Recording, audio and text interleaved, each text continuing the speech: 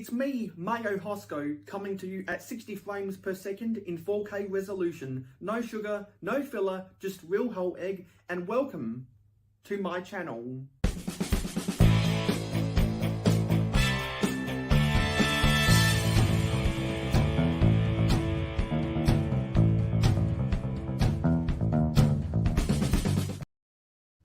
Be sure to like, comment, share, subscribe, and ring that notification bell. It is very important that you subscribe to the Mayo Hosko channel because you can help Mayo Hosko on the journey to interact with as many different people from the LEGO Online YouTube community as possible. I love this community and I love everyone watching this video. I go live every Friday night in North America at 9 PM Eastern, and I will always go that time because that's where I know the eyeballs are. So I thank you for watching. You can find me on Instagram, Twitter, Facebook, my Facebook fan club, Discord, and Pinterest using links in the description, or go to my website, mayohosko.weebly.com, for all of my links and other external information. You can also choose to invest in the Mayo Hosko channel using the Patreon and Rakuten links in the description. I'm glad that you have chosen to watch the Mayo Hosko channel. You have made a wise choice. I hope that you will come back again, and I hope to see your name in the comments in the future. Thank you for watching. Welcome to another Mayo Hosko 24-hour live stream. I am back. It is great to be back for another 24-hour live stream. And I have got to do some kinks right now, but some of you guys were already there for the pre-stream show.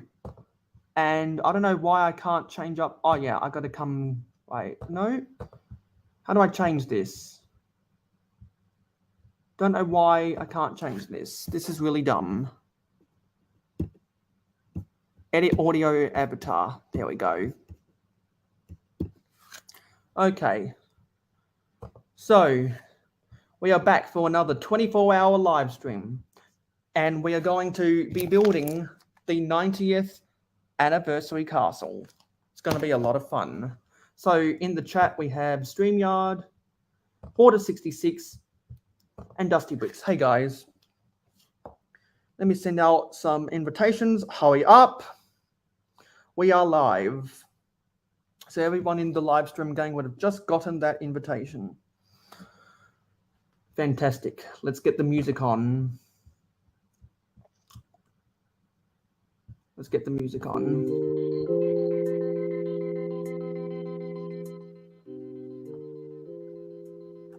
Okay.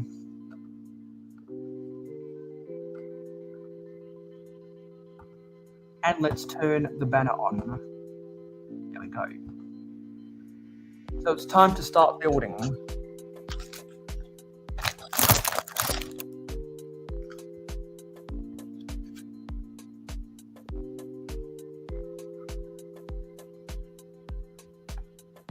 I'll be doing Forge of Empires occasionally throughout this live stream. I've got my water off to my side. I've got my Mountain Dew right here.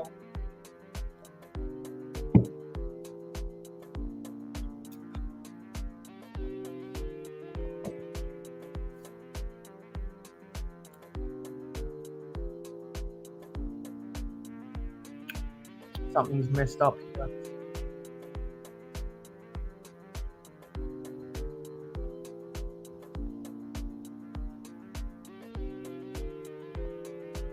Oh yeah, I see.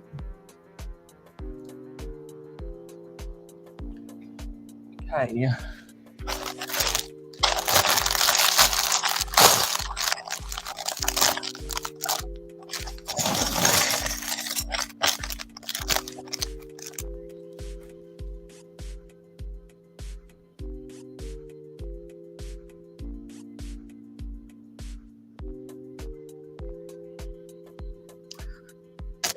So the first build is the little wagon.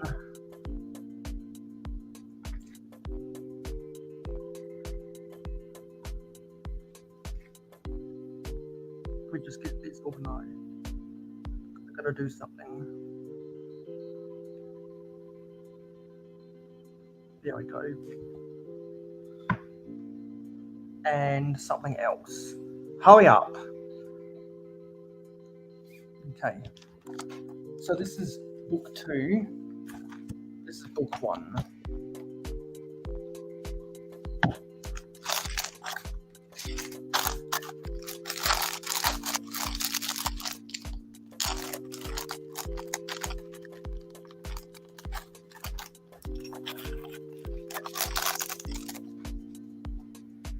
And I've got a Lego box underneath me for all of my empty bags. Hey YOLO.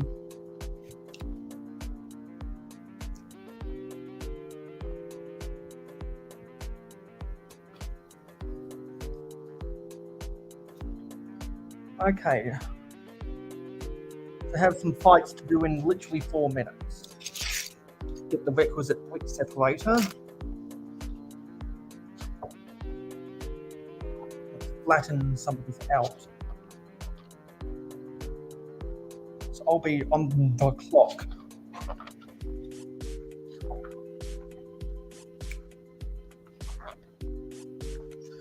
Let's put the minifigure together.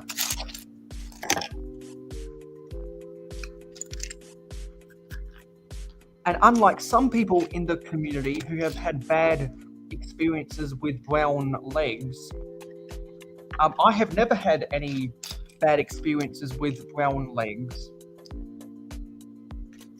And most definitely no bad experiences with brown legs or brown minifigure pieces in general made after the year 2013.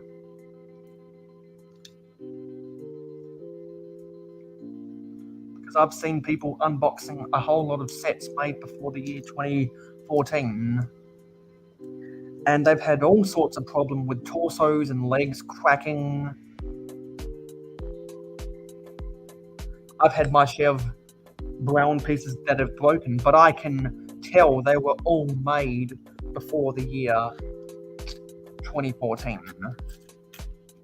I'm much more confident in minifigs or in brown pieces not having the same issues if they were made after the year 2013.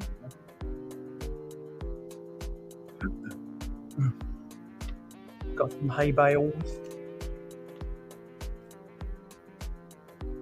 And the 1x2 grill piece that acts as the top of the hay bale.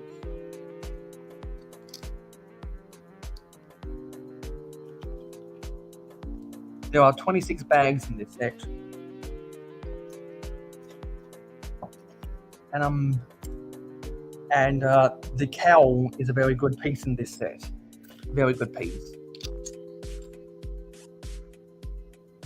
And it's not your typical brown cowl, it's a medium nougat cowl. We'll build this little beer keg right here, and then I'll do some Forge of Empires stuff. And there is room for 8 people on the panel today, because I'm paying for StreamYard. I'm sure when people get home from work, we'll have a much more populated chat, and a much more, and more people and people on the panel. Because it's the afternoon in the UK and it's the morning in North America right now.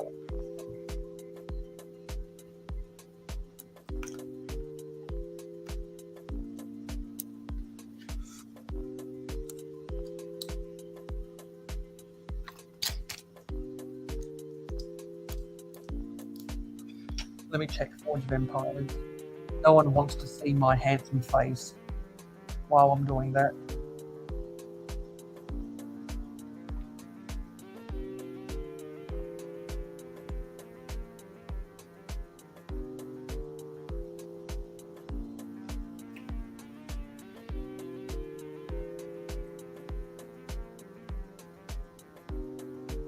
10 seconds.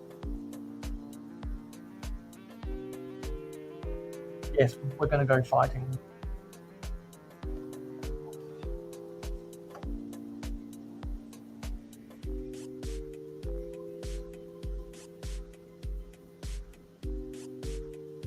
Hopefully this should take less than a minute. But you never know how many players there are online at a time. Looks like there's a decent amount of players online right now.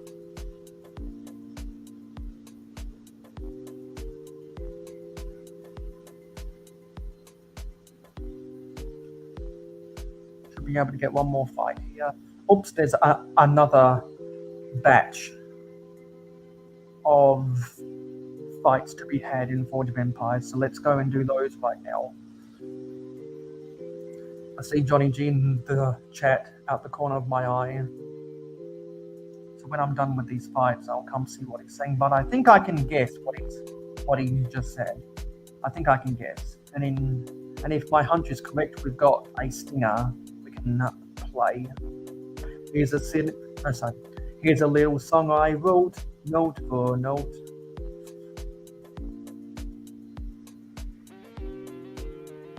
How long is this away? Okay, that's more than 10 minutes away. There's one.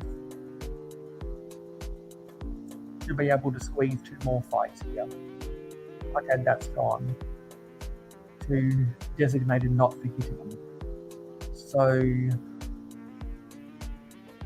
let's reload for the next round of fights. And I'll remember to come back in 11 minutes. Okay. Yeah, Johnny G saying hello to Jude. Real whole egg. Yes. So now we've got to play the stinger. Where's the stinger? Here it is. Thank you for saying hello to Jude20 in Mayo Hosko's comments. I just wanted to say that wherever he is, Jude20 says hi. There, you have an answer. Hello.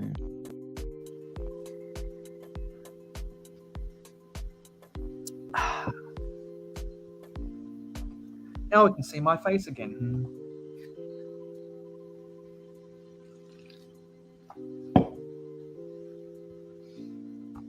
Okay.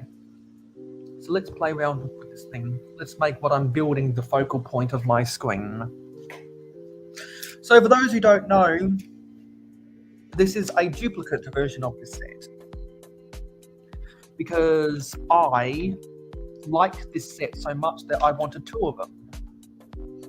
And so I bought 2 of them.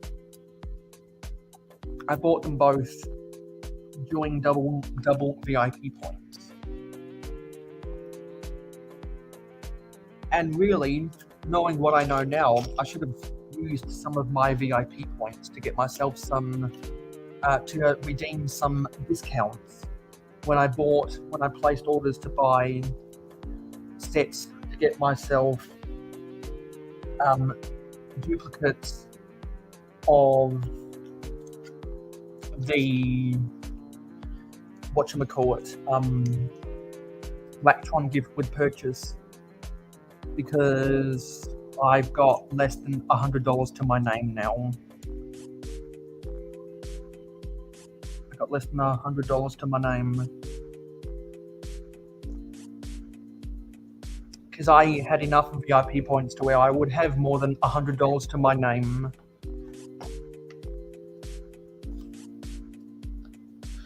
Now, in all honesty, I actually have more than $400, but I'm accounting for the money it will cost me to buy a case of Series 24 collectible minifigures, because I want a whole case of them, because I am a sucker for the koala in one of the CMF packets. I cannot miss out on getting that koala. and I want multiples of them. If I can, try to make an army of them. So in my economics, I'm already accounting for the money it'll cost to buy that thing.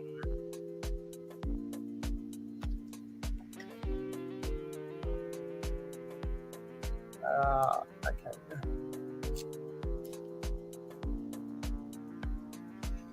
But there are ways you can help me get more money to buy Lego. One is to pledge to me on Patreon, or two is to register yourself a Rakuten account using my affiliate link in the description.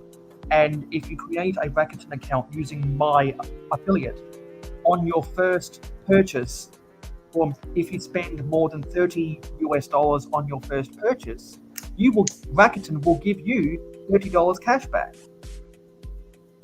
And they will give me $30 cash back for referring you to get $30 cash back after spending greater than $30. Because you could spend it on Amazon, you could spend it on eBay, you could spend it on Lego.com, you could spend it on Walmart, Target, any department store, even streaming services like Disney Plus.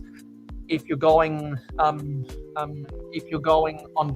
vacation, a bunch of travel agents, or a bunch of travel agent companies and hotel booking companies, they're on Rakuten. And I've already got about $10 to my name worth of cashbacks just for spending money that I'd normally spend on buying Lego stuff. So it's well worth it. It's well worth it.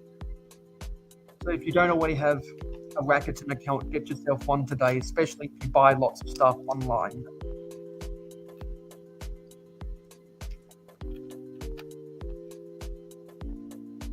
There are links for all of that stuff in the description.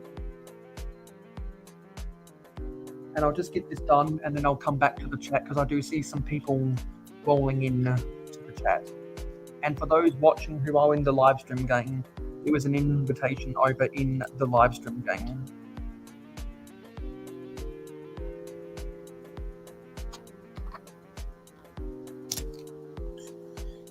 And we've got to build the roof.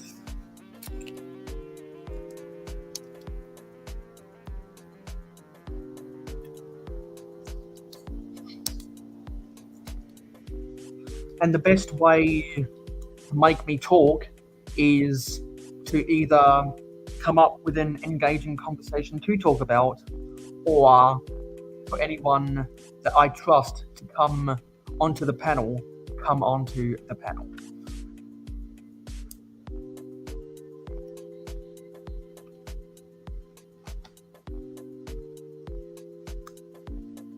Get these 1x1s underneath with the bar-sized hole. Put the roof on.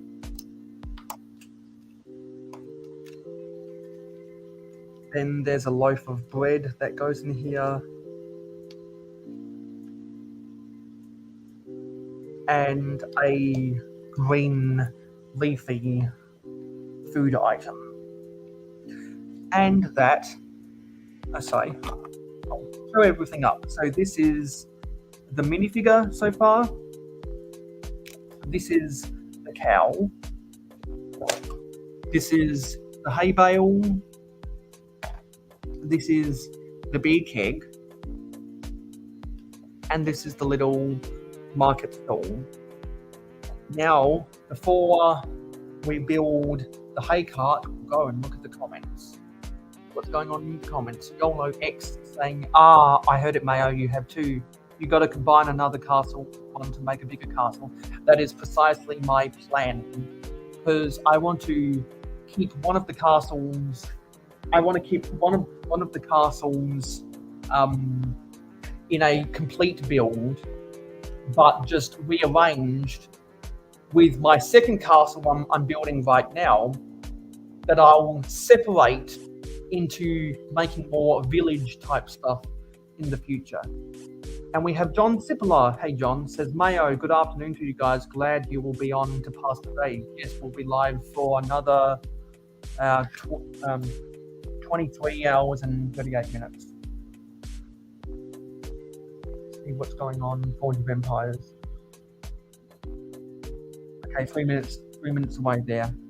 And Yolo says, it would be a cool live to watch you just destroy 2 castles and make a big one. I am going to give that a lot of thought because I've always dreamed of buying 2 of any given castle and challenging myself to have one part of the castle look like an actual castle and then the rear or the front of it look like a village type. And I don't think there have been any other castles that compare to the castle we will be building today that will allow me to do that, because there will be a lot of modifications I will be doing off camera to the 2 castles I have. Yolo saying, I lost a koala. I'll be back. Oh, I hope you find that koala. Now let's build the hay cart. Or at least start building the hay cart, because we've got Forge of Empires stuff over here. That'll need to be done in 2 minutes. And we've got 5 people watching. And for the first time, back after a bout with amnesia after a tragic accident, we have Tasman Bricks himself. I saw Taz was live over on Twitch a little earlier, so it's good to see that he's getting more healthier, because we were all wishing him nothing but the best, and all of us streamers say thank you for his wife for giving us updates, because it was really good to know his progression. The journey's not over, and so we're all wishing him a speedy recovery.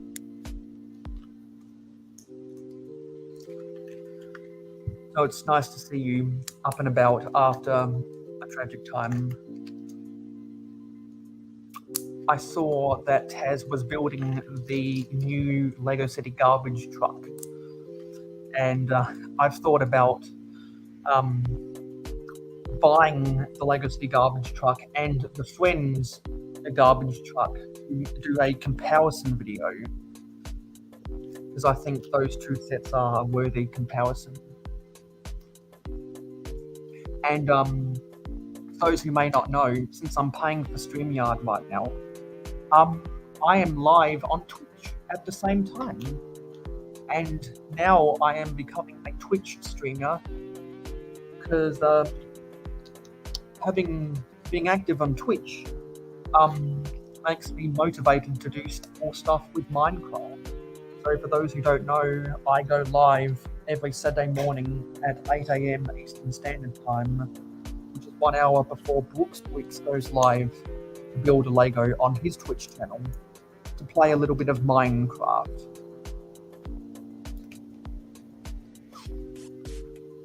And I'm really liking the Twitch experience so far. I'm a noob, and I'll get better eventually.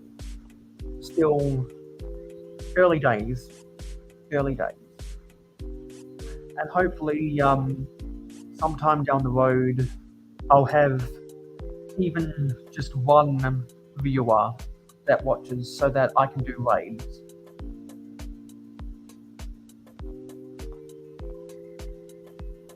And so when my paid for StreamYard experience runs out, I won't be able to go live on both Twitch and YouTube at the same time, but I will be doing designated Twitch live streams to go play Minecraft.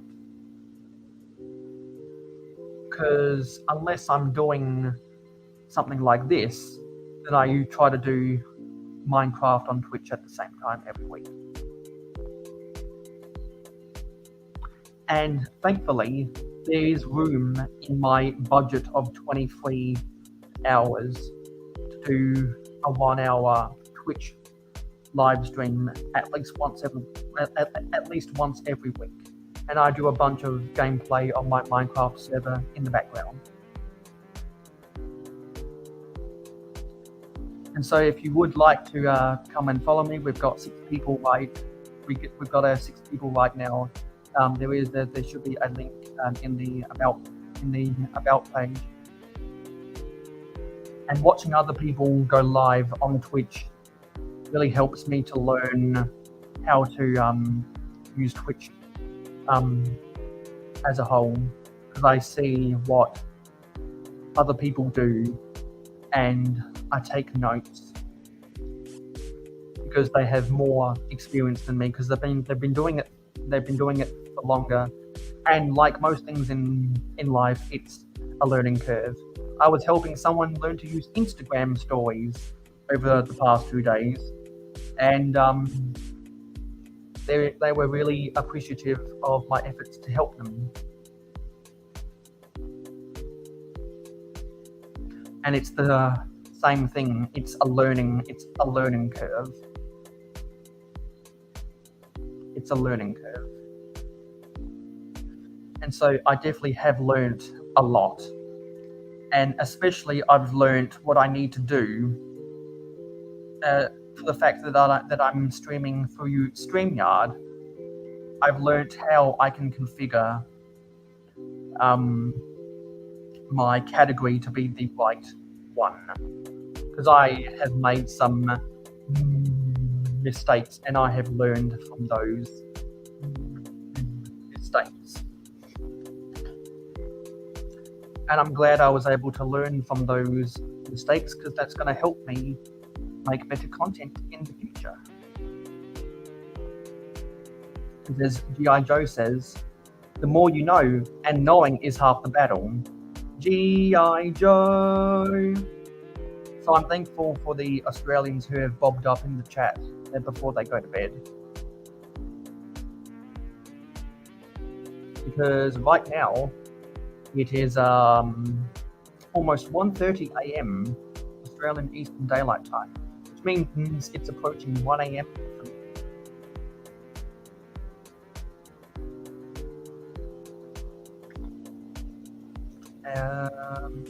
Like there'll be another fight there, and yeah, in about 3 minutes. So before that, let me come to the chat and see what's going on in the chat. And Taz says, in time, Mayo, you'll get there, mate. Exactly. It's a learning curve.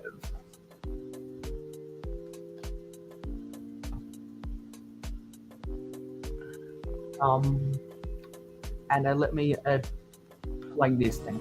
Yeah, rip it and flex it. That's oh, there you go. Okay. So let me just make sure everything is working properly. Let me do something really quickly.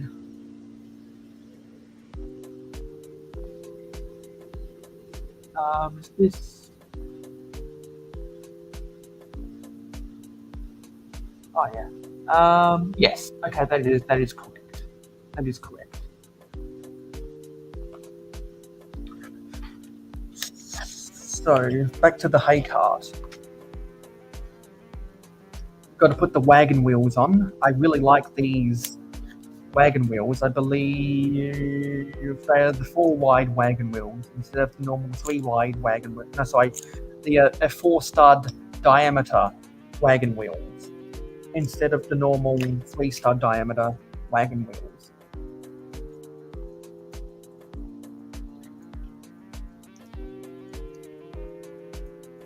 And that attaches to the bottom. So we've got to fold these up. Oh, we need to put another grill on top there. And that tacks on there. And click that down. There's a little birdie riding on top of the hay. And if we remove these 1x2 bricks and 1x2 plate, where we are able to hook that on to the cow so that the cow is pulling the hay cart.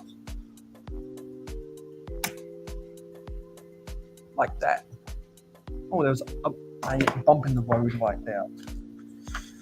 Okay, so that was all the side builds at the start. So now we're moving on to bag 2. I'll put all this other stuff away. And I'm going to take an intermission while doing Forge of Empires. Yes, because that is in 30 seconds. So let me put up something for an intermission if I can find it. I've got to find the right one.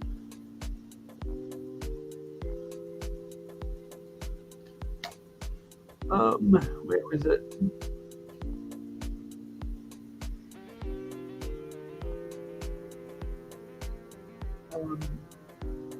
Wait. Where is it? Let me just find it real quickly. Oh yeah, because with what I was saying earlier about trustworthy people, this is why I have to have trust in people in order for them to come onto my channel. Oh yeah, now I'm going to try and say this again. Mayo Hosko for commenting on Jabbo channels. I love crazy things. Where did you get that name from?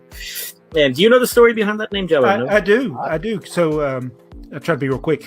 One of the things in live streams is people used to impersonate other people, and it was very easy. You could click on their icon and you could figure out who it is. Well, somebody impersonated Mayo and went through and used a bunch of profanity on a lot of comments, and I blocked them.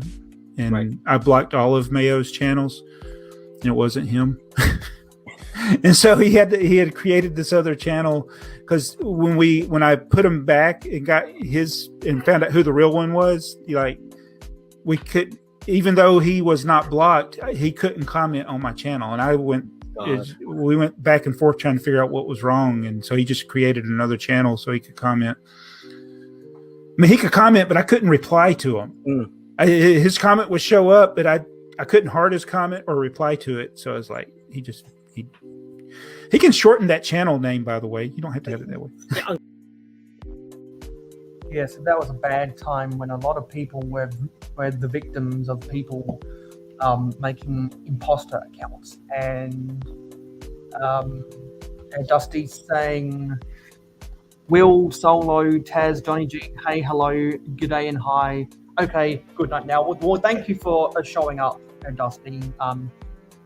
I'm guessing we'll see you in the morning. And to send Dusty off to bed, let me play this in the background. Where are we? Let me play this. Greetings, citizens of the world. This is Anonymous. We apologize for interrupting your normal stream.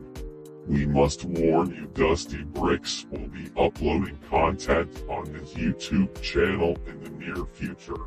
Take this chance to prepare by stocking your house full of toilet roll. We repeat, Dusty Bricks' YouTube channel will be uploading content not suitable or interesting for most people. You have been warned. We are anonymous. We do not forgive. We do not forget. We are Legion. And that was that. So if anyone has a channel intro or a channel trailer that takes less than 60 seconds, that you would like me to join your marketing team, send me said video as an MP4 file to mayohosko@gmail.com, and whenever you enter the chat of my live stream, I'll play it up on the big screen. So yeah, still doing some fights. There's a couple more fights I still got to do for different rotatable sectors. That's the life of a mobile gamer. I'm sure if you've ever played Clash of Clans or other mobile gaming, warfare battle type games like that, then you know what I'm going through right now. It's very on again, off again, depending on the schedule. and I am very dependent on the schedule for both social media and online gaming. So I want to play something else in the background, if I can find it.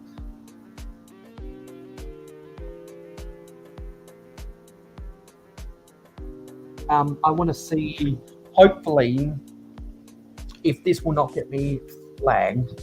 We gotta have Gordon explode, but not really. We gotta have Duncan explode for Christmas. What? Shout out to the two of you that understand that reference. I don't. Wait, what? There was like a leaked episode, like a quote leaked episode list a while back for like back when season 20 was about to air. And it's like, season 20 is about to air, like, right now. It's still fine. Back when season 18, I don't watch the TV show. Back when season 18 was about to air, and it was like a list of really stupid, outrageous titles, like Thomas versus Diesel 10, Duncan explodes for Christmas, Millie jumps the bridge, something like that. Millie jumps the bridge. Little did we know that a year later that would happen with another blue tank engine. But yeah, that was the thing, and people were like, "Guys, do you think this is real?" And we're like, "There's an episode called Duncan Explodes for Christmas. I wouldn't take it too seriously." And then I later made a Sudrian Tales episode named Duncan Explodes for Christmas. It was a good time. See, that's where I heard it. I thought you made something related to that. But with that being said, I think we've summed up our views on this film. Yeah, so I am a really big listener of podcasts, both Lego and Train and politics related. So if you guys don't remember, I once did a podcast, but it performed terribly. Literally less than 10 people watched it. So I was like, yeah, I don't need to continue on. So right now I'm actually uploading a compilation video over on my parents' computer, because I'm using both of my actual computers right now, and it's a compilation video of every podcast I have ever done, whether it was my vintage Lego podcast or if it was my late night Mayo podcast. And so all the combined footage is worth over 6 hours, and so I'm going to make all of that a Patreon exclusive, because I make all of my compilation videos exclusive, or I make some of my, I should rephrase that. I make some of my compilations exclusive to Patreon. All of my compilations that are longer than 1 hour, I put over as Patreon exclusives. Everything under an hour, I make publicly available to all of my subscribers on YouTube. And who knows, I might do some compilation content I might try do a little bit of a Twitch compilation sometime soon. Maybe like the best of the Mayo Hosko Minecraft server or something. Because I would like to try to attempt to do some kind of compilation video, a compilation live stream for Twitch, or maybe a reaction of my best Twitch moments or something, kind of like the DVD commentary that you sometimes got in a DVD, but for a live stream on Twitch. I think that might be fun, but that's a long time away if I ever end up doing that in the first place. So we should be done with everything on Forge of Empires for the next 4 hours or so. Let me investigate the landscape. Yes, and we are correct. So let's come back to the comments. It says, yes, and Taz is off to bed. Says, yeah, I'm off to bed soon too. Well, thank you, Dusty and Taz, for coming in before you go to bed, and we'll see you on the flip. We'll see you on the flip side when you wake up.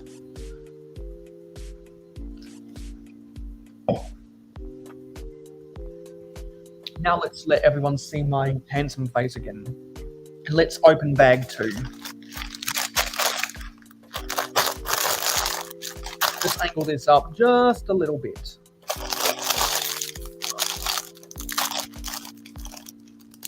And since I have finished creating those tier lists, we can close these tabs in the background. let me actually save this.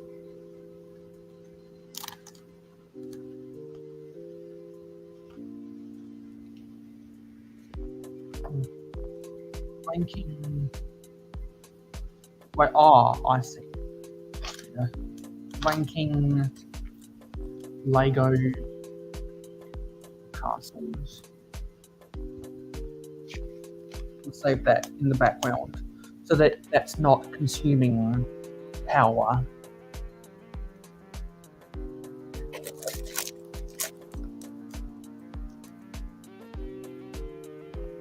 Because there's a really dumb thing with my computer. It's really dumb.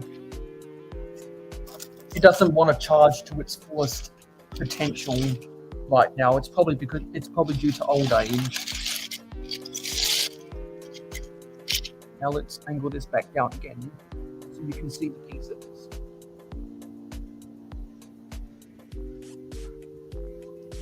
So we do have someone watching on Twitch, and hopefully that's not me. I'm going to refresh all of my apps on my phone to make sure that the Twitch app is not open on my phone.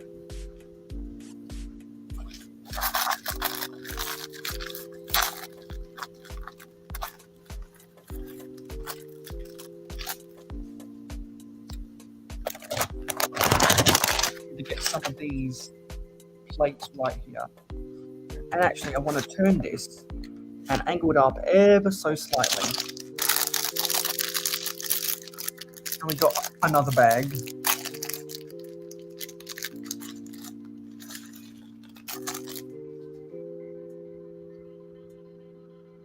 Okie dokie. Whoever you are on Twitch, feel free to say hello so I can know who you are. I don't bite. I won't hurt. Yeah, having this at this camera angle means I can have all the pieces out front and have the build right in front of my chest.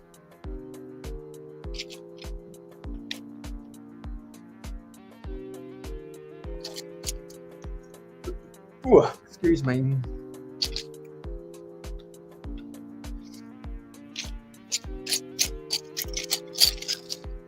And after I did the time-lapse build of this, that is currently an early access for my pledges on Patreon, I've got to make sure I read the instructions carefully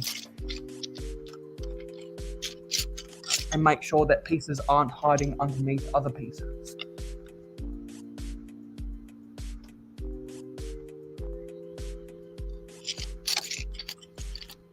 So unless we have some stimulating conversations in the chat or people on the panel, for the most part, this will be an ASMR live stream, especially while we don't have a lot of viewers right now.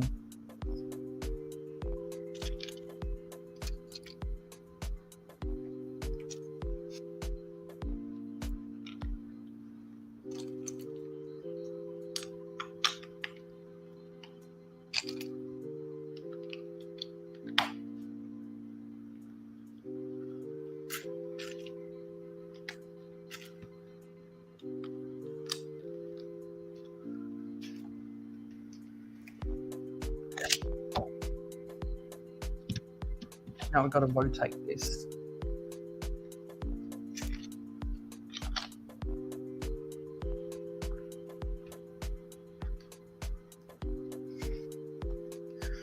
And also, not sure if you guys know, but the crew from Polling and Bowling said that they are going to attempt to make an appearance on my 24-hour live stream sometime later on.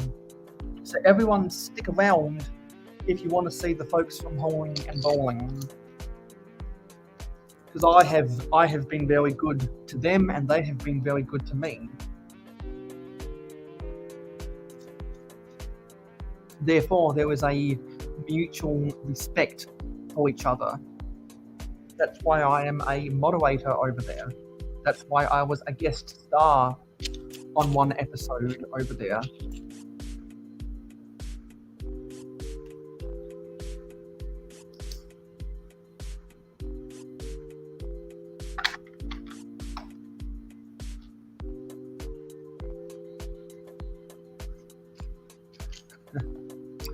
And I was watching an episode from season 14 of Storage Wars the other day, and Renee Nizoda, one of the locker buyers, found $10,000 worth of mint in sealed box vintage Lego from a storage locker he bought.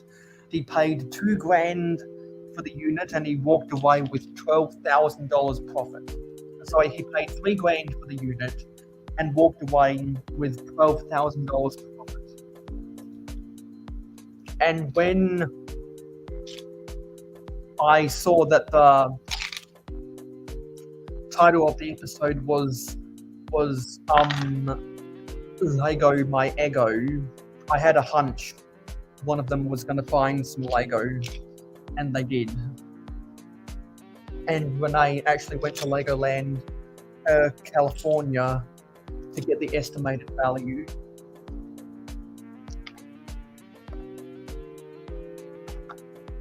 That was a cool episode to watch.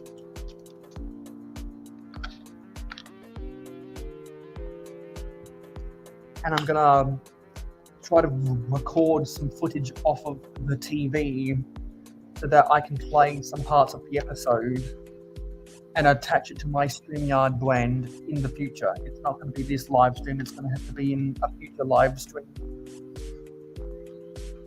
Because I already added a lot of new stuff to my StreamYard brand this week. Or last week that I haven't showed off before.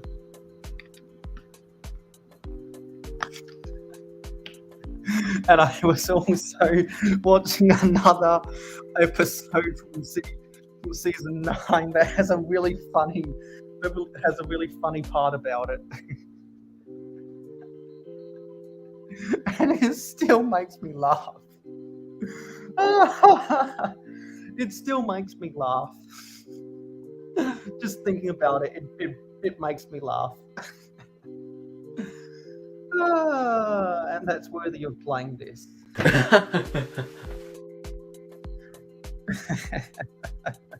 It still makes me laugh just thinking about it. Oh my god.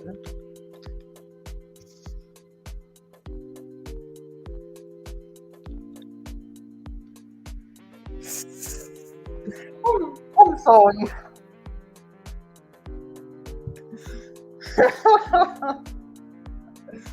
Oh, it still makes me laugh. Keep it together, Mayo Hosko. Keep it together. We're building Lego.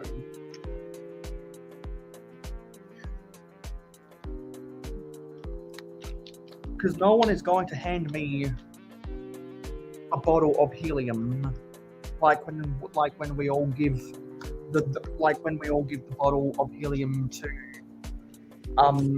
Adore Build on her live streams. Because if you want to have a good laugh, definitely go subscribe to Adore Build and watch her content. I believe there should be a link in the description to subscribe to both Adore Build and Tasman Bricks.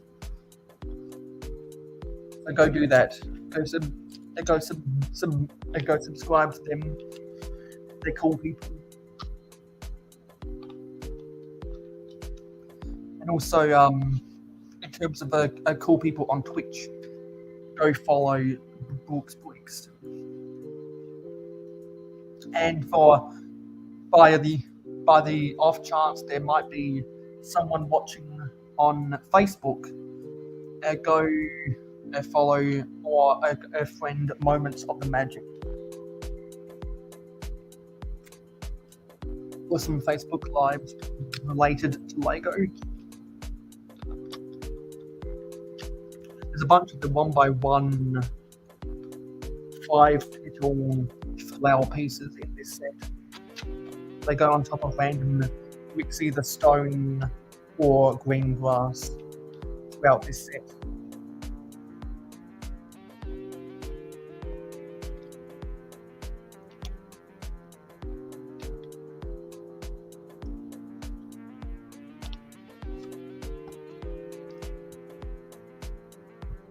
And John is saying, hope you drink plenty of coffee for today.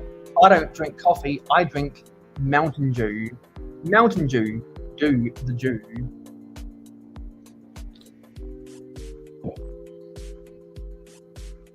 And I'll tell the story about Mountain Dew.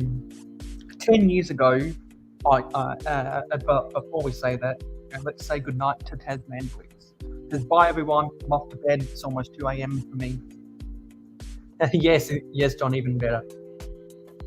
Thank you, Taz, and I hope you have a good weekend. And I hope you had a good Twitch stream earlier tonight.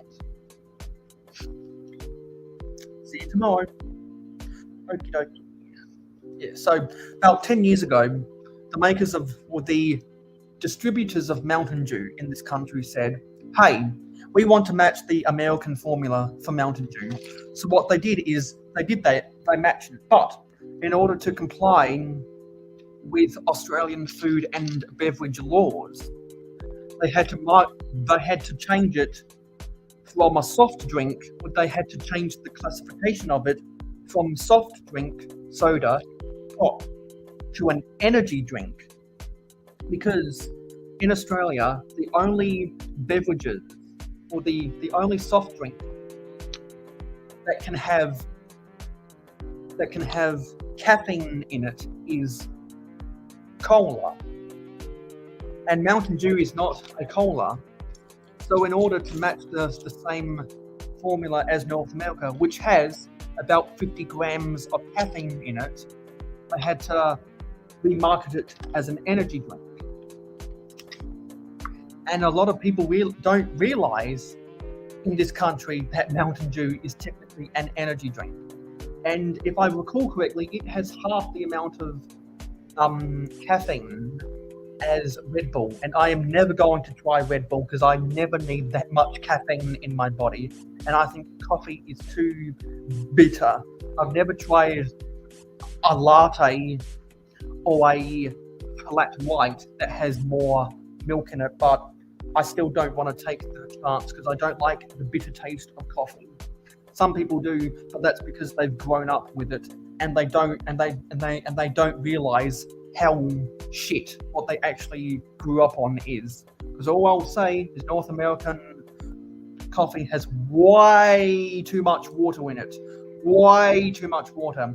Every non-American I've ever spoken to that has drunken coffee in America has said that their coffee is shit because it tastes watered down, because they're not used to it. The world is not used to it, because pot roast coffee gained a lot of popularity in the US after World War II, and they've stuck with that same American taste ever since. While the Greeks and Italians and have and even the French have innovated their coffees greatly with putting more and more milk into their coffee. And then eventually they exported their coffees all around the world when people from Italy, Greece, and France wanted to escape Europe post World War II. And so therefore in my city and in the city of Melbourne, in the Australian state of Victoria, we have some pretty good coffee. In fact, Melbourne claims to be the coffee capital of the world, and they have a very good reason for claiming so. In my home city of Adelaide, we have a lot of Greek and Italian neighborhoods, and technically I live in an Italian neighborhood. I have a lot of neighbors who are Italian. In fact, two of my three neighbours are of Italian origin, and they bought their coffee recipes over here, and their coffee tastes really, really good. And that's the reason why there was a McDonald's franchise owner in Melbourne that came up with McCafe, and he bought his McCafe brand to his McDonald's franchise, and it was so popular that in 1994 the McDonald's Corporation actually bought the rights to McCafe and then exported it around the world.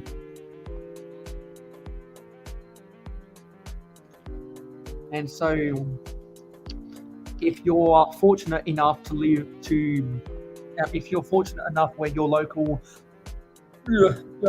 McDonald's franchise has a McCafe within the franchise, you can thank Melbourne's coffee market for that.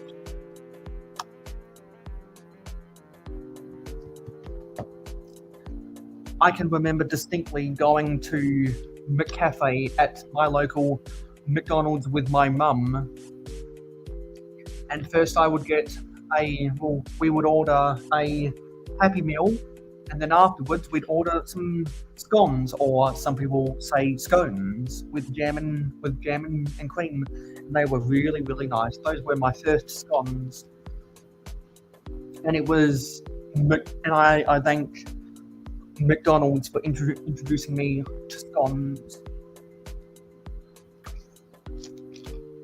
And I do not say scones because I am from the state of South Australia. So if you do say scones, not scones, you're just gonna have to deal with that.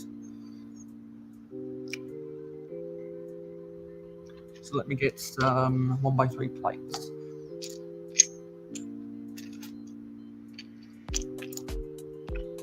Oh, see, that's a 1x4. What is that? Yeah, that is a 1x4 actually. To go right there. Need some white bricks.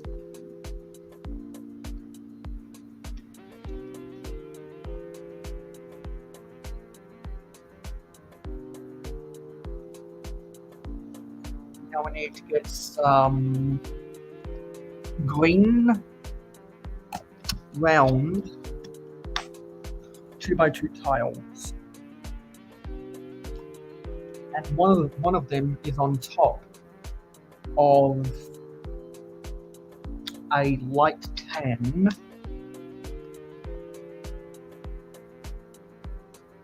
two by two jumper, a round jumper to be specific.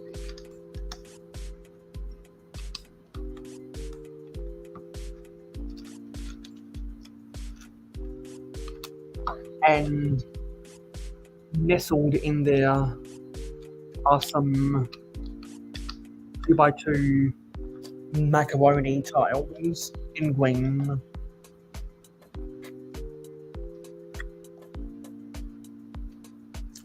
Now I need to put some more bricks on.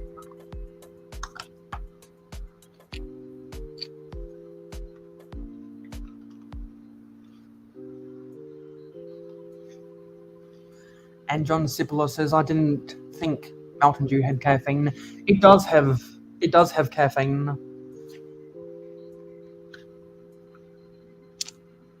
And there's nothing that the FDA has ever said that only cola can have caffeine out of all the sodas. So I choose to think that caffeine makes you feel really good after drinking a Mountain Dew. There's something about beverages with caffeine in general that makes a lot of people feel good about themselves after drinking it. And the first hour has just gone by. 1 down, 23 to go.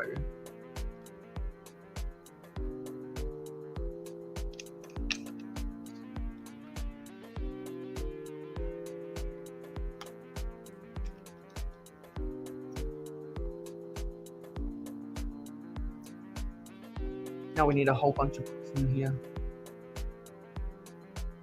And John says, I gave up on pop and coffee. I've never attempted coffee, and I'm never gonna give up on pop.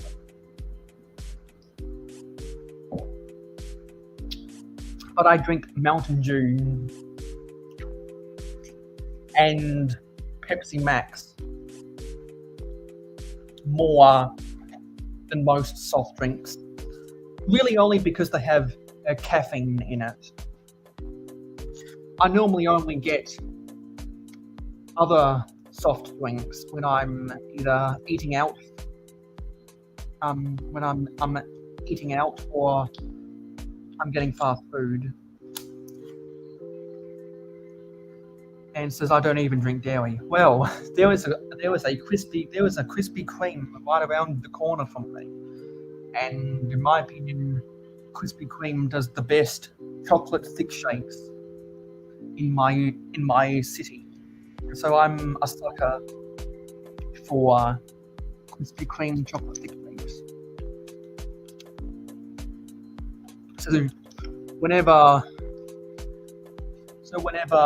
I'm in the mood for Krispy Kreme donuts, which isn't all that often, I normally get a choc ice donut. That's not correct. I normally get a choc ice donut and a chocolate thick shake.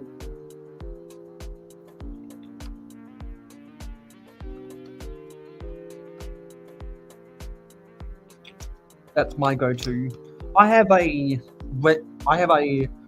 standard order at most fast food places. Yeah, once in a while, but not before a blood test. Yes, not before a blood test. Definitely not before a blood test, because you don't want to get artificially inflated numbers in the test results. I've learned that the hard way in the past when I got my first blood test. I learned that the hard way.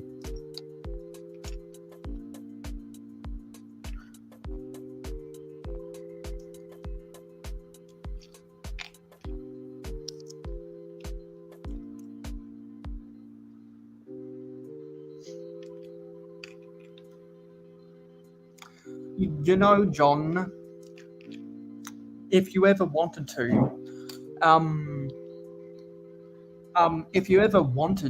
to come on a camera and hang out with me, if you ever got yourself like technology and enough confidence, I'm more than willing to have you on the panel sometime. Because I can't recall if you've been on the panel with Jeff from a Chip Off the Old Block days. I can't remember if you were one of his guests. John is saying, oh thanks, I have an iMac with the camera right now. I am working though. Thanks for the offer. Yeah, nope, not yet. But we'll have to talk about that sometime, John. And I'm also on a Mac, right now. I upgraded to a Mac when I got totally frustrated with the slowness of my old HP, and streaming stuff is just so much easier on my Mac. So now I really only use my old laptop for streaming Minecraft on Twitch. That's the only time I use my old laptop now for streaming, or if I need a second camera.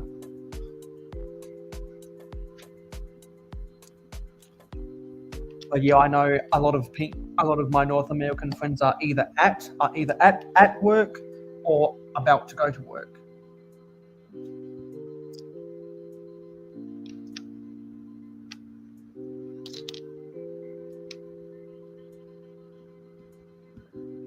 That looks like that's them.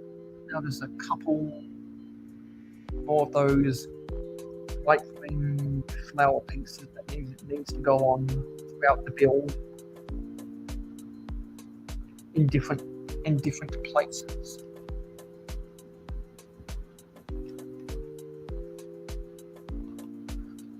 This is like a Zoom meeting. I have a Zoom meeting each Wednesday with my nutrition crowd. Wow, you're part of a nutrition crowd. My nutrition is just try to have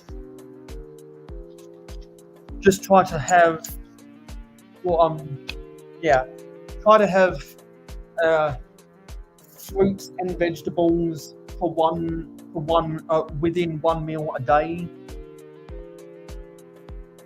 and try not to go over 80 kilos, because I calculated my BMI, and if I go over 81 kilos, given that I am 5'11", then I go above a BMI of 20, and a BMI over 25, and a BMI over 25 puts you in the overweight category. So if I stay below 81, then I am then my weight is appropriate for my height. But I try to hover around 80 kilos as much as possible, just to give myself a little bit of leeway when it comes to my BMI. For those who don't know, BMI is an acronym for Body Mass Index. I remember when I used to weigh 90 kilos, back when I was going through puberty and my skin was very pudgy. I hadn't grown into and I was going through a growth spurt, so I was more hungrier. But now that I'm past all that stage of my life, I'm a lot less hungry than I used to be. And in the summer of 2018-2019, I believe I dropped 5 kilos, and overall I've dropped 10 over a two-year period. I dropped 10 kilos. A lot of that was because I was so stressed out in high school that over the summer I slept for really long amounts of time, and also I wasn't all that active in the summer. I wasn't active, therefore my body didn't really require a lot of nutrition. I stayed in my room a lot of the time. It was probably symptoms of anxiety, if I'm being honest, that helped me to lose 10 kilos in 2 years. But now that I don't have depression or anxiety anymore, I've been able to maintain a healthy weight ever since.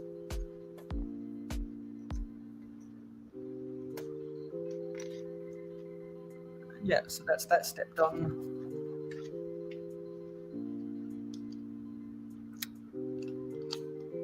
I try to only have sugary drinks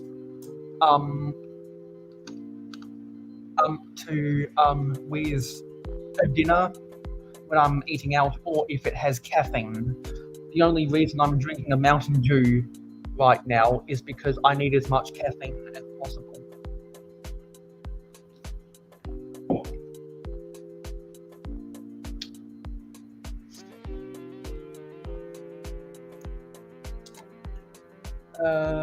Yes. Almost done with bag 2.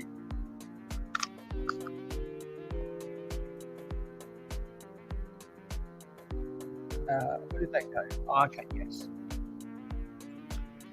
I know a lot of people who've also given up on sugary drinks, and so many people don't know that sugar turns into fat faster than what fat turns into fat, because it's already fat. And sugar contributes to weight gain more than fatty foods. Some people don't realize that, but more people realize that than ever before, because people are waking up and realizing all this information that we didn't know 2 decades ago. And I remember when other people remember when there was a huge stigma against fried foods in the 90s, and people started thinking the reason why Kentucky Fried Chicken changed their name to an acronym KFC was because of the anti-fried foods movement in the 90s. But what people don't know is there was actually real reasons for that. Because sometime in the 90s, the state of Kentucky came to KFC and either put their foot down against Tricon Foods, who became Yum Brands, who also owns Pizza Hut and Taco Bell, who is owned by PepsiCo, or reached an agreement with Tricon Foods to say that KFC were only allowed to call themselves Kentucky Fried Chicken in the state of Kentucky. So I'm not sure if there's a law or if there's a trademark behind that, but KFC can only call themselves Kentucky Fried Chicken in the state of Kentucky. So that's the real reason. And we have, speaking of food, hello, Brick Pasta. What's up, Pasta? I ate you before I started this 24-hour live stream. So I'd like to thank you, Brick Pasta, for giving me the carbohydrates I needed to get me through the first 12 hours of this 24-hour live stream. Dusty Bricks and Tasman Bricks have gone to bed now, because right now it is after 2 a.m. in their time zone. It's 1:44 a.m. in South Australia.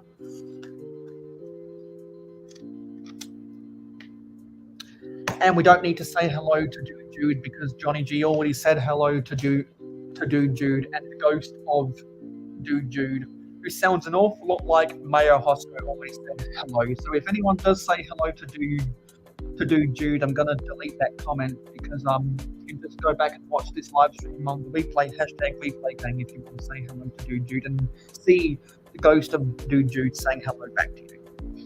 Just wanted to put that out there. I'm sure when Stardust comes up in the chat, I'll probably have to remind him as well. Or if a Buckchop or if MLego17 comes up in here. We are almost done with bag 2. Now we're putting stuff on the table. As in the table inside this build right here.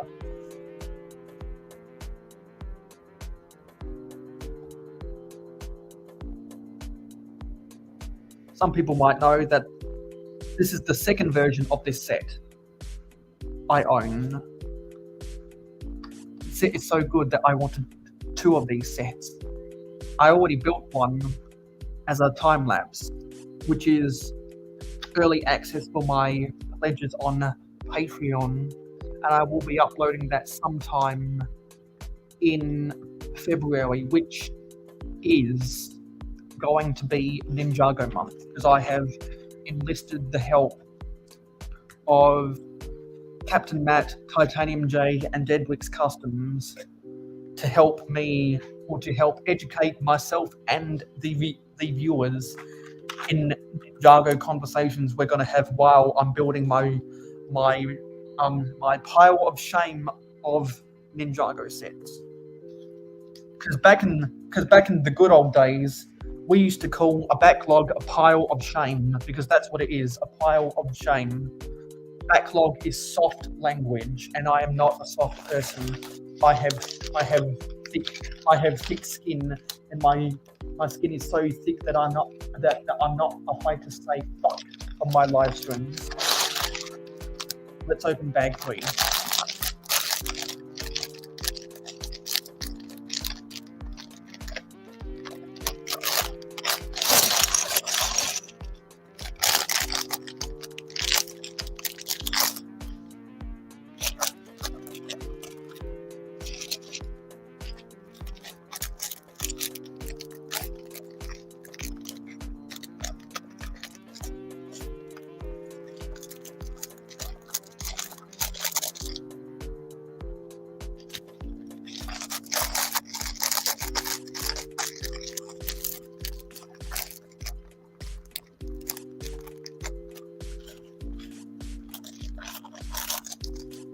There we go. Okay. Let's start bag 3. So we've got a minifigure. And Big Pastor, if you're not doing anything right now, and if you'd like to come on the panel, just let me know in the comments and I'll shoot you an invite. If you're not doing anything right now.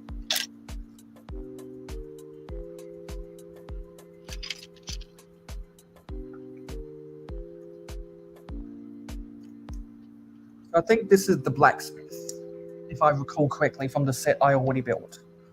I believe this is the blacksmith.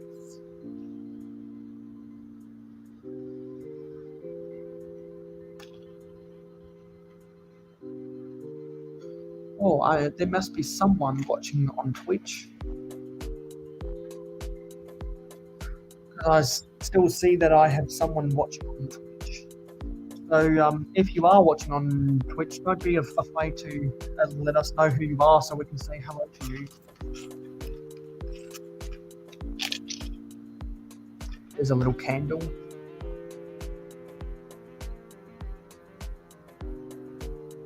What? Oh yeah, it goes in like that. This candle. Oh, hang on a minute. It goes on like that. This candle then slots in here.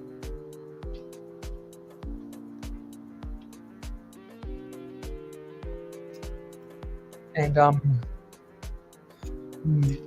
I have a goal to get to 100 likes in totality across all of these 3 parts today. So yeah, help me get to 100 likes at an average of 33 likes per part. And in the morning, before I switch over to part 2 in just under 7 hours, I'm going to have to brush my teeth because I feel stuff on my teeth. And also I'm starting to get a bad breath. So not only do my teeth need cleaning, but my breath needs refreshing. I need to get that minty taste inside of my mouth.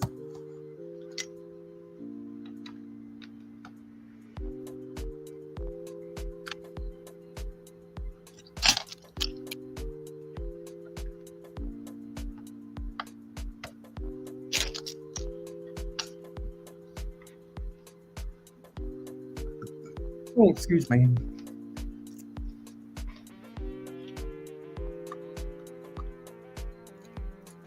So while there's no conversation going on, just gonna do ASMR.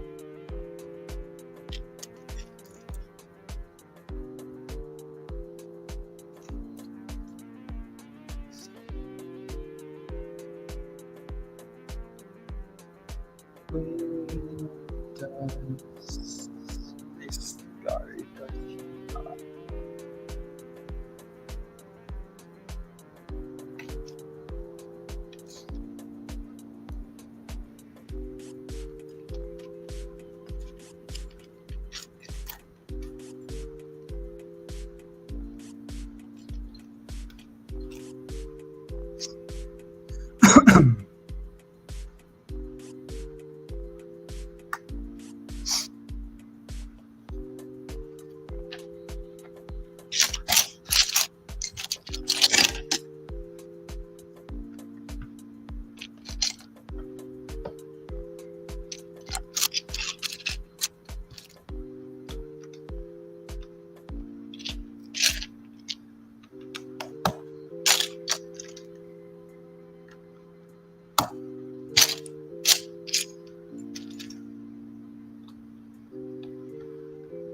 On snap in there.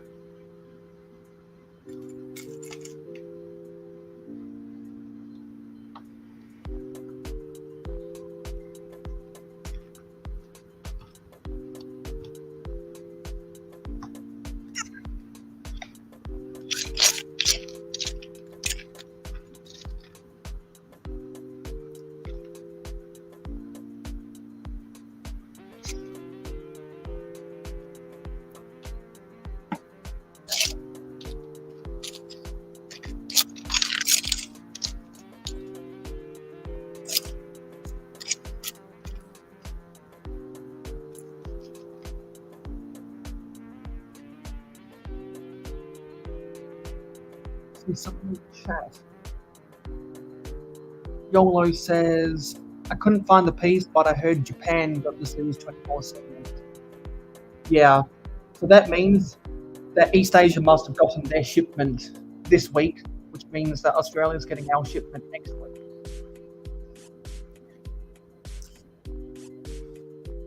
And then I'll be able to spend my money to get a whole case. And I know, actually, you know what? What I should do is I'm going to wait until there's a gift with purchase or double VIP points, so that I can until I buy that. And with the VIP points I've accumulated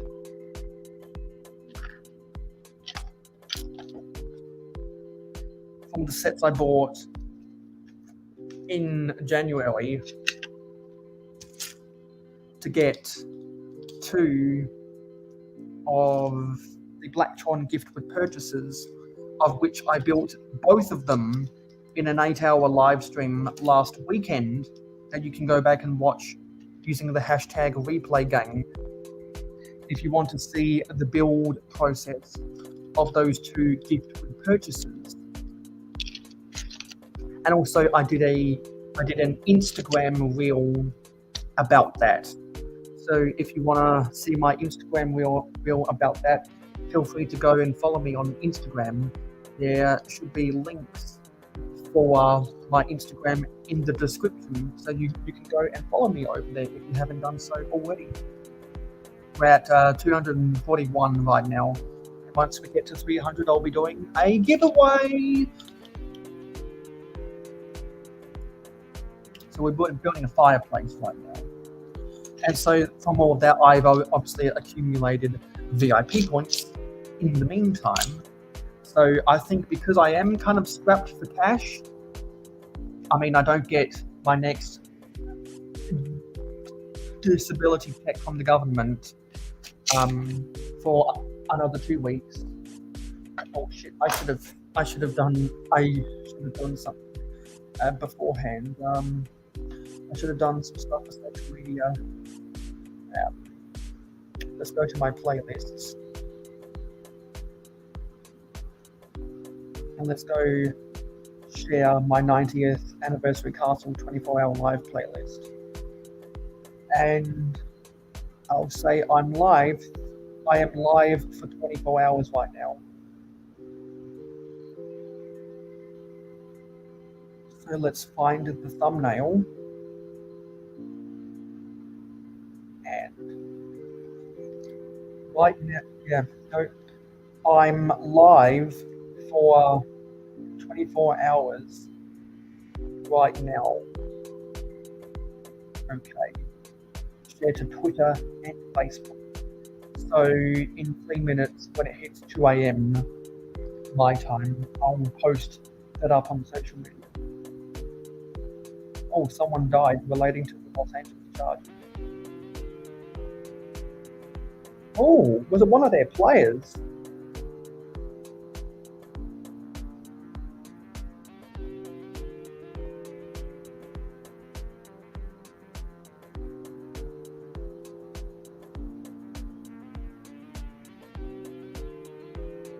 Wow. I'm guessing one of the Los Angeles Chargers players died.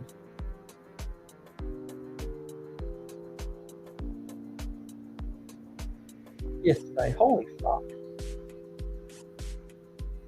He was only 25 years old. Wow.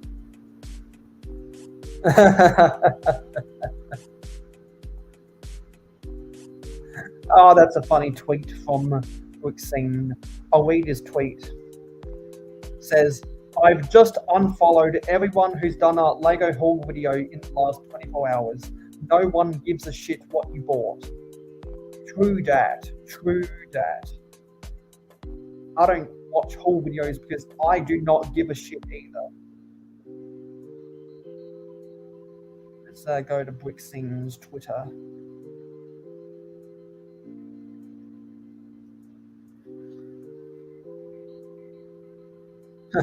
And in his bio, he literally says, "I complain a lot." And I'm going to respond, "True that. True that. Richard, true that." And there was a bunch of notifications over on YouTube. Kelly Blick just did another episode. All of a sudden, they got the Blick adjuster. Blick C posted another C update. Jane just did a review of a picnic set. I don't give a shit. Blick Hive thinks Grogu needs to die. I'm definitely going to watch that.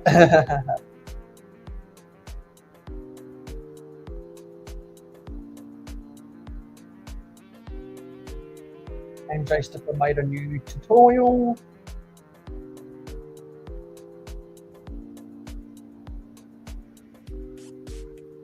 And yeah, that was everyone. So I just added a whole bunch of things to my watch later list.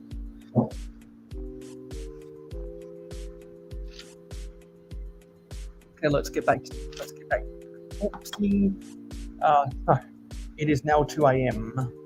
So let me share that stuff on Instagram, Facebook, and Twitter.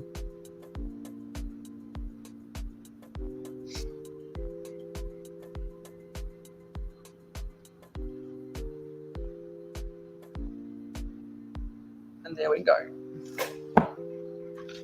Okay, let's get back in. So we had to put a plate. We had to put 1x4 plates on top before adding this 4x6 plate.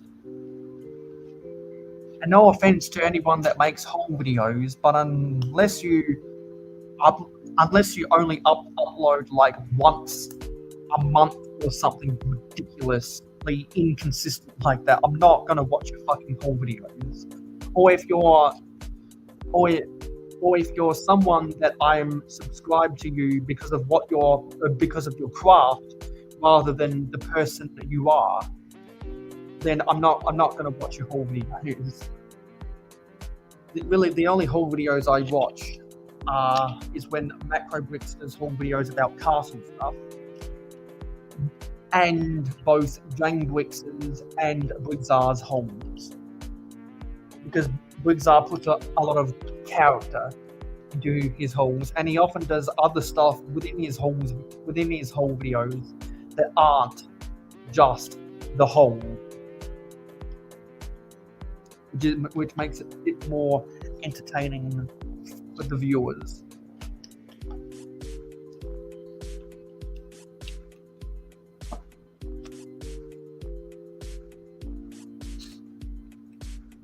This little fireplace goes into here.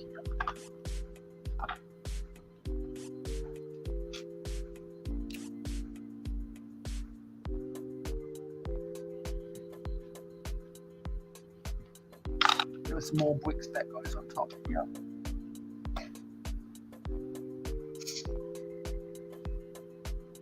Okay.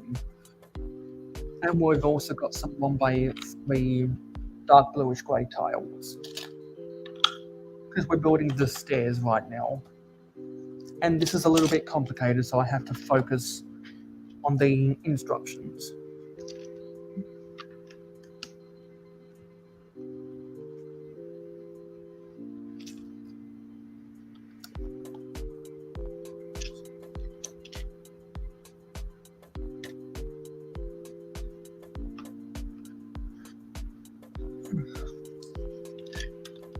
Hello, Legend Lego 29.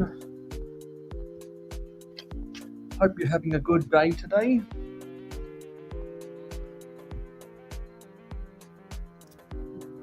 I wonder if you're on our side, hoping you are keeping yourself busy. Because if you're like the SpongeBob episode where SpongeBob and Patrick keep saying, "I don't know, what do you want to do today? I don't know, what do you want to do today?" Just let me know if you're bored and you want to come on the panel. because for those who don't know, Legend Lego 29 does live stream himself.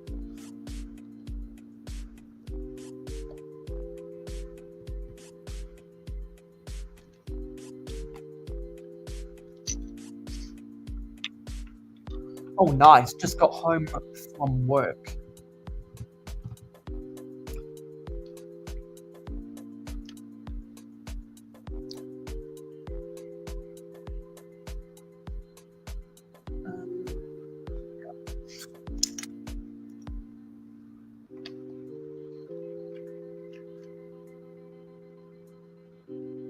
Okay, now we've got to do a build for the inside here.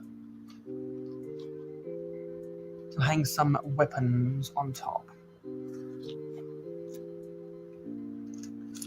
And in that is a Mixel's ball joint piece.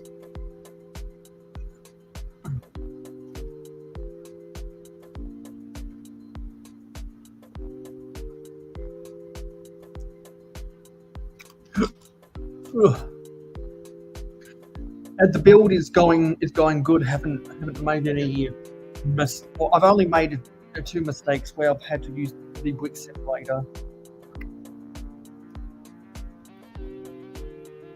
It's an enjoyable build, but the final result is even better. That's the problem I have with a lot of people who announce that they build stuff on social media. Once upon a time, I saw a community tab where someone was asking, what's your favorite part about Lego? And the majority voted for the build experience. And I was like, why is the build experience the best part about the hobby? Isn't actually only having the item all in one piece the best thing? Isn't actually being able to display it in a display the best part? Because to be honest, most of the time, I think building Lego is fucking tedious. I just want to get the set done because it looks awesome, fully built. It's a weird anomaly that some people like building the set more than owning the set itself, whether it's for real estate reasons, whether it's because it's difficult to move around, whether it's because it gets dusty. There's a whole variety of reasons. But I find that really interesting because it's the psychology of a Lego builder is what it is. It's psychological. And I'm always interested in understanding the psychology of people, because if I didn't want to pursue being a cartographer, I might have pursued trying to become a psychologist.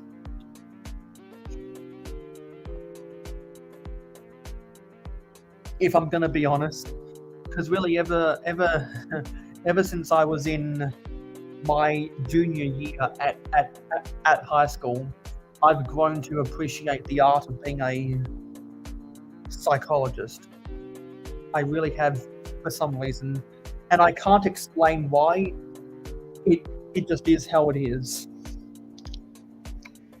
I think it's because I like to understand how the human brain works and use that to my advantage to manipulate people or something, or convince people to agree with what I believe in or something.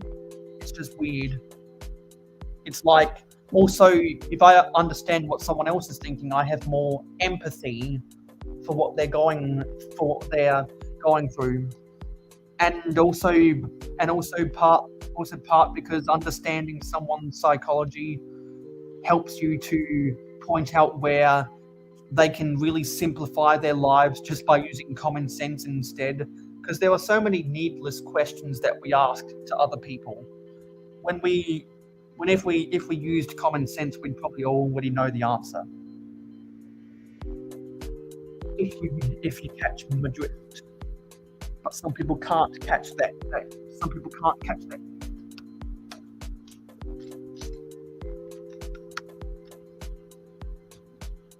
And I know that sounds really wrong, but you got to take the good with the bad sometimes. And perfect is the enemy of the good. Perfect is the enemy of the good.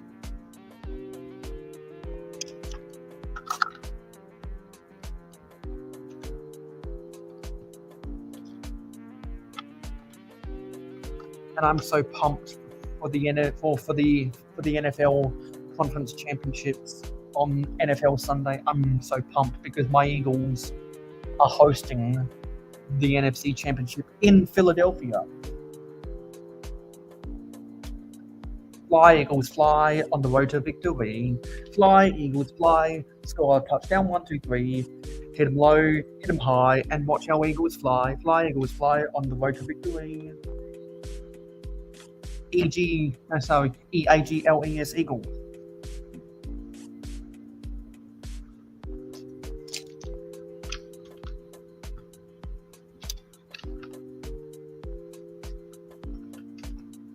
I know there are a bunch of Buffalo Bills and Kansas City Chiefs fans in the Lego community.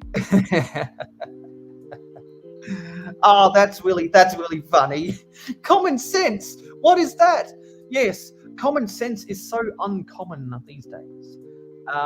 Legend Lego 29 says, "Do you know where you're going to display when it's done?" I do. And if anyone's watched my latest city update for the month of January 2023, which was uploaded 3 days ago, I showed off where I put my first copy of the 90th anniversary castle, and my duplicate one is going to be going in the same location.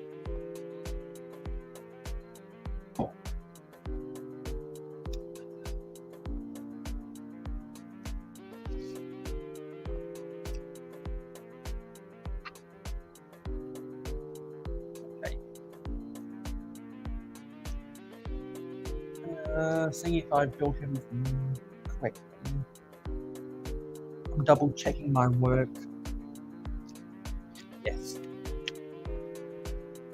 Now we've got to make the wall. We'll make the potion rack. Gonna make the potion rack. And Legend saying, "Oh yeah, I need to watch it still." And John says, "I didn't think American football was followed in other countries." Interesting. Well, much like how the NBA, while the NBA is the fastest growing sports league across the world, I think once the NBA started gaining recognition across the world, because so many countries that have a domestic basketball league, their country's basketball fans actually care more about the NBA. Same thing goes for Australia, because really only people over the age of 30 give a fuck about the National Basketball League. Everyone like me under the age of 30 pays closer who likes the game of basketball pays close attention to the NBA, the National Basketball Association. And I think once the NFL realized that, they started marketing themselves more internationally.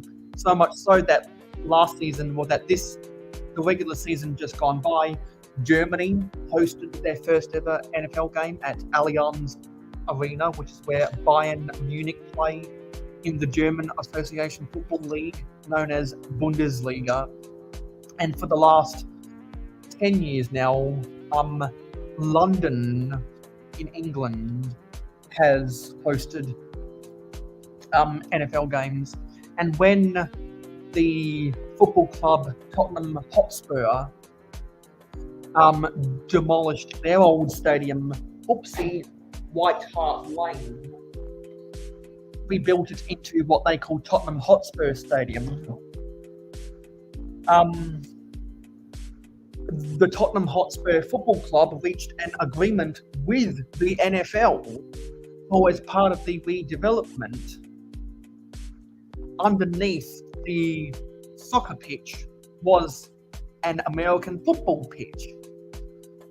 that is actually kept underneath, and so somehow the soccer pitch, which is hybrid turf, retracts, and the American football field, which is made out of natural grass, rises up. And so I think next season there are going to be 5 NFL games in London. And one day I hope that the NFL will have pre-season games in Australia. I'm not even asking for regular season. All I'm asking for is pre-season. I would love to watch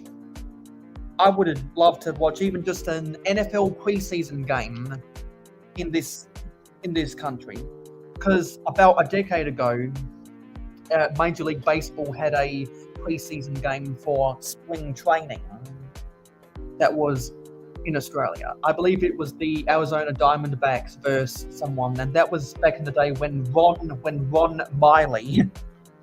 Miley, if any baseball fans remember Ron Miley, was their starting pitcher. That was a long time ago now. So if you baseball fans remember Ron Miley, then you get a. I'm a Red Sox fan, by the way. So I'm not happy with the Red Sox right now, which is why I'm not giving a fuck about baseball right now. And John says, I'm more of a baseball fan myself. I only followed football when I was married. Happy wife, happy life.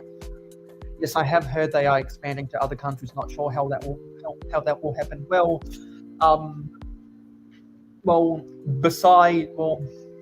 Of all non-American countries, England and Germany are the biggest American football markets.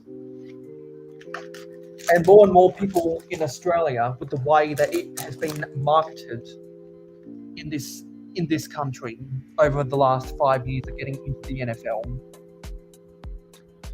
My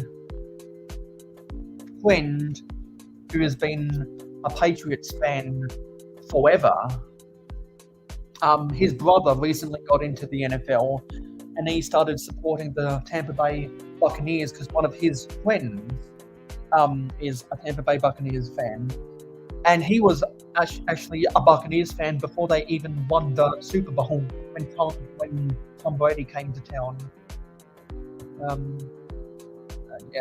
And John says, I've yet to be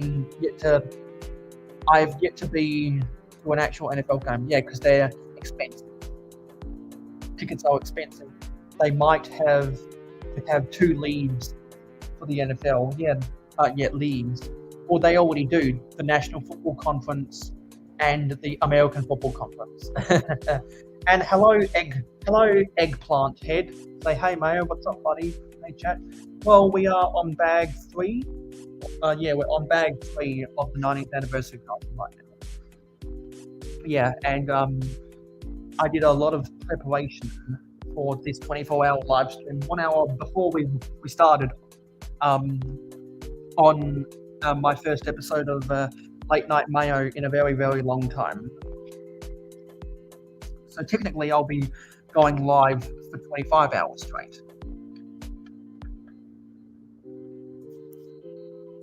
And anyone that's in the live stream going and wants to come onto the panel, there are invitations over there.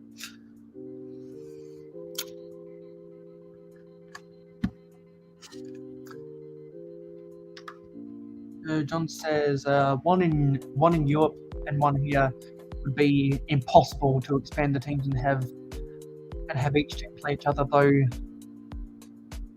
throughout the season. What a scheduling nightmare. Yeah, I believe that once upon a time, both England and Germany tried to put together a nationally recognized American Football League. Much like how there is a little-known league in the US based on, or that is Australian rules football, called the US AFL, I believe it's called the United States Australian Football League, and there's like 40 teams in it, but it's not nationally recognised. But I wouldn't be too surprised ever since Mason Cox graduated. I think it was either Texas Tech or Texas University, and became an international AFL prospect because he was a college basketballer, and obviously he wasn't good enough to get drafted into the NBA. But he came over to this country as an international prospect, and there was a lot of basketball skills involved with Australian rules football, and a lot of ex-basketballers have actually had decent careers playing in the AFL, and now Mason Cox is actually an Australian citizen because he was actually the hero for the Collingwood Football Club in one of the two preliminary finals back in 2018, and he was the main reason why Collingwood won that game and advanced to what we call the grand final in the AFL. Because in the NFL you have the Super Bowl. In the NHL and NBA you have the Stanley Cup or just the finals, or either the Stanley Cup finals or the finals.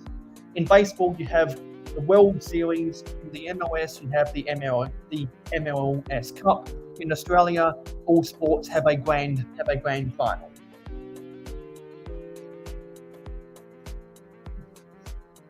And for cup football in Europe, they just call it the cup final, whether it's the FA Cup, whether it's the Champions League, whether it's the Copa del Rey, whether it's the Copa, whether it's the Copa Italia or whatever it is, the French Cup in France. I can't remember what the German Football Association Cup is called. But anyway, I had a long conversation about all those semantics with Garage Land Studios on his live stream like 2 days ago now.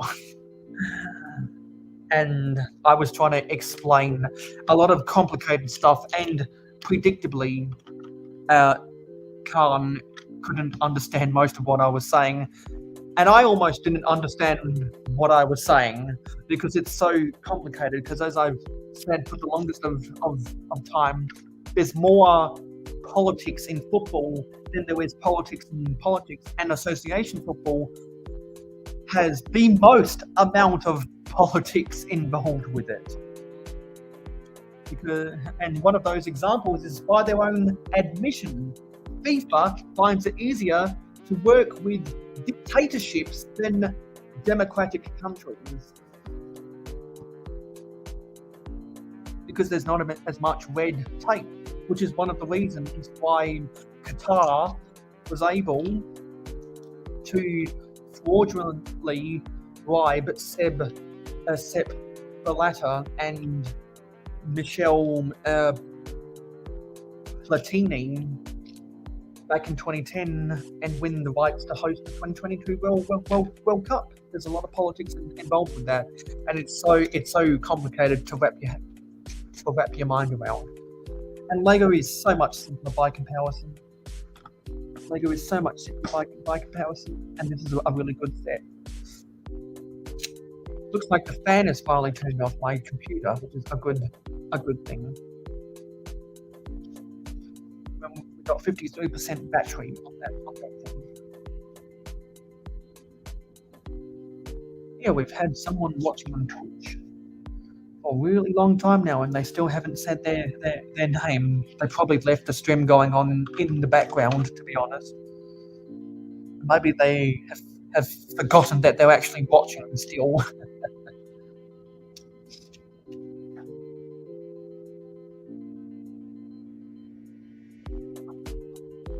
Gotta put some white carrots together.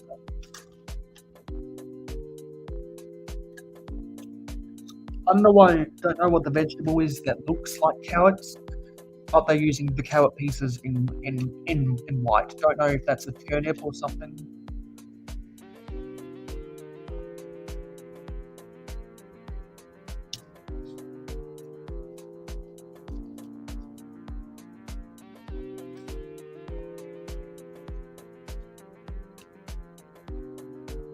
This is the chef's room right here.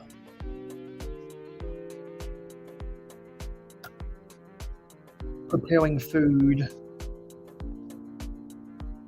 for the king and the queen and their son, who is a prince playing with a Lego set of the original Yellow Castle.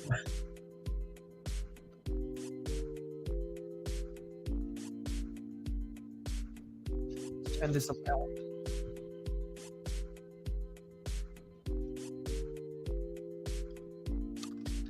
I'll get the rest of this bag put together, and then I'll read the chat. Don't know why this is holding on. There's not much pieces to go in this set. If I am able to complete this build in under 24 hours, then I've got some other Lego sets that I'll try and attempt to build. I already built the money tree and the Australia postcard after I finished building on consecutive live streams after I did my 8-hour live stream building the the Blacktron gift with purchases. So I might build a small Ninjago set if I've got the time. Or I might show off some of the mocks I've built recently. Or I might do a little mini room tour. Anything could happen. I'm not ruling out any possibilities. To fill out the runtime if we're able to be quick with this build.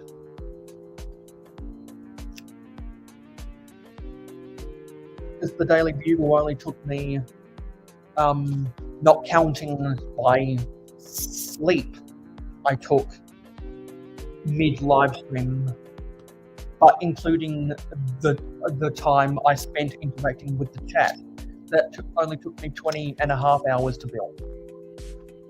I believe when I built this set the first time, my other copy of the set, I believe that was a 22-hour build. But that was non-stop without interacting with anyone because I filmed it as a time lapse. So who knows? I'm not sure how long this is going to take me because I'm building it on a live stream instead. So we'll have to play it by ear, see how quick I can. Oh, did I almost whistle then? See how quick I can be with this build.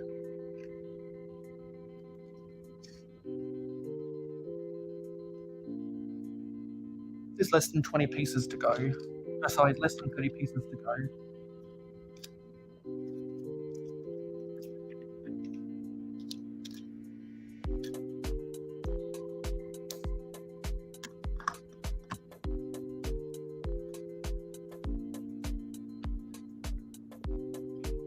And for those who don't know, the crew from Hauling and Bowling said they are going to attempt to make a guest appearance on my 24-hour live stream sometime today. So everyone get excited for that when eventually that does happen. Because you don't want to miss that. You definitely don't want to miss that.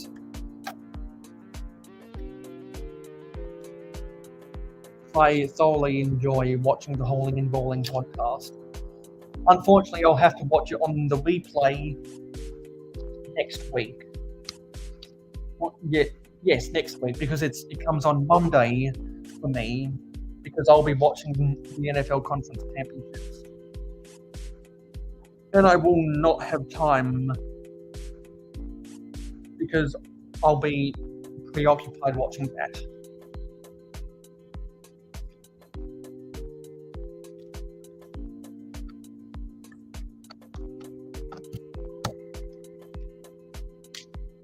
And also, with what I said about Florida football teams, for the most part, being white hot garbage last weekend, eggplant head.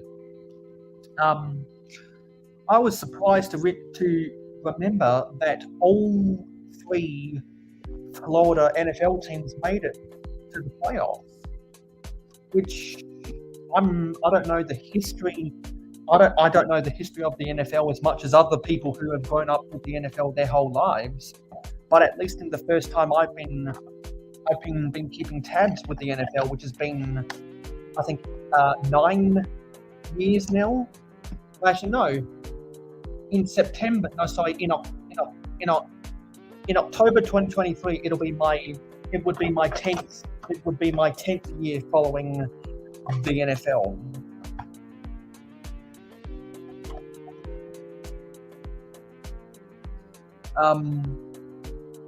For the first time I can remember, all 3 teams from Florida made the playoffs. The Jacksonville Jaguars won the AFC South, the Tampa Bay Buccaneers won the NFC South, and the Miami Dolphins, they were a wild card team from the AFC East. Oh, was this pen supposed to go somewhere? Yes, that's supposed to go in the little oven back there. Let's remove this so I can get access. Nice that all came up as one assembly. Let's squeeze that pan inside there to be in the wood-fired oven, because we are talking the Middle Ages after all. So there was no gas or electric. It was all wood. It was all wood fire. Okay, and yep, done that step, and that was the end of bag 3. Now I'll turn it around. People can see some of the interior detail. Get it to be straightened up. There we go. Let's read the chat.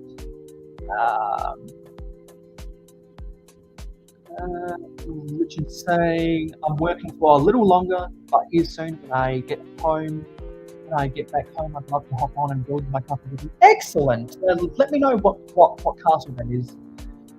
Like 2 or 3 hours. Yeah, it would be fantastic. So at about probably about 6 a.m. my time. And Richard's also saying, by the way, Mayo, how about Tasman Bricks making that amazing castle? It's still with a long road ahead of him, but my lord, the progress he has made so far. Yes, he must have had some really good doctors, or his body must have been able to recover quicker than expected. Because once, one of my live streams, his wife came up and said in the chat that there was a 50% chance he would have permanent amnesia, and I was immediately worried. But thankfully, the universe has spoken, and it was only temporary amnesia. And through the power of his wife putting the community's live streams to his ears while he was bedridden, I think all of those efforts helped him to get his memory back. So for all of those who do believe, praise the Lord that he's recovered from his amnesia. And we're just saying, brought it up just because I saw him chat in the chat. Yes, that was correct. And also, before he went to bed, he was not only in my chat, but he also did a live stream over on Twitch. That's just keeping tabs of Fortune Empires at the same time. We've got 6 people watching. That's the ratio. Yeah, still got one person on Twitch, 5 people on YouTube, and no one on Facebook. So, we also have Hobby Hooligan. Hey, Hobby. Hey, Kevin. So if anyone in the live stream game isn't doing anything right now, feel free to come on into the panel if you'd like to do so.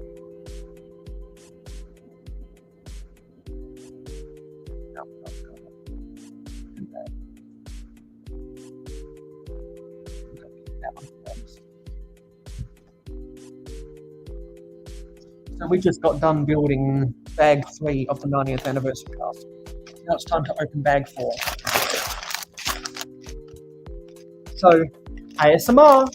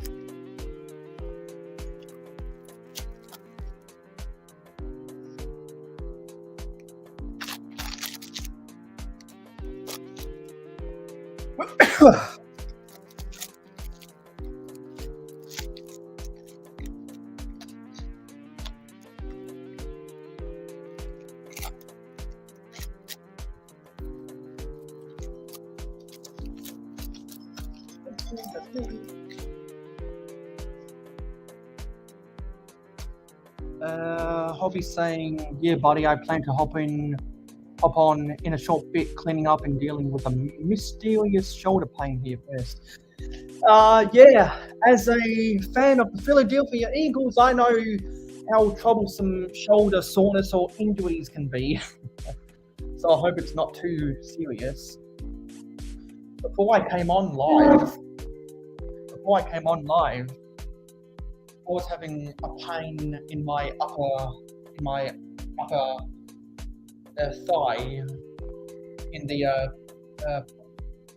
can't remember if the posterior or the anterior is the front or the back.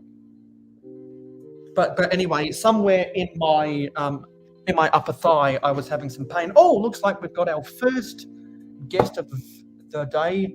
So let's bring the one and the only Cliff and Cliff in from the backstage. Hey, Cliff. What up? Yeah, buddy.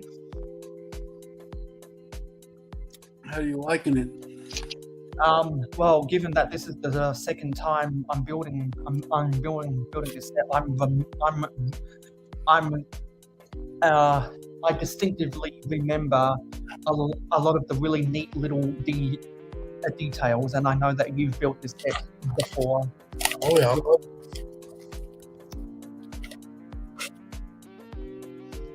So I hope you had a good coffee time earlier today. It was good.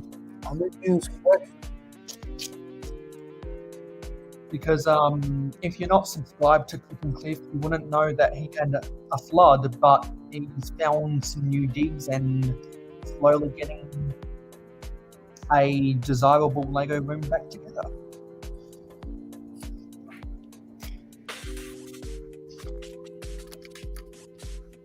And we just ticked over the 2-hour mark, so 2 down, 22 to go. There you go. I love this set. I love it.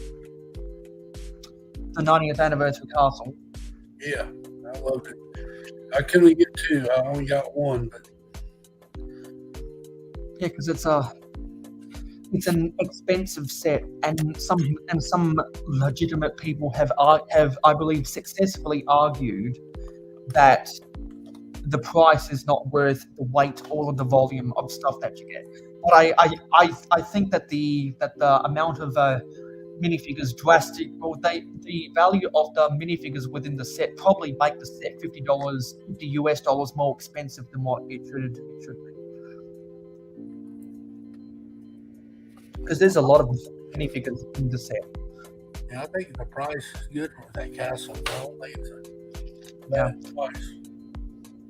Because there have been there have been two different sides of the argument I've heard.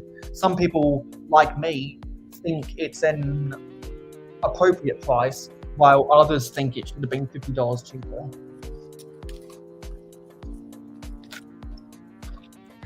And the only reason I say it is an appropriate price is because I acknowledge that if there was no minifigures in the set, it would have been $50 cheaper.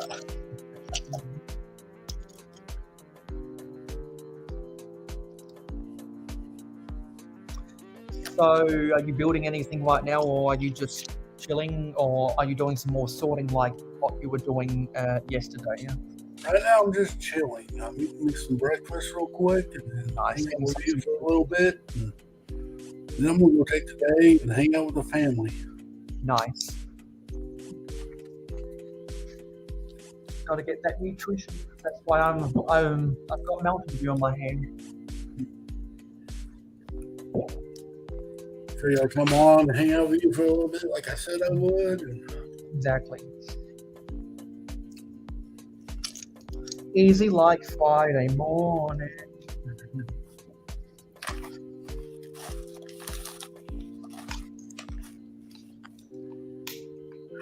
I'm probably gonna start rebuild my castle layout probably next week or so. Yeah, I heard you were talking about that in your part 2 of your rebuilding the Lego room series.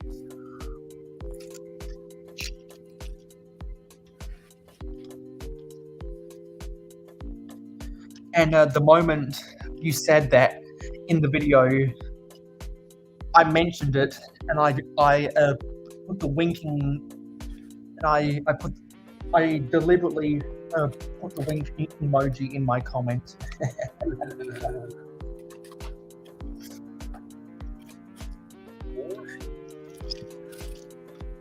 And Richard's saying Cliff is a true family man. That's why you're a great guy, Cliff. Always got your heart in the right place. Well, I appreciate it. And I'm a good family man because with my lack of interest in going out in the world, I don't like to hold back my family from doing so. Because my family accuses me of not wanting to have fun, and we have books in the chat saying, "Hey, Mayo, saying hi from work." Oh, thank you for thank you for saying hello from work. And who knows, maybe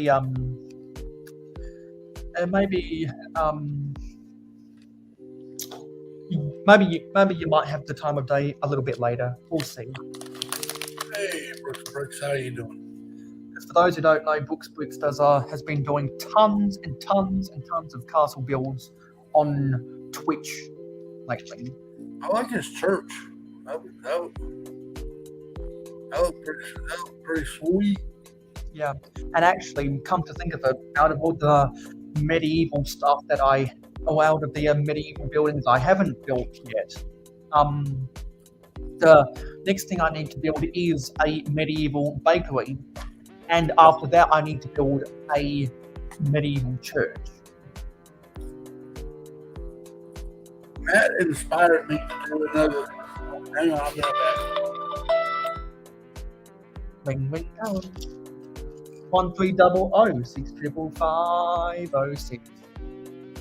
1877 cars for kids, or whatever the phone number is. And Books Bricks saying, I just completed that build on my stream last night. Oh, fantastic! Quite pleased with it, better than I expected, to be honest. Well, if you'd like to share that off a little bit later off the work, you're always welcome to.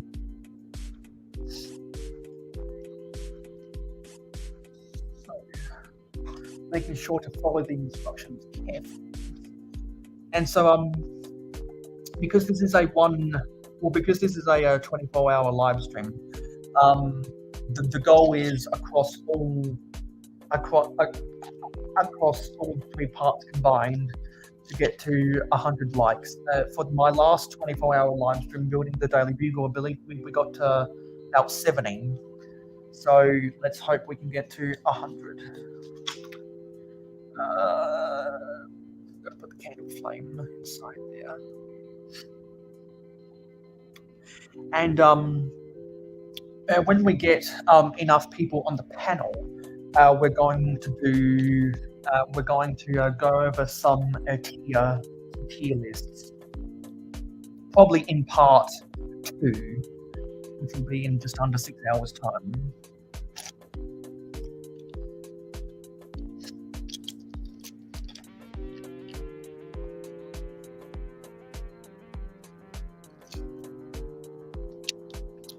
And I can't wait to do a whole bunch of modifications to my duplicate version of this set. Because the main reason I wanted to buy 2 in the first place is because I really like the shape of the castle, the way that it's not just at a right angle, the fact that they were able to get some complicated angle, and also because since a lot of it is in a modular build style, we can take different elements apart and we configure stuff and we can configure things in different ways. And that's exactly what I want to do with this version after I finish building it as a complete model.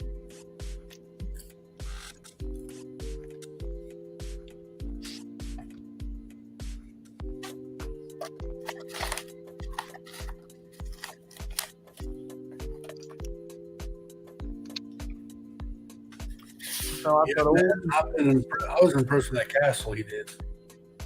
The unbreakable 21 castle. Yeah, I've seen a lot of people doing the breakable models with that. I believe you did one yourself, Cliff. Yes, I did.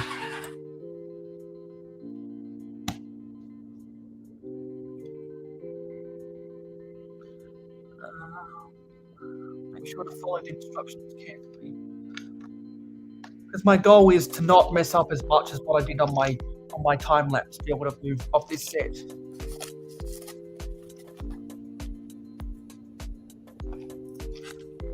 Yes, the focus.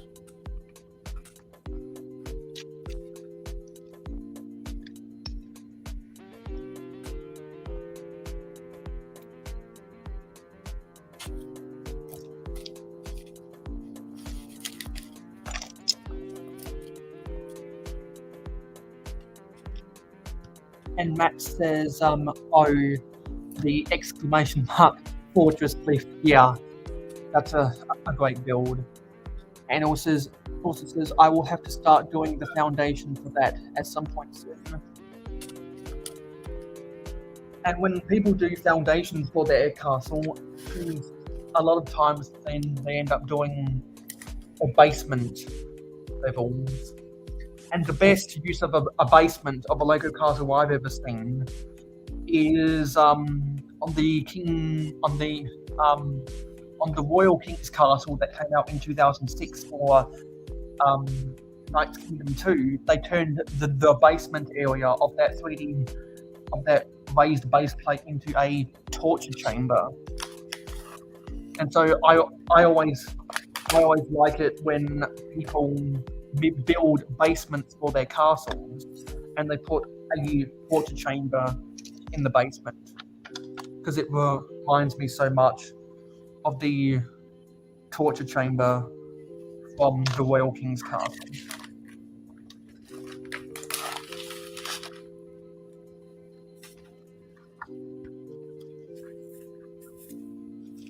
And you know what, Matt? If we have viewers at the end of part 3, I'll be able to do a raid for your Twitch stream after.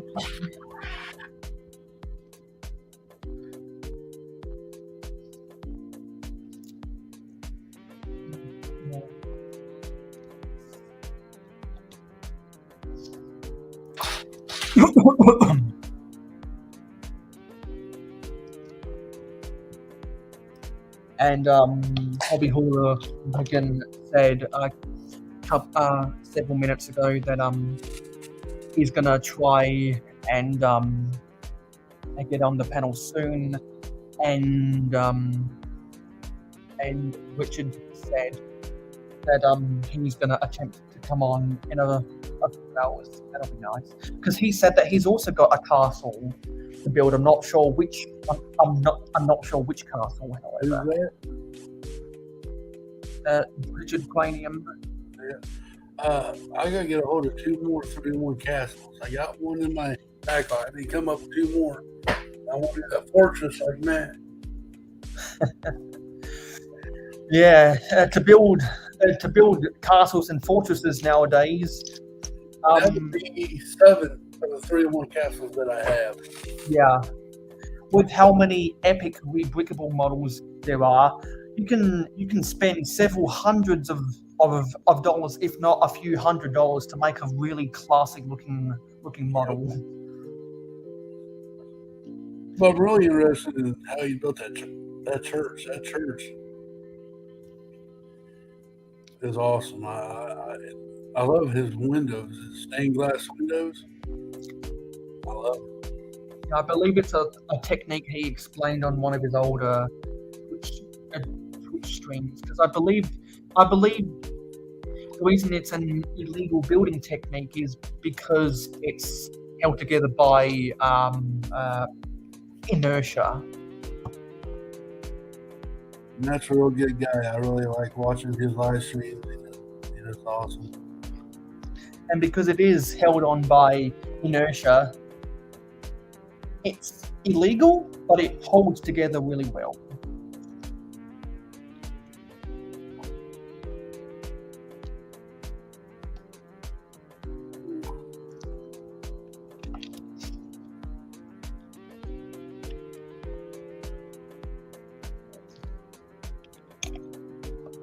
That's pretty. He's a pretty good creator, mock builder. I like how he does his landscape. Because he uses the mills system. Well, he does. I mean, just landscape. He puts grass basically in there. It's pretty cool. Because you can see with the videos he's done about the stuff he's built on his Twitch live streams, when he explains it on his YouTube videos, he always likes to mention how he likes to deliberately put detail in the landscape and to make it not look boring. I don't know if I have the patience to do it or the skill level to do it, but I do like how he does it. I have the skill level. I just don't have the patience. The patience is, I got big fingers. I got real big fingers and arthritis, so I'm trying to put little bitty parts and it gets irritating. Also because I build more of a vintage aesthetic, so I like to simplify my mocks wherever possible to make it look older than what it actually is. Chronologically. I ain't gonna be able to do no building for a little bit. I've got to get this Lego room in order, get it organized before I can start building again. Lego maintenance. Tell me about it. Been doing that all January, and it's paid dividends.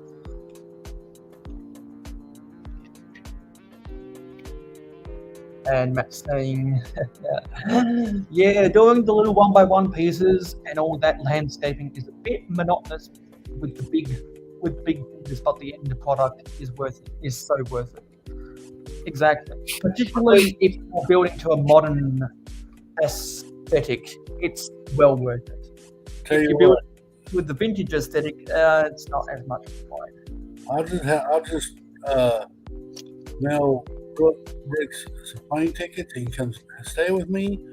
I'll feed him. I'll give him room and board, and I'll let him sit there and do that for me on my stuff. So, if I had a nickel every time someone said, "Hey, you're really good at sorting. Can you come to my house and sort Lego for me?" And then I've turned around and said, "Sure. If you pay me the $2,000 for return tickets to the US, then sure, I'll do it." I probably have like 50 cents. Right. Because that's what's tricky with me is people either think I'm American or they think I'm English because I upload my content at convenient times for North Americans, and two, a lot of South Australians have the estuary accent that you hear people speak with along the Thames River in England. So it's confusing because South Australians don't sound like other Australians. Right.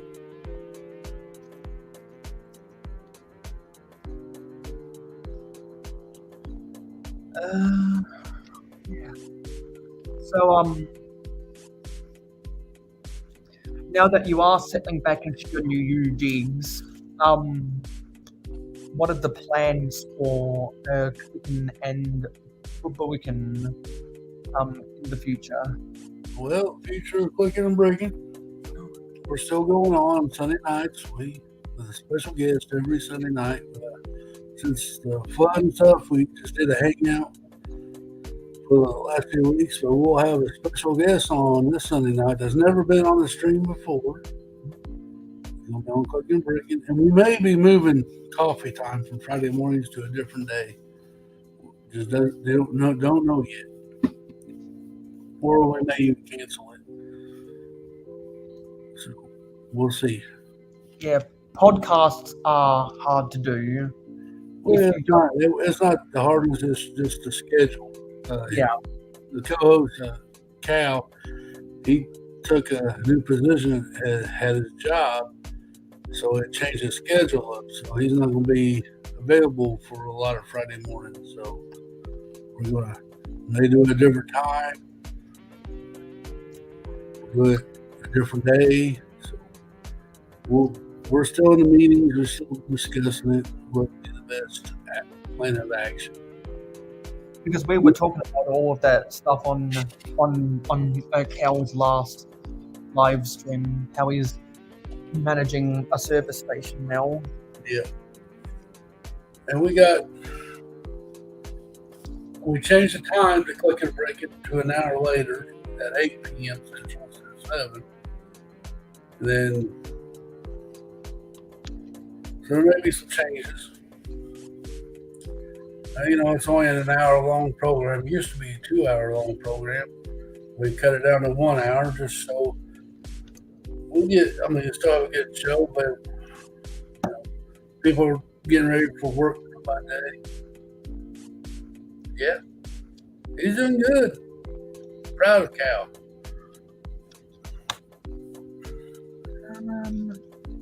I gotta make sure I'm following this correctly. Yeah, and as someone mentioned a cow that we just built a cow today. There he is. Yeah, he's like a safety manager or something like that, Matt. Like gas stations, so he's taking it very seriously, and that's good. Good for him. He's enjoying it. That's what the fun thing is. Yes, exactly. Moo! Says the cow pulling the hay cart. I've got to, what I've got to do is I've got to,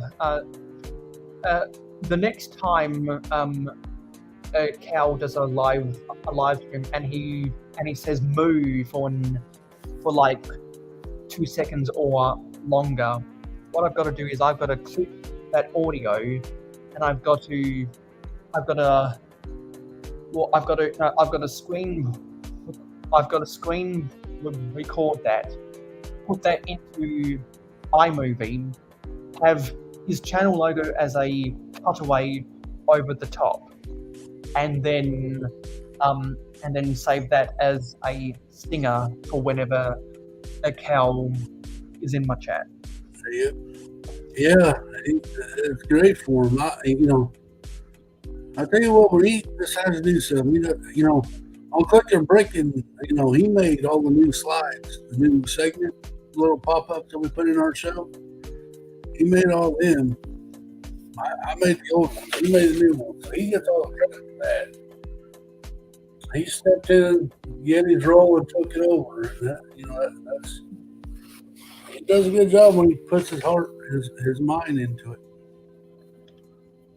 Yeah, and also advancing like that is also a good resume builder. And I take it that he's also an exterminator. A seasonal job. He talked about still doing both jobs when he comes up. So we'll see how that goes for him. He may be super busy.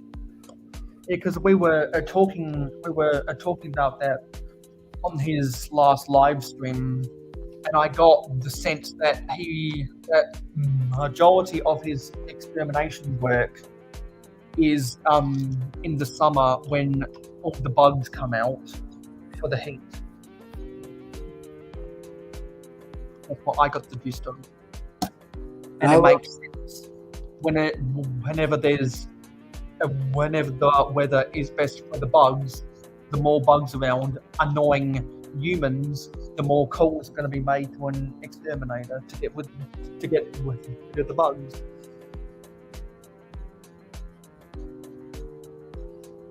And Hooligans back in here says, "Well, I'm usually home on Fridays, so I can come on next week at coffee time or cooking and breaking either or both." All right, we'll get DM me. You gotta check your Instagram. So Instagram me. Yeah, get that set up for you. Yeah, Instagram is by far the best way a lot of people in this community communicate with each other. And I was watching so much so when I was listening to the podcast episode when they were talking about is Lego sociable, I said in the comments, the Lego bricks don't make Lego people sociable. Social media makes Lego people sociable, and I think no other social media makes us more sociable than YouTube, but no other social media increases the communication between individual users than Instagram. Well, the way I was always told when I first joined, Lego is a vessel that brought a bunch of people together to talk about Lego and make friends and talk. Yeah. So because if I believe that. I believe Lego is just a vessel. It's something that brought a lot of us together to hang out and talk and enjoy each other's company. Yeah, because Lego, because like I wouldn't be talking to any of y'all without the Lego brick. But at the same time, I wouldn't have recognized the craft that people have, or keep tabs with people who I care about most if it wasn't for social media. And it was a really thought-provoking episode that they did. I strongly suggest people to watch Lego podcasts like the podcast, especially the podcast, because they always ask the interesting questions. And I'm trying to watch. I've already watched every episode of Hauling and Bowling ever, and that's one of the reasons why they are going to attempt to get on my live stream sometime today. They're going to attempt to do that. I've watched every episode of Hauling and Bowling, every episode of the Cali Brick Click, and now I'm a quarter way through watching every episode of the podcast because I'm a sucker for Lego podcasts. They're good material to have on in the background while I'm not doing anything. That's why we do our Friday coffee time. It ain't really a live stream. It's something for people just to have on the background as they work or they build or doing something. Yeah, because when I'm not doing anything on the graveyard shift of Saturday morning, and I'm just doing some gaming, often I'll put on the clicking and bricking coffee time in the background while I'm doing my gaming, and that's what podcasts are for. Because there's no other either live podcast or live stream in that time. So that's the best. So that's there's no competition. So that's my go-to. We thought about just recording it and then loading it up, but we figured we're going to do it live. That way, our conversation can be driven by the chat. Whoever jumps in the chat, that's where our conversation, can stir up conversation. This morning we had a few people in there. But it's always good to have somebody in there to help with the conversation, talk about whatever they want to talk about. Now it's time to connect these together. Let me connect these together.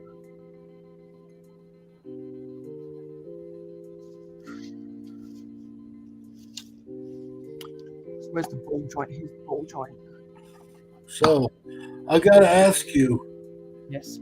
What do you think of that new Bionicle gift with purchase?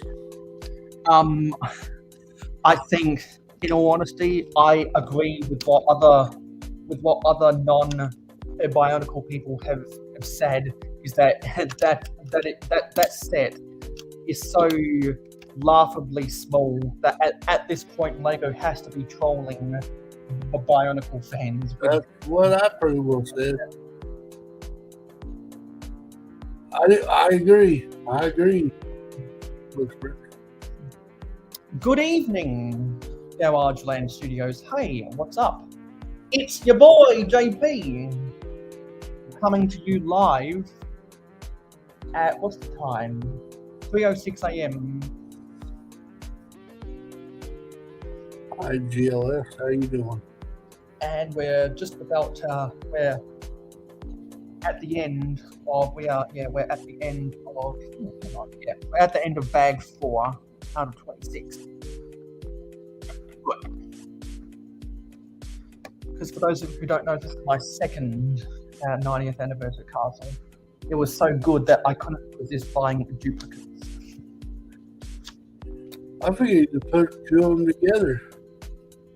Exactly, that's what as some people in the chat earlier were saying, and that's exactly my plans. Is I'm going to do heavy modifications to both of them, so I can make them look nice, connected with each other. Sweet. And if that means I have to move some of the ball joints around, then I'll move some of the ball joints around. And if that means I have to discard some of the builds because they don't work within the confines of the area where I'm planning to set it up, then those are the sacrifices I'm going to have to make. Because whatever happens, it's going to look good in the end. Thanks, Yellow. Appreciate it.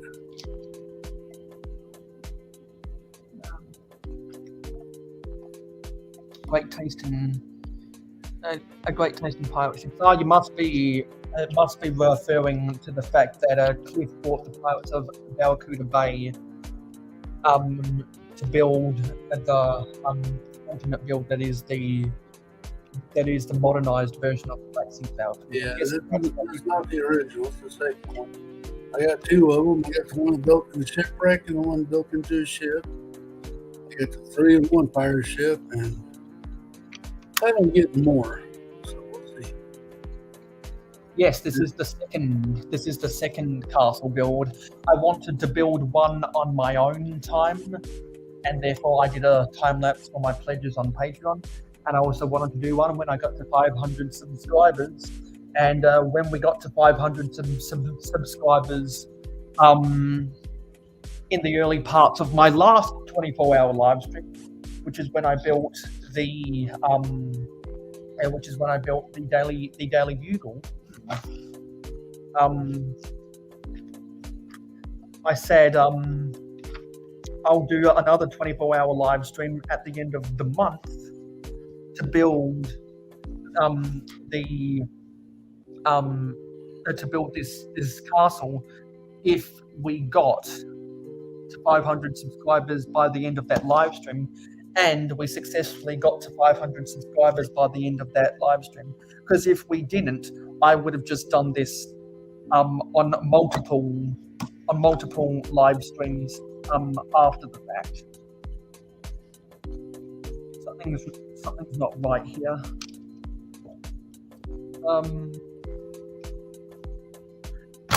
Yeah, I gotta take this off because I forgot to put this little glass bottle in. And so if you're not busy, just let me know if you'd like to slide on in here. If Pen 15 wants to come out of the shadows or anything, just let me know.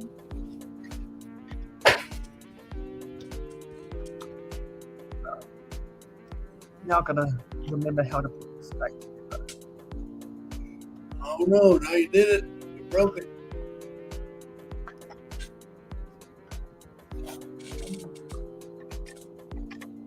I think this goes here. Yeah, it's best if I put it upside down here. There we go. Put it upside down. Then it can slot into place. That's not how it works, man.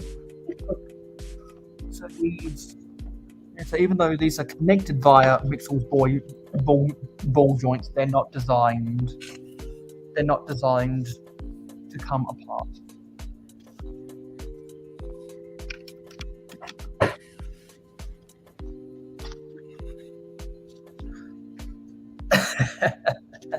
Exactly, that wasn't how it worked. But I rectified the problem. And I don't know why we have a spare wedge plate. Pretty sure it's supposed to go in this build somewhere. Or a 2x4 wedge plate. That's in the instructions somewhere. Or is it supposed to go underneath something? We have a spare and I don't know why. It would have come from bag 4.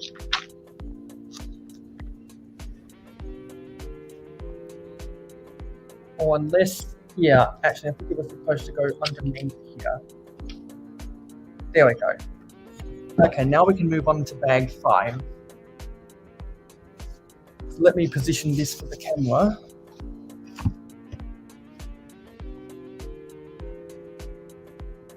Position that for the camera so everyone can see the interior details. And let's move on over to bag 5. Okay, bag 5. So I'm gonna mute myself, and so if there's any promotional material you want to do, Cliff, while I'm rattling my bags, or if there's anything else you want to know, let's go. Okay.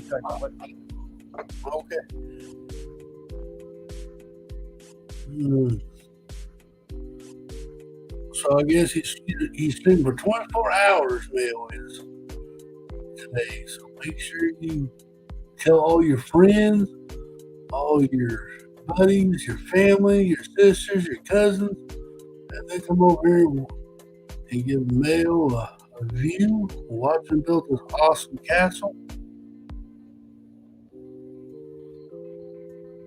It'd be worth it.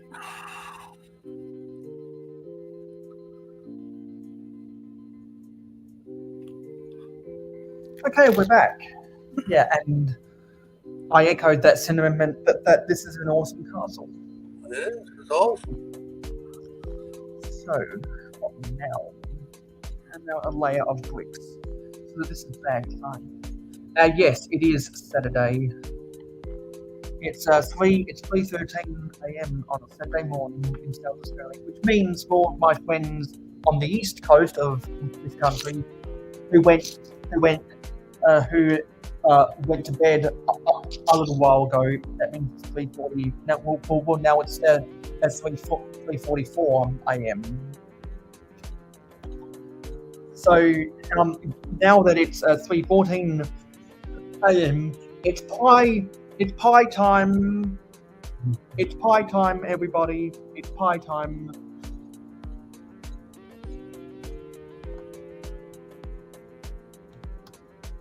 .14.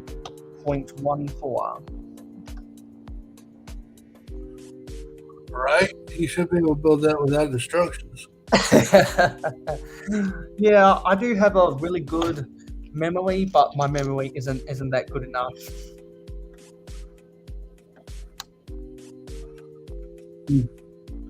Yes, everyone makes that joke every single time because what am I? Well, the east coast of Australia is 11 hours ahead of the UK, and therefore they're 10 hours ahead of Europe, which means that they're 15 hours. Yeah, they're 15 hours. They are 15 hours ahead of Eastern Standard Time, because we're in daylight time right now. And also, Khan, we're not going to talk about how complicated the rules and formats of association football soccer is, are we? Because we already had that conversation. And I'll let you know I had an enjoyable time playing Minecraft afterwards. Because as soon as I said that I had to go play Minecraft with my friend, I immediately got kicked from the studio.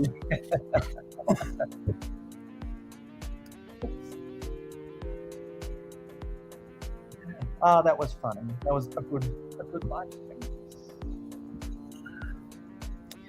So it's Friday. I got to get down on Friday. Everybody's looking forward to the weekend.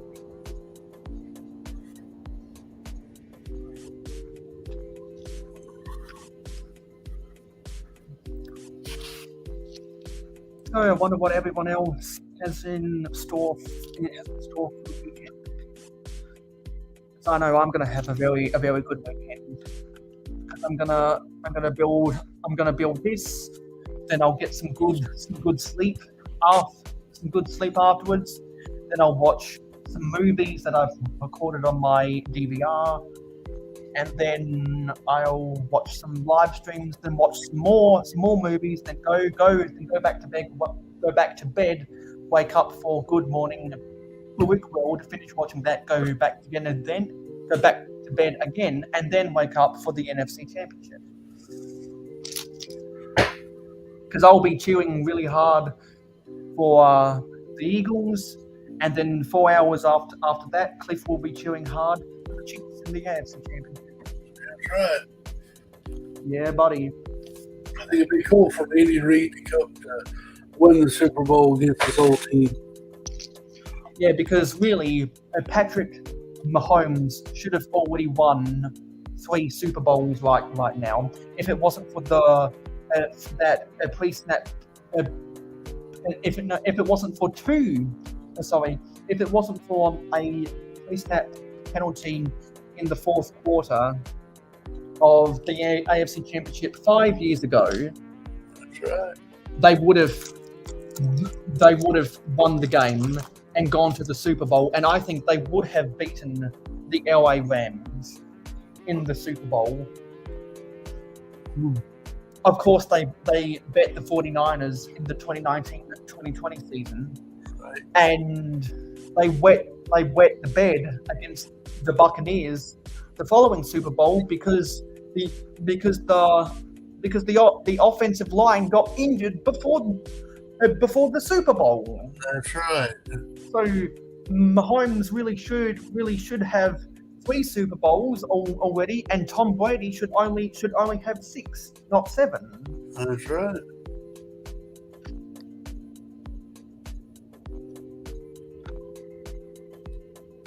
And now that Joe Burrow is a gangster and looking like the next gangster in a procession of quarterback gangsters that include Joe Namath, Joe Montana, and Tom Brady. Joe Burrow is going to be a problem for that Chiefs defense on Sunday. But equally, Patrick Mahomes is going to be a problem for that Bengals defense on Sunday. So I think these 2 conference championships are the most evenly matched I've ever seen, because I think that both games are a pick'em if you go to the odds makers in Vegas. I don't recall both conference championships being pick'ems before. Because they're so evenly matched.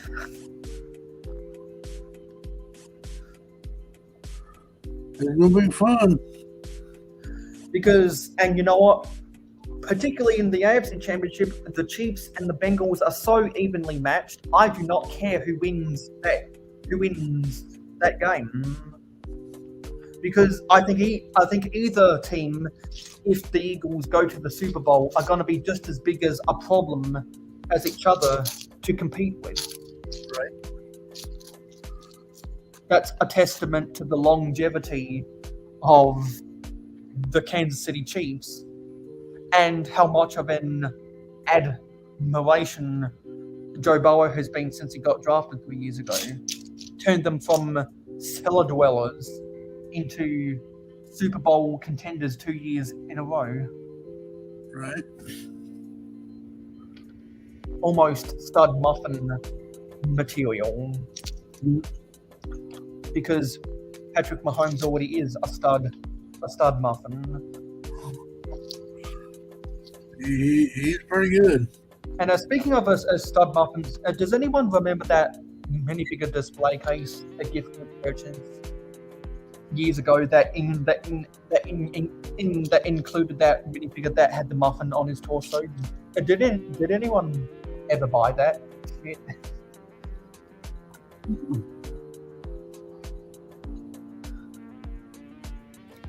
I think it was a 2020 gift purchase. I think it was a $75 threshold.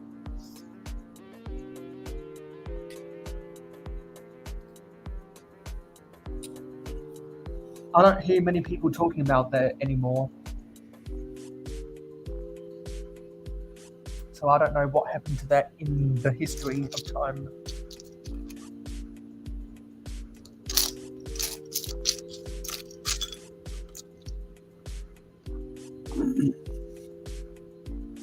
And Khan says, I'm watching Wolfpack. You'll be on mute in the background. Okay, thanks for the watch time hours. I gladly appreciate that.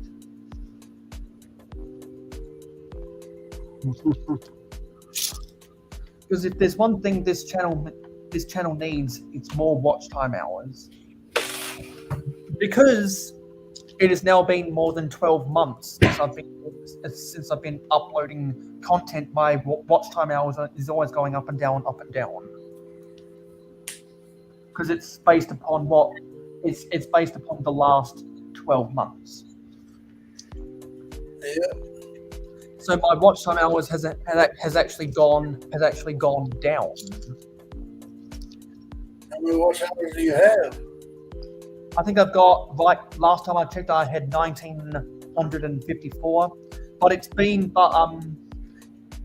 it's always going up and down between 1950 and 1980.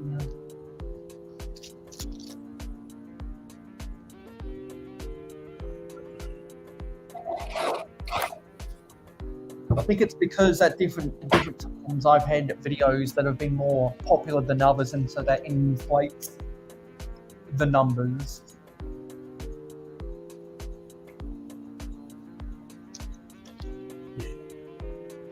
Because I'm sure after you hit 12 months of uploading content, you would have started to see your watch time hours go up and down, up and down, up and down. Mine has. Mine has clearly. I don't plan on getting monetized anyway, so it doesn't quite matter to me. But I always said if I ever got monetized, I'll just do a charity stream once a year, and that's it. I'll start everything off. Yeah, that's why I've said before. That's why I've said before. If you a good idea would be to become monetized and donate a significant amount of that AdSense check to charity, because I'm sure there's some kind of a tax law where you can write that off on your taxes, because that's what corporations do all the time. They write off significant donations off on their taxes. I think I'm at 3,400 something watch hours. Yeah, so you're more than triple the amount needed to be monetized, and you've got You got 4,000 watch hours. Oh yeah, sorry. I was thinking some subscribers. No, you need 4,000. So you're about 600 hours away. Yeah.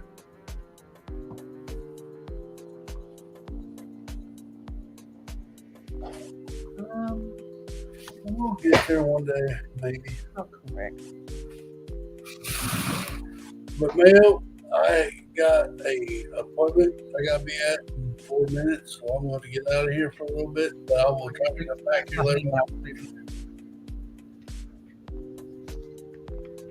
See you a little bit later. Have a good appointment. Later, everybody. See ya. And that was Click and Cliff, ladies and gentlemen.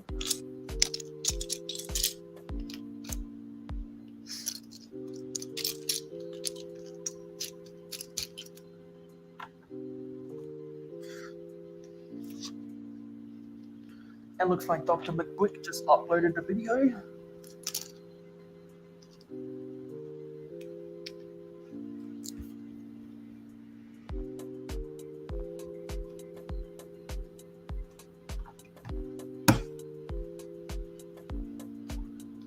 Putting a layer of brick on top here.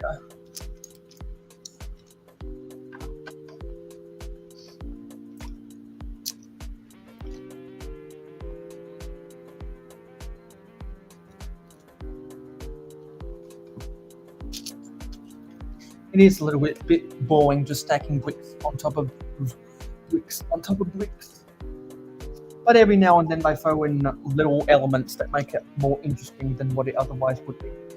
Which is what I like about this set. There's a lot of small details in amongst huge blobs of grey, and there is specific build techniques you have to do to make those small little details fit, which makes the build more interesting than what it would otherwise be.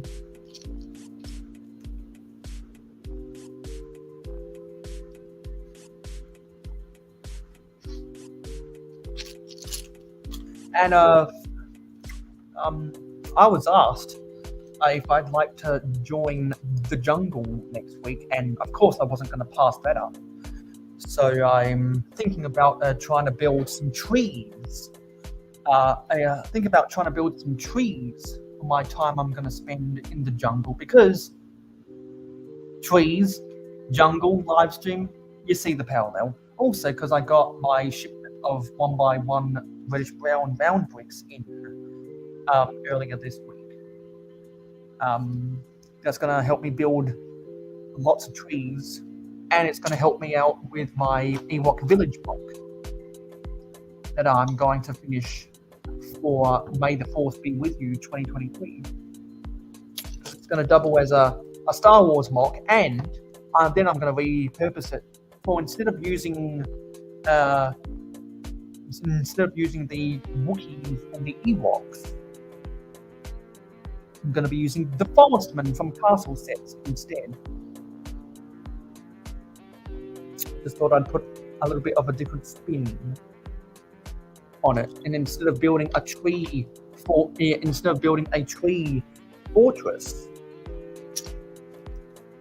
for my Forestmen, I was like, why don't I try build something that's like the Ewok village instead? So that's why I'm going to try and mock together an Ewok village, so that the Forestmen have a home, and so I can make a video for May the 4th Be With You. Kill two birds with one stone.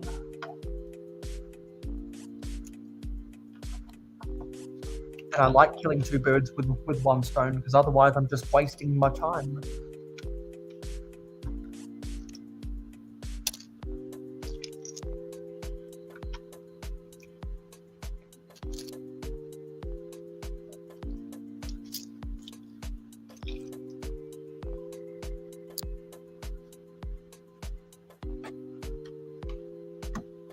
Stud City just uploaded a video about gift purchases.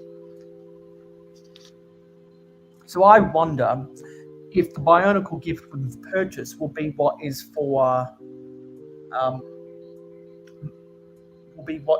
February. Because if so, when I buy my case of Series 24 collectible minifigs, maybe I might, well, hopefully that'll be enough money.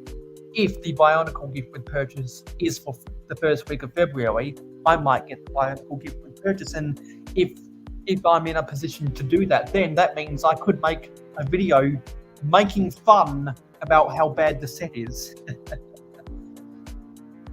Much like how eventually I'm going to be making a video about the before I do my sorting live stream at the end of Ninjago month in February. I'm going to do a video about how the UCS Luke's Land Speeder is the poster child for LEGO's obsession with constantly re-releasing the same sets over and over and over and over and over again. And I'm going to be disassembling the Ewok, not the Ewok village, the UCS Luke's Land Speeder on my next Mayo Sorts It live stream.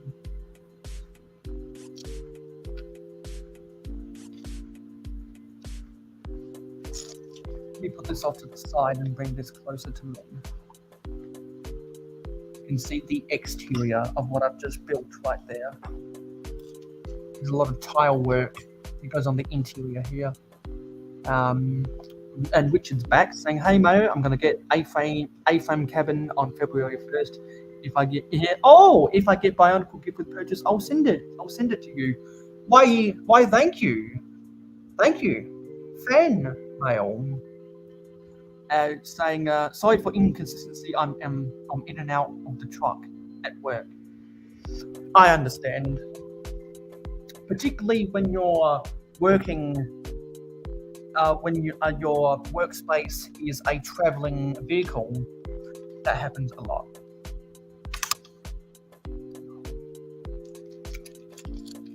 Because when Briggsar is working for AT&T, he drives around in a utility van with all of his phone repair stuff, and so he spends a lot of time on the road, traveling to and from the calls for distress, or the calls of distress, and lots of times he ends up going across the other side of the state, which is really annoying. You'd think that AT&T would have more employees to work the opposite side of the state of Georgia. The great state of Georgia, I'll add, because there's a lot of great stuff that happens in Georgia. And which is my favorite thing about Georgia.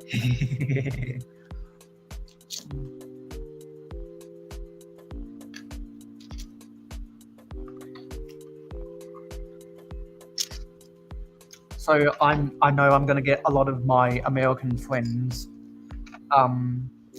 popping in and popping out while they are at work today.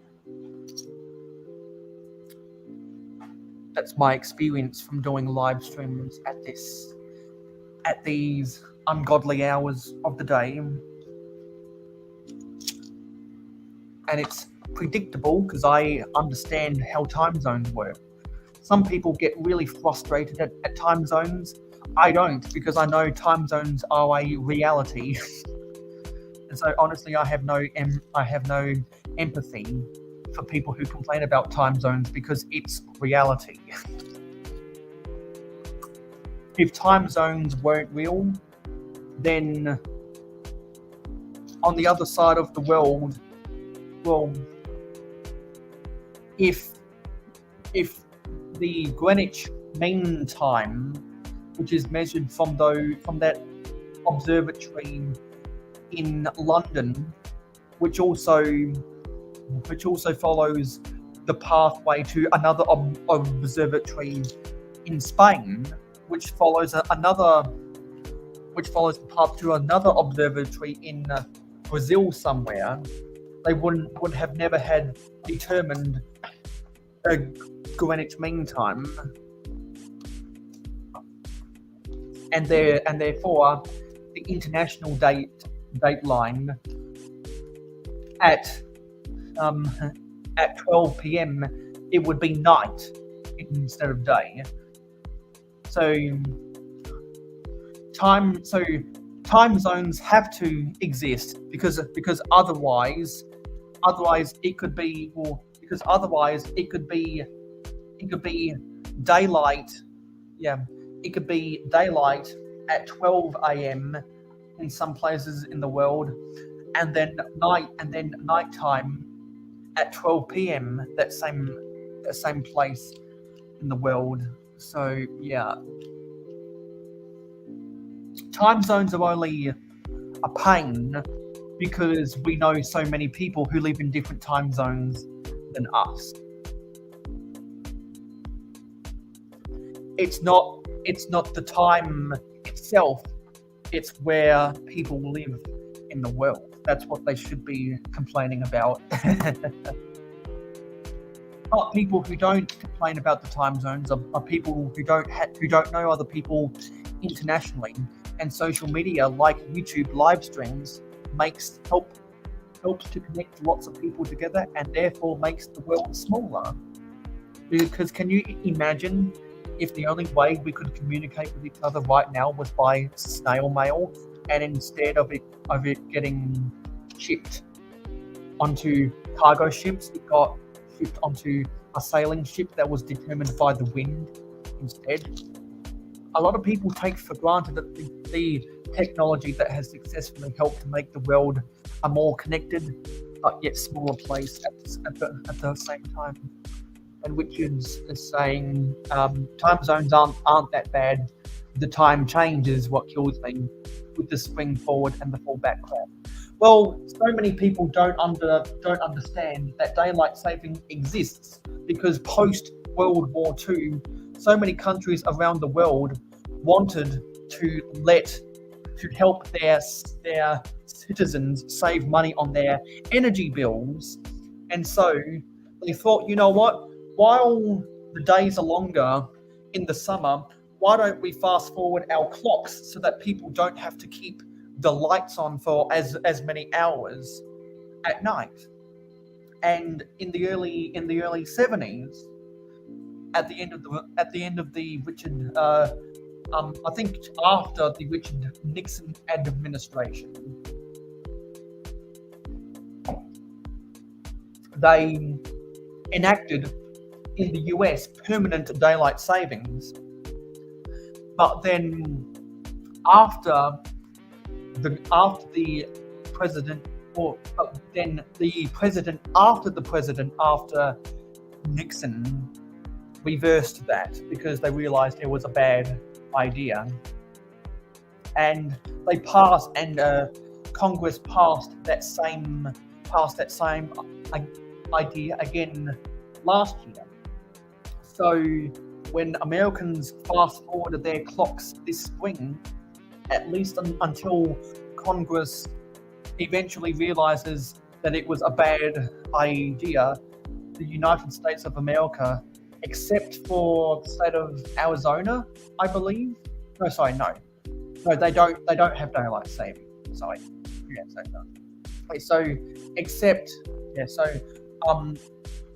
once Americans fast forward their clocks 1 hour this spring, for the meantime, they will be living in permanent daylight saving because of all the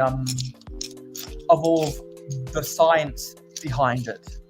But enough people who live on the western ends of any given time zone in the US will eventually have enough of a voice to complain and write to their local member of Congress, and they'll put together a proposal to eventually reverse that bill. That's my prediction. That's what happened in the mid 70s, and I will not be surprised if that decision is reversed in the middle of whoever is president after the year 2024. Whether Joe Biden gets a second term or whether there is a new president that gets voted in by the American people, I will not be surprised if history repeats itself.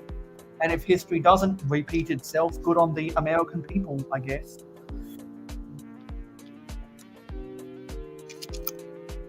I know that I quite enjoy the shift. I quite enjoy both standard time and daylight saving because both of them have their benefits, especially when I'm a consumer of content. There are some LEGO live streams and TV shows that sometimes of the year are on later than what I'd want it to be. And other times of the year, there are different YouTube live streams and different TV shows that are on earlier than when I want them to be. A lot of times in the year, one of my TV shows or one of my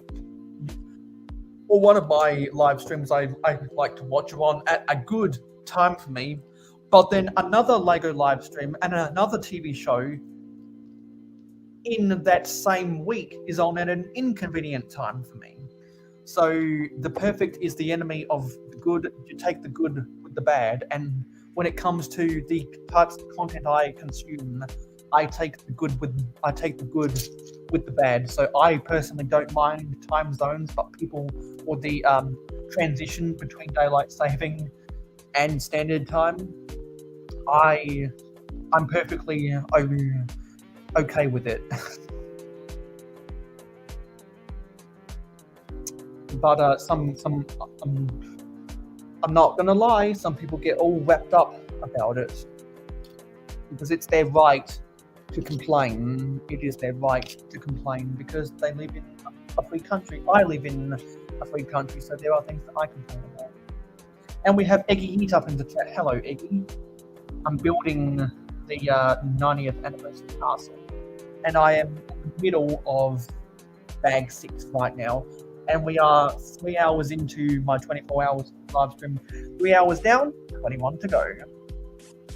Well, technically it's 21 hours and 48 minutes. That's why I've been drinking my Mountain Dew.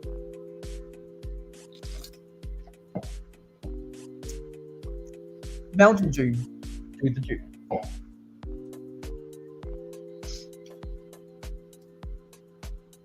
Now we're building the piano. There's a weird noise at the other end of my house. I think it's some leaves rattling outside.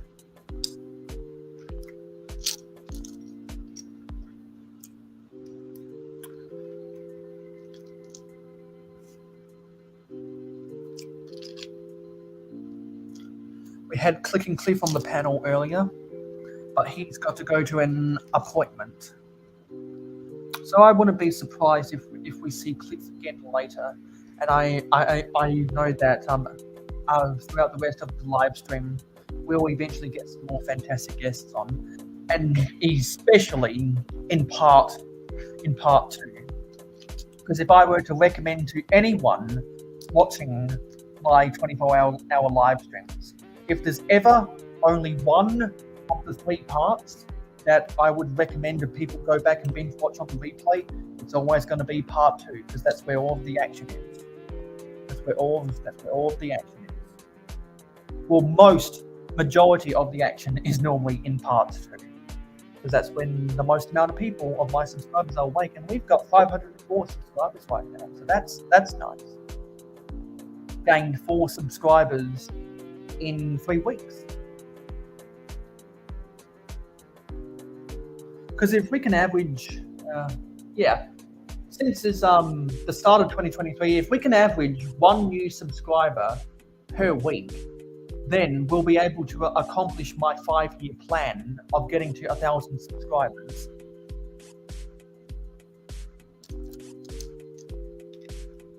I'm on a 5-year plan. We are halfway into my 5-year plan, and we're halfway to the amount of subscribers we need, and we're just under halfway to the amount of watch time hours I need.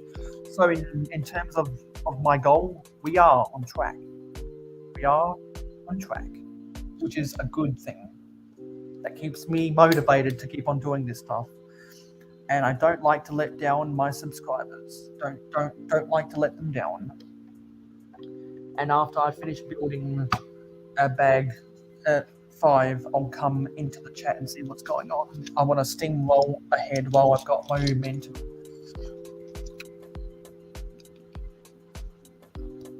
Because there's less than 50 pieces to go in bag 5.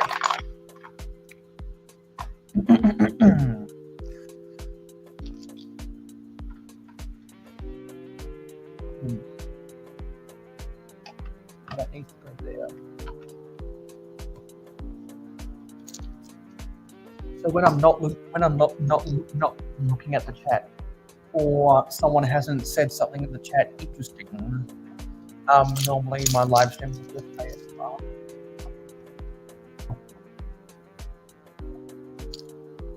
Because I've got to average slightly more than 1 bag per hour, because there are 26 bags in this set. So I am against the clock, so to speak.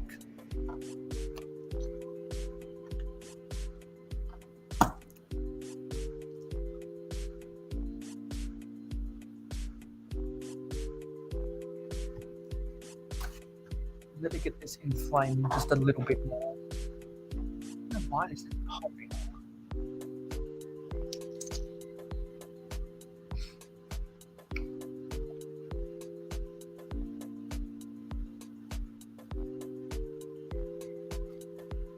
Okay, that's not looking right. Oh, that's because I've already put these on.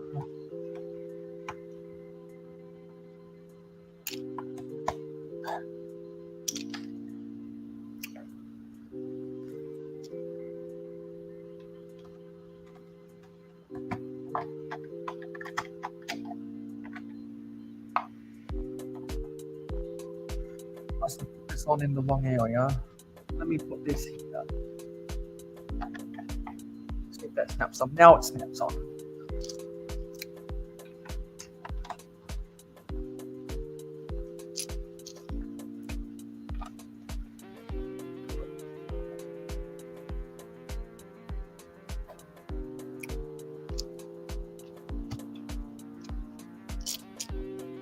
And if I keep an eye on the clock, I think we are on schedule, which is a good thing. We're probably on schedule because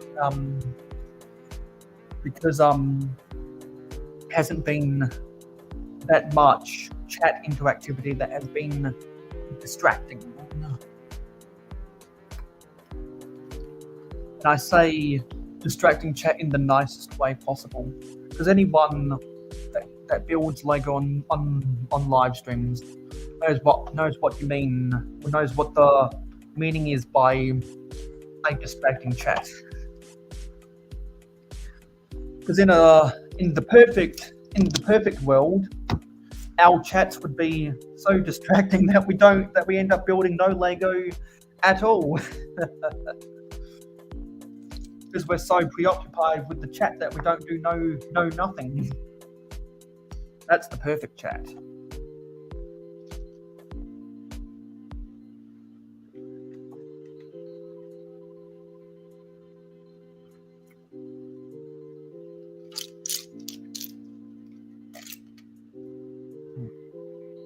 Oh yeah, we've already put that together.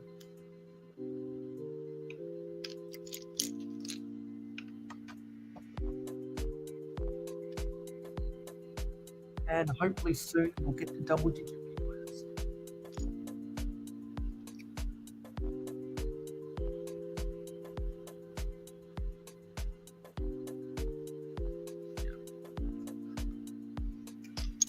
Now we got to build a fireplace.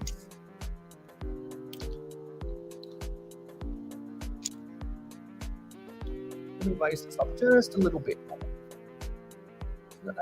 Raise it just so down so that you don't see the collar, or so that you don't see my collar.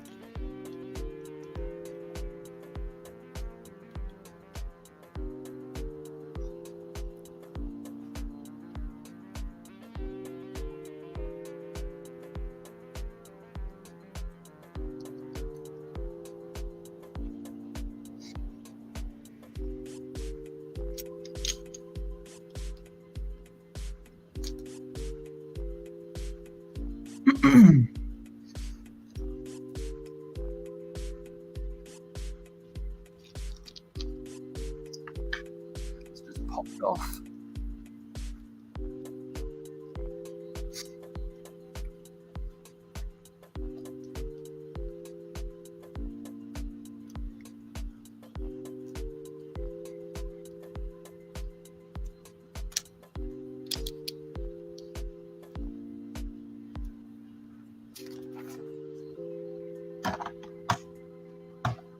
Fit in there, there we go.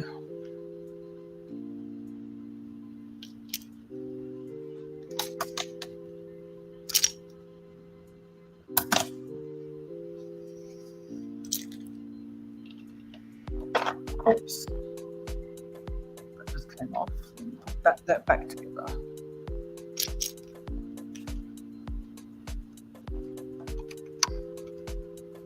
Some reddish brown panels.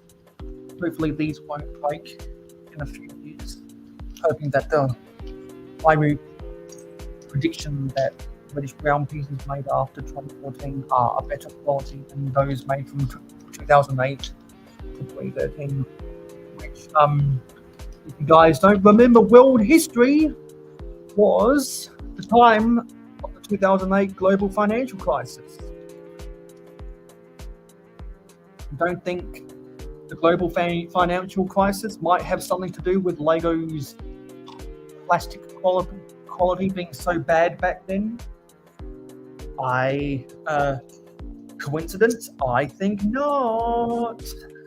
Just saying, putting it out there.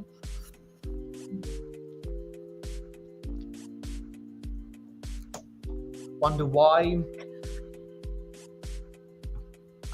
sports players' contracts started exploding after the year 2013, when TV networks across the world drastically increased the amount of money they were willing to pay for the TV rights deals to broadcast sports events. Therefore, more money for the owners, therefore more money for the players. All happened at the end after most of the world had recovered from the global financial crisis. Coincidence? I think not. I think not. Things that people don't think about when they're by themselves. Things they don't think about. At least that's my theory. Because I can't pinpoint any other reason why. Because once upon a time, Peyton Manning was the highest paid quarterback in the NFL when he was on $13 million in 2013. 10 years later, we have multiple NFL quarterbacks that are earning over $50 million, which is double.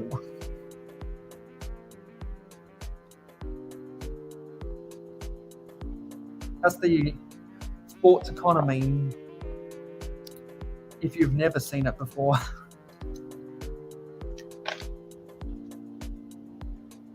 More money gets thrown into the game, therefore the owners pocket more money, therefore the players pocket more money. That's how the sports world works.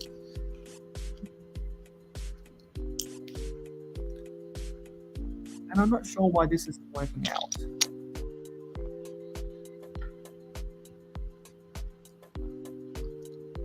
It's supposed to be... Oh, there it is. It was just hiding underneath some other elements. So this goes here.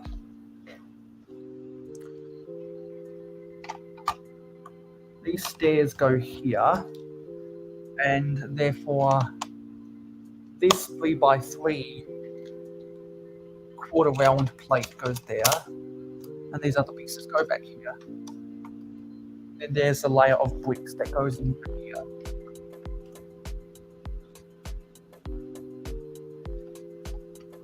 Actually, this needs to be pushed back by one more stud.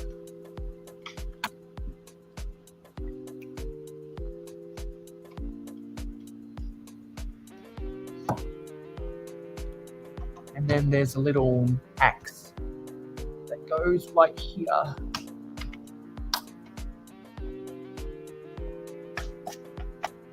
And then these modified 1x4 vertically half round tiles can go there.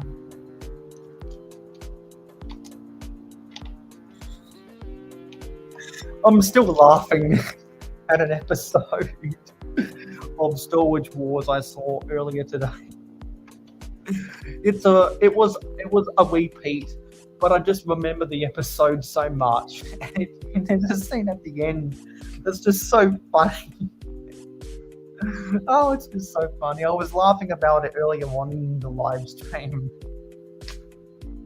So if anyone wants to go back and get more of the context what I was laughing at, and if anyone wants to see me laughing my ass off on the camera, just go back and watch the replay after this is live, or after this has been done live. Because I had to apologize for laughing. I was laughing so much. Good times. Okay, that's the end of bag 5. Now let's read some of the comments. So, get you guys to see the interior details of this set. There we go. There's the interior details. So what's going on in the chat? Come back for a second. Peggy said hello. Do you just spend ages asleep after these 24-hour live streams? Yeah, this is only my second 24-hour live stream because I have never dared myself to do 24-hour live streams before this year. last time after I did a 24-hour live stream, I slept for 14 hours, which is 5.5 hours more than what I normally get, which is 8.5 hours. Yeah, so I wouldn't be surprised if I sleep that long, because before I started part 1 of this 24-hour live stream, I was up for 9 hours beforehand. So that means I'll be up for a total of 33 hours straight. So I'm guessing I am going to crash pretty hardly when all said and done. And Eggy says, I got nearly 360 subs since August. Wow. And says, well, and Richard saying, welcome. and yeah, I bet he does crash out and he'll be back in a bit.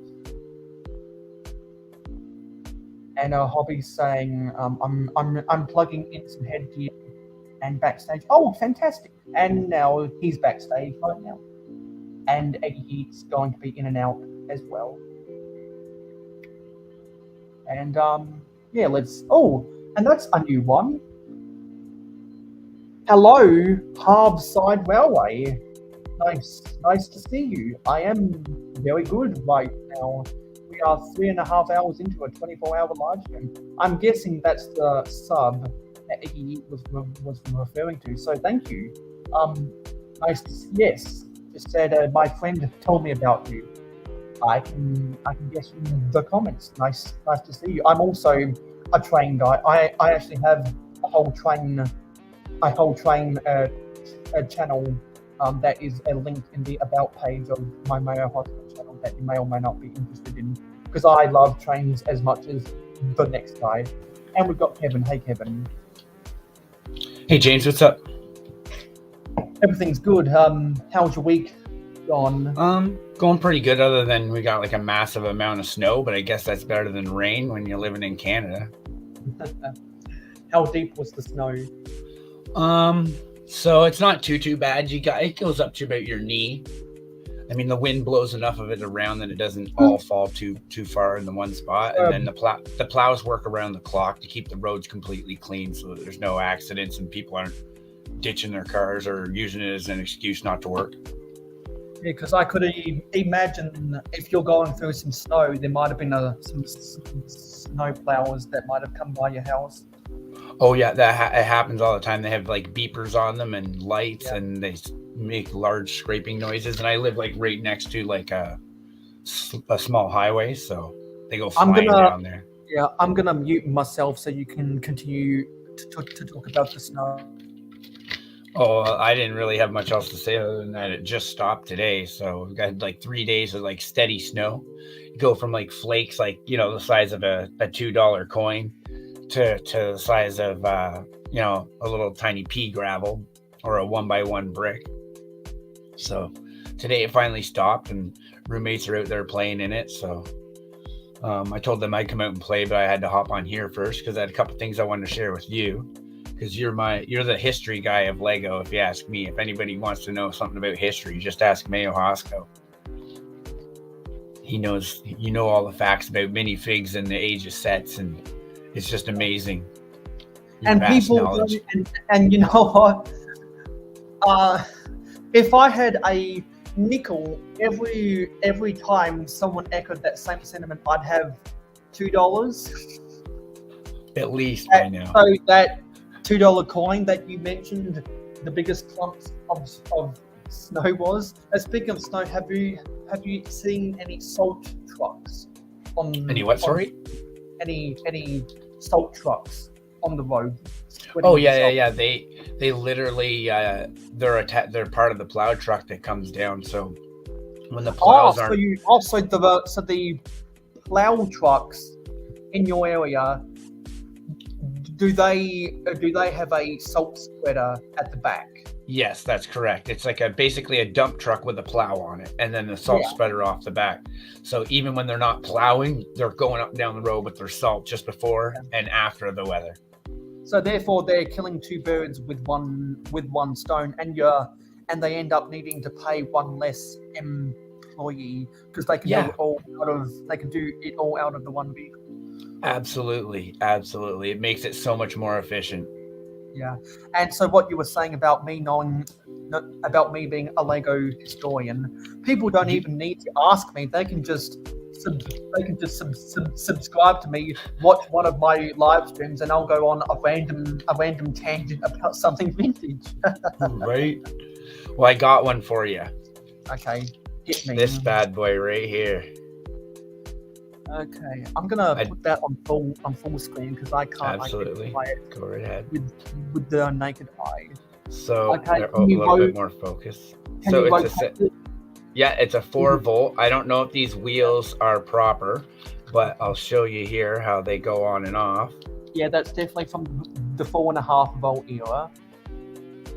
Right. I don't. That's got to be from the 70s. It looks like it might have been from one of the Universal building sets with an alternate build for a tractor. That'd be my best guess. So what I did discover was it's all complete, like it all works, and I was able to figure out this battery here that I ripped out of an RC because it's hobby, right? I'm a hobby guy. So Yeah. I can hook this up to this and make it run. It does actually do like a four-wheel drive.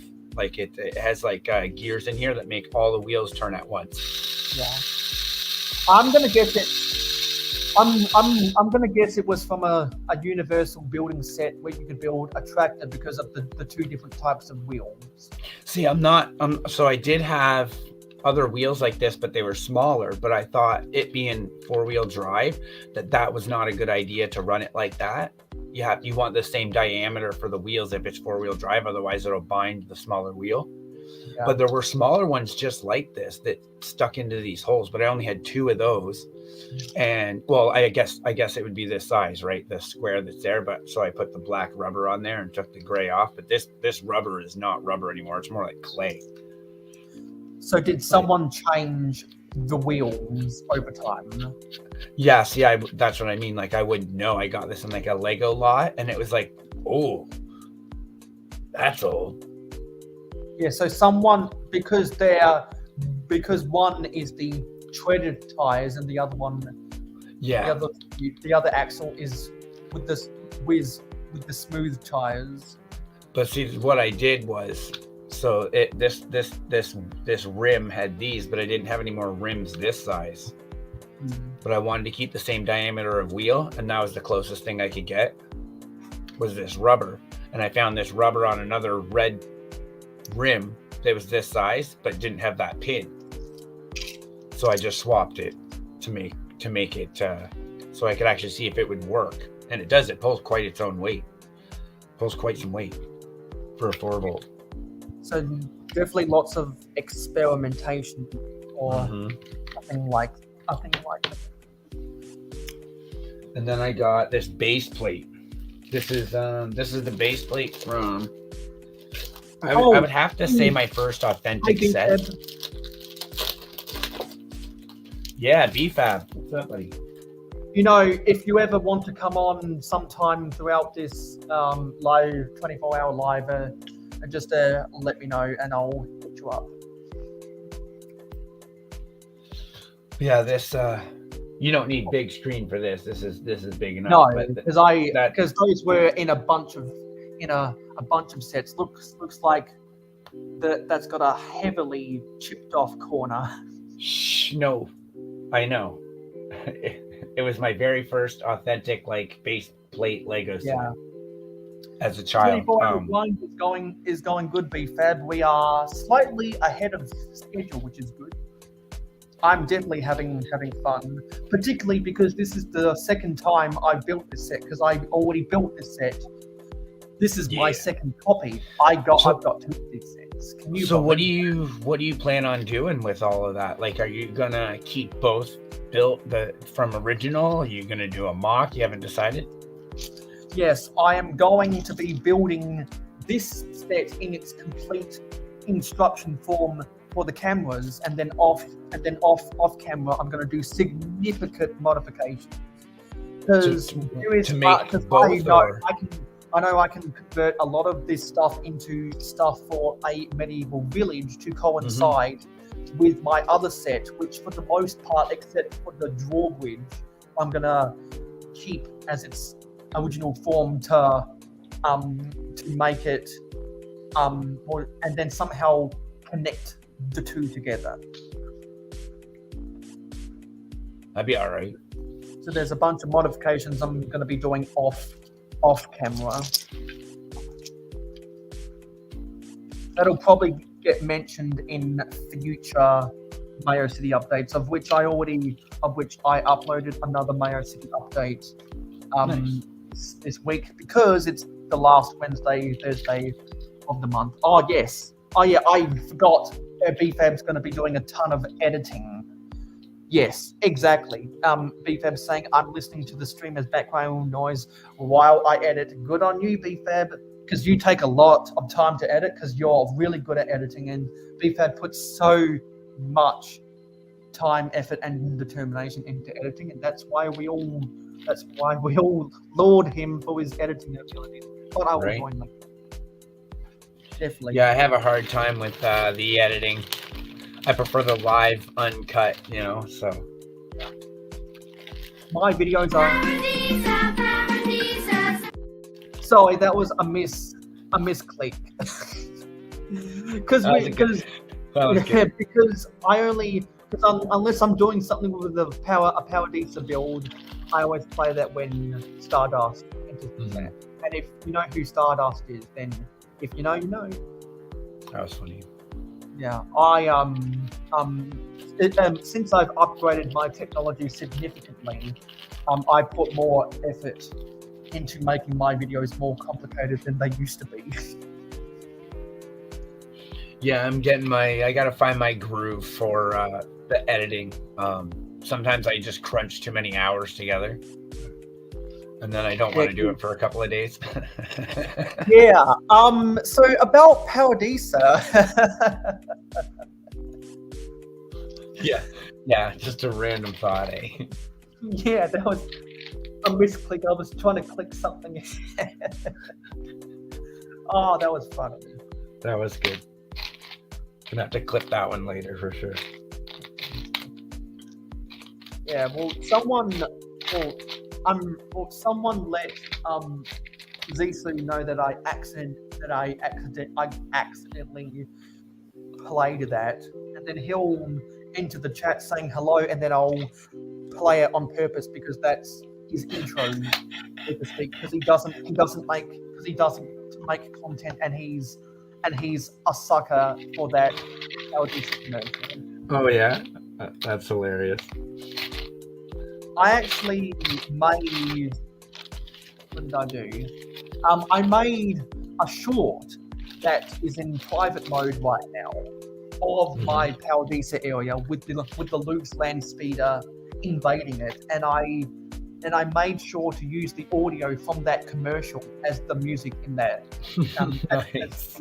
in that short, because that commercial is 22 seconds long. So I was only able to use 15 seconds, but I got the good stuff. Yeah, editing can be dreadful, BFAB says. Biggest motivation to spend a lot of time is hearing praise about it. Oh, there you go. Well, yeah, we praise you, BFAB. You do good work. Yeah, credit where credit is. Because over the past 6 months in particular, I've really enjoyed doing stuff with different jump cuts. I'd like to do really quick jump cuts and splicing different external media into my videos for jump cuts is probably my favorite part about editing nowadays. Because I did some stuff that I need to put onto my StreamYard brand for Ninjago month in February. Oh yeah?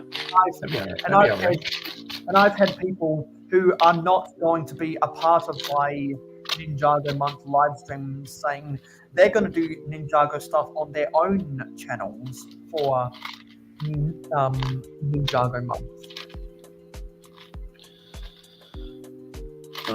Yeah, I'll probably actually join you for that if I'm coherent and I catch it. But yeah, definitely, I'd plan to do that because I've got 1, 2, 3 boxes right there.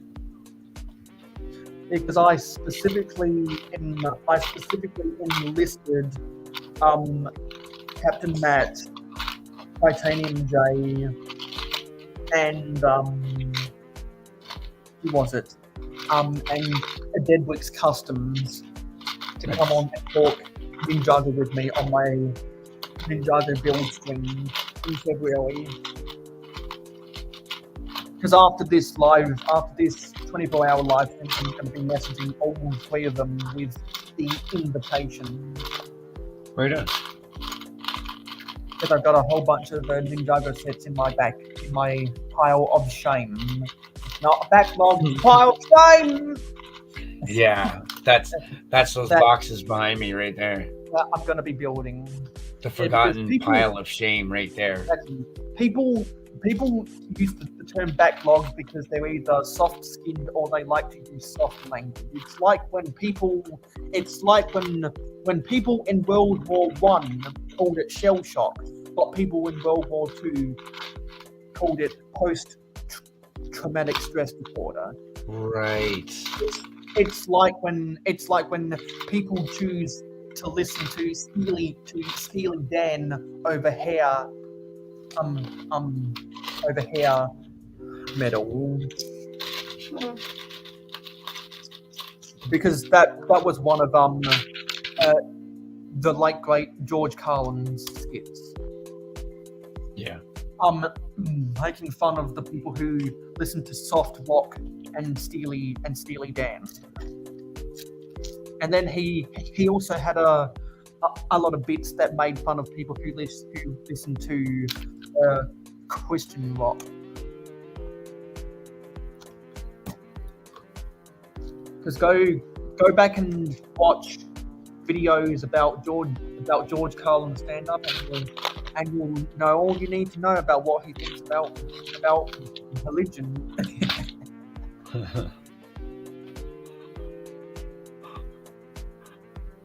He loves you, and he needs money.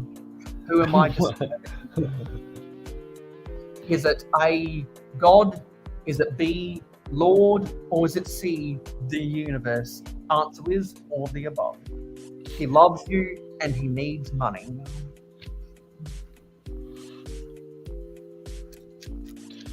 So, I don't know. Took the Chappelle out of my mandolin player and shoved it in my knight's hat, but I don't know if I like that. Yeah, Lego would always give you a sprue of 3 feathers or plumes, as they called it, back in the old days, to give you the option of using whichever feathers with whichever minifigs. But certain feathers look the best with certain minifigures. For example, knights like this work best with the medium-sized feathers. The forestmen look best with the small feathers, and in my opinion, the knights on horses look better with the big feathers. The triple feather, yeah, the one that has the tripples on it. Because technically, this is only 2. Because the one at the bottom is technically a part of the middle feather. It's just been spread apart to look like it's 2, not 1. Absolutely. Just like the red one or the little fire. Yeah, because it's the same piece as the fire plume, and they use that same piece. They use the same piece in trans orange for a lot of torches and flames in this set. Oh, it's on the dragon. That's where it went. And so Cliff was on here earlier. He was talking about how he's just chilling and he's going to spend the day with his family. And he was talking about some of the rebrickable models for the castles, both 3-in-1 and the 90th anniversary. I'm as much of a castle guy I was not impressed with the 3-in-1 castle. But people on Rebrickable who made models of it, and people who bought those models were going cuckoo for Cocoa Puffs over that set. Yeah, I was like, this is such an Australian thing to say. When it comes to that set, I was like, yeah, nah. Yeah, I never got that one. I have like, it's on a base plate, but I have an old castle. It's got like the hinged plate, so you can make it like a big wall fortress, or you can make it just a square. Yeah, because those types of castles were only sold in the 80s, while the 90s castles came with raised base plates. So it was what probably was it grey or was it black? Yeah, it was all gray. Okay, so that means is okay.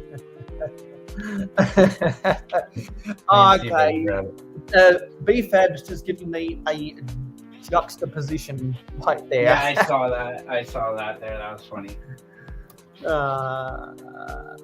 Editing can be dreadful, but my biggest motivation. Yeah. And BFAB says, I used to know everything about Ninjago. Now I know nothing. There's so much material, I've lost track. I agree, BFAB. Like, it's changed so much. Like, I'm lost. I'm just lost. I mean, I was never into Ninjago to begin with, but I know so many people are into it. And I am, like, everyone's going to remember when BFAB called the Ninjago cohort that were nerds about the TV show, rather than just we liked the set and didn't watch the TV show a cult. And I can agree to that to some degree, because I know people that watch the Ninjago TV show and have pointless arguments about it all the time, just like people that watch the Star Wars movie have pointless arguments about it all the time. It's really funny, to be honest. This fortress. That's the original grey castle. That's worthy of.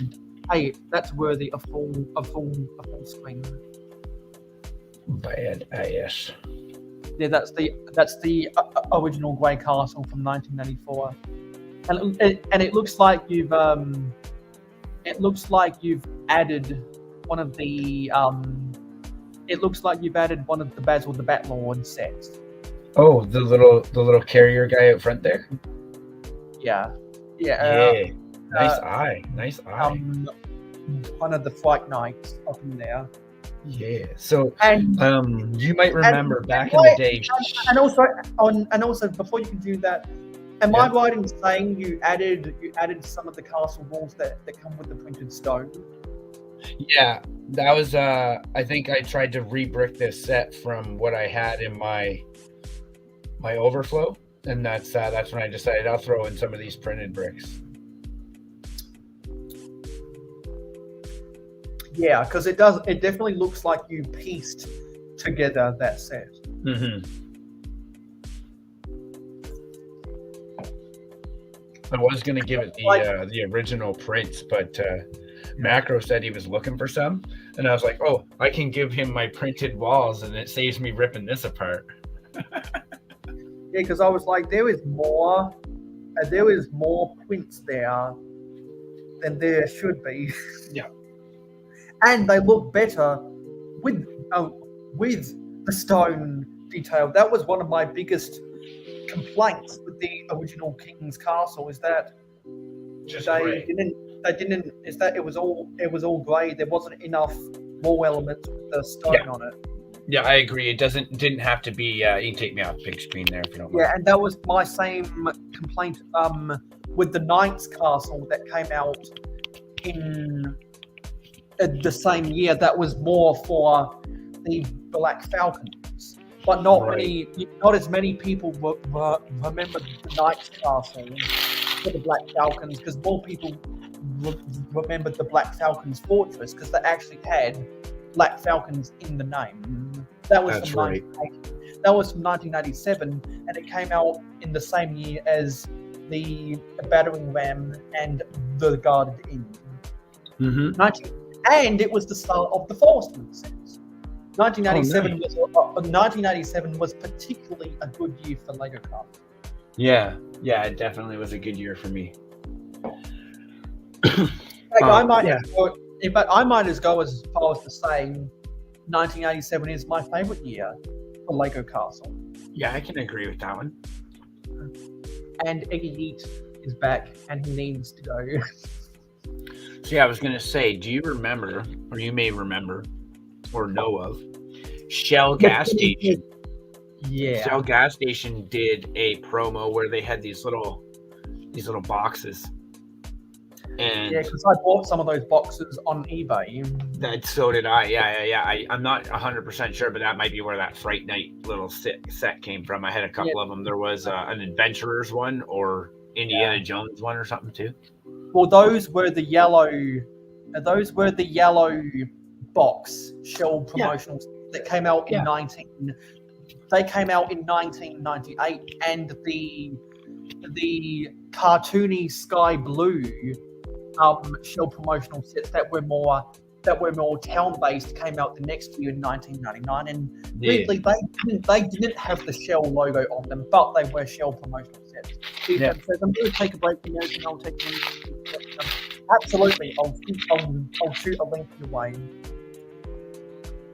Because I always love a good BFAB ramble, especially if it's on live stream, because it means I don't have to talk. I can focus on the build.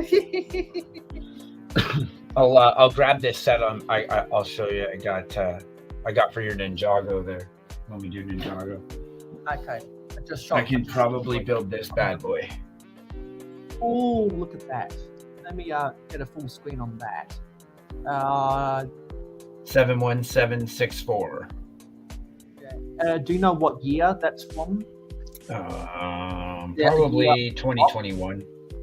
Okay, so last 2 years ago now. Yeah, because was that a legacy or was it a core set? I can't remember correctly. Is it a what? Was it a legacy or was it a core set? It just says Ninjago. Yeah, no, it doesn't say. Okay, so legacy. if it just says Ninjago, then that means it was a core set, because the Ninjago legacy, the Ninjago legacy sets, which are modern versions of older Ninjago sets, have legacy on the box. Oh, yeah. No, this is the training center. Yeah. So yeah, because if it just has the Ninjago logo, then that means it was a core set. Core meaning contemporary. And then I got a spinner, and I got a couple of these. I got two of these guys that are what is it? Kai, and this one's Legacy. It comes with the two figures in it. You know, those little quick packs. I always get something to figure. What is this guy's name? Cole, and Kai. So was it one with the whipcord, or was it one with the tornado? So these ones here are just like and BFAB literally swing them in. Just like a whatever mini set. I don't think there's any spinning to these. They're just a figure with a small build. And then the other one is, I'm not sure what it is. I'm gonna pull it out here. They're the tornado. Yeah, the other one's the tornado. Yeah. Because I got one of those, or I got gifted one of the smaller sets that had the tornado in it. Tornado? Ninjago? How's it going, guys? Hey, buddy, what's up? Just vibing, seeing you guys stream. I was kind of getting bored of not engaging in the conversation. Not saying bored of the stream. I'm just like, you know what? I want to partake in this convo. I'm just going to stop editing for a bit. So. Yeah, because I always like having the conversation about the cult of Ninjago fans. Yo, those guys are scary. When I was a kid, they always kind of wanted to like date me for some reason. Like I'm like, you don't even see my face. They're like, hey, Ninjago boy 742, are you single? And I'm like, no. 742. It was the weirdest thing ever. I was like, dude, ladies are talking to me. This is like not normal. Just designating them with a number. Well, I still remember. So when I was a kid, back in the day when like Ninjago first started, we had these huge Google Hangout calls, and there was like, I don't know, maybe like 100 people. It was like the max. I don't know what the max is, but let's say it was like 100 people, and it was people were always arguing about who their favorite ninja was. Like there was like full on like arguments. Like, oh, you don't like Jay? Oh, you're this. You don't like Cole? You're that. So. Yeah, because if anyone wants a stronger context about what we're talking about, I'll try and find a link to a BFAB's. Oh, I appreciate it, man. You don't have to promote the video. We want the people to stay here and watch the stream, you know? No, as in just for the sole intent and purpose of people popping that into their browser. Yeah, but we don't want people to watch my content, okay? Like, we don't. I don't even want to watch my own content. I'm like, yo, guys, don't watch this. It's bad. So. But it's a good video. Yeah, so you know what? I'll take the compliment. I'll take it. Yeah. And Mayo, I heard you say like, "Oh, I let them be short joints, but I don't have to talk as much." I'm like, okay, I see how this.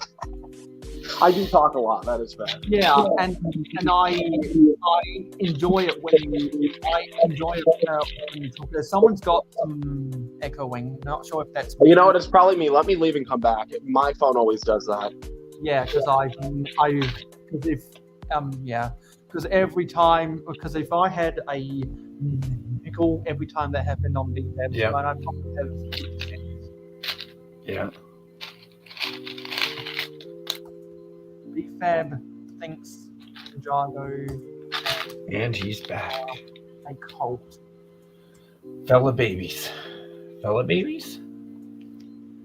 Hello, Tygrone. Nice to see you here. For those who don't know, Tygrone was one of my subscribers. From someone who subscribed to me after I joined the AdShot Discord server. May, are you still promoting your Discord server, sir? Yeah, because I'm mainly on my Instagram stories. And also remember to join Mayo's membership. Dude, I got you. I know the whole spiel. Yeah, right. Yeah, because you know me, because we know each other so well, we must be related. You know, I'll ask my parents, you know. We'll see what they say. Also, so Kevin, you were showing was that a custom? Is that like a mix of like a custom and a Lego product for your castle? Oh. Yeah, the thing you were showing. It was like from the original set, but when I rebuilt it, I threw in the printed wall pieces. It's Mayo would know. It's one is like an old school. You can the gray big old square castle, and I just put it on a bigger base plate. The one from 1984 that came with these weird 6x24, these 16x24 and 22 something base plates. Yeah, I don't know parts. When people like 3x3x1x2, I'm always looking at pieces because I don't know what they're saying 95%. Large rectangle. Okay, perfect. I got that one. But yeah, so you can spread it out so it's like a big fortress wall. Okay. Against the back of a shelf, or you can close it up and it's just that giant square with the one pillar entrance and the bay door. It's an original set, but I just spruced it up with some of the printed tiles that I had in my extras bin. And originally I was going to take it down and rebuild it properly. But like Mayo pointed out, it actually looks better with a few printed wall plates in there because the original one is just gray. And I think the two printed ones up top. But yeah, no, it looks good. That's what's like. I feel like it's like kind of a custom, but also was like the original product too. But it looks good. It looks good. It's original build with the custom walls. But what stopped me from rebuilding it to its original form was Makro Bricks had said he was looking for some printed walls, and I'm looking at my bin going, you know what? If I give him these printed walls, it saves me from tearing that down. That's fair. That's fair. Macro, always looking for Lego. No, I'm kidding. Macro, if you're watching this, is a joke. Speaking Oh, of, whoa! Speak Macro! of the man Sorry. himself. we were just Macro, I was just making fun of you behind your Say back. his name We're 3 just times talking and he about shall you, buddy. appear. Happy Oh no, is my Friday, man. audio mess? My audio went really. I hate my phone. I'm gonna throw it against the wall. Give me 1 second. My audio just keeps like going up and down, so I think I can hear you guys better now. Yeah, so far it seems okay. I should really just use my laptop, but I'm too lazy. Like, so I used to use a microphone when like joining people's streams like 4 years ago, and I've used the microphone like 20 times. But my old laptop used to like crash when I'd plug in the microphone. That's how broke I am. So now that I have a newer laptop, it works, but I just never use it because I'm like, oh, the setup. I'd rather just lay in bed with my phone and chat with y'all. So. and Mark, if you're not working by right now, you've got an invitation. I didn't send you an invitation when we specifically went live on the assumption that you were working. Mayo, if you don't want to invite him, you can just tell. Okay. No, it's just that I don't like to annoy people while they're at work unless it's a group chat. Because I'm expecting because the Hauling and Bowling crew said they're gonna try make guest appearances today. Oh, I love those guys. They're great. Yeah, I'm assuming that they're all working right now, so I'm not gonna send them invitations probably until the second part. Yeah, no, that's fair. Like, I wouldn't be here either, but I crashed my car back in December, so I'm still waiting for insurance to fix it, and it's almost the end of January, so I'm just like, dude, I'm going to take advantage and like join streams now that I have some free time, because for the last 4 months I was working 2 jobs, and I just didn't have time to engage with people. So you said you crashed your car? Yeah, it's not bad. I crashed into a curb, but it just like destroyed the tire. The tie rod's broken and the whole steering mechanism is. The crazy thing, and I don't know, it's like some miracle. The car has not one scratch on there. It can't move, but it doesn't have one scratch on there. I'm like, oh, thank God, but I don't want to have to pay for body damage repair because that takes a while. Here in Canada, we classify that as just ditching or just curbing your car, I guess. That works too. You didn't hit any impact, like a forward impact, or someone didn't hit you versa. You didn't crash per se, so it wasn't a bad driving. It was a bad driving experience. You know what? I'll take that too. Yeah, if only the insurance company would buy that up for me, I'd still be driving too. The insurance company is ridiculous. So like, I've had to call my job and be like, yo guys, don't fire me, because so December I was working 2 jobs. Like one of the jobs, I'm like, dude, I'm tired of working X amount of hours. And then all of a sudden, like a week later, I crashed my what will you call it? Curbed my car? And you curbed it. We're going Canadian, y'all. I curbed my car, so like it can't move. But like the insurance has taken. I got the check last week, but I have to now send it to my car leasing company to sign off on it, and then they have to send it back. So I was like talking to my job, I'm like, guys, please don't fire me. Like, I need my job, but like I've literally had basically a month off to do nothing. So people are like, hey, you're in streams now. I'm like, yeah, dude, I have nothing to do. I'm literally sitting, drinking, and editing 95% of the time. So it kind of gets dry a little bit. So well, while we're talking about the insurance companies, I got this feeling on a summer day when you were gone. I crashed my car into a bridge I watched, I let it burn. I threw your shit into a bag and pushed it down down the stairs. I crashed your car into a bridge. I don't care. I love it.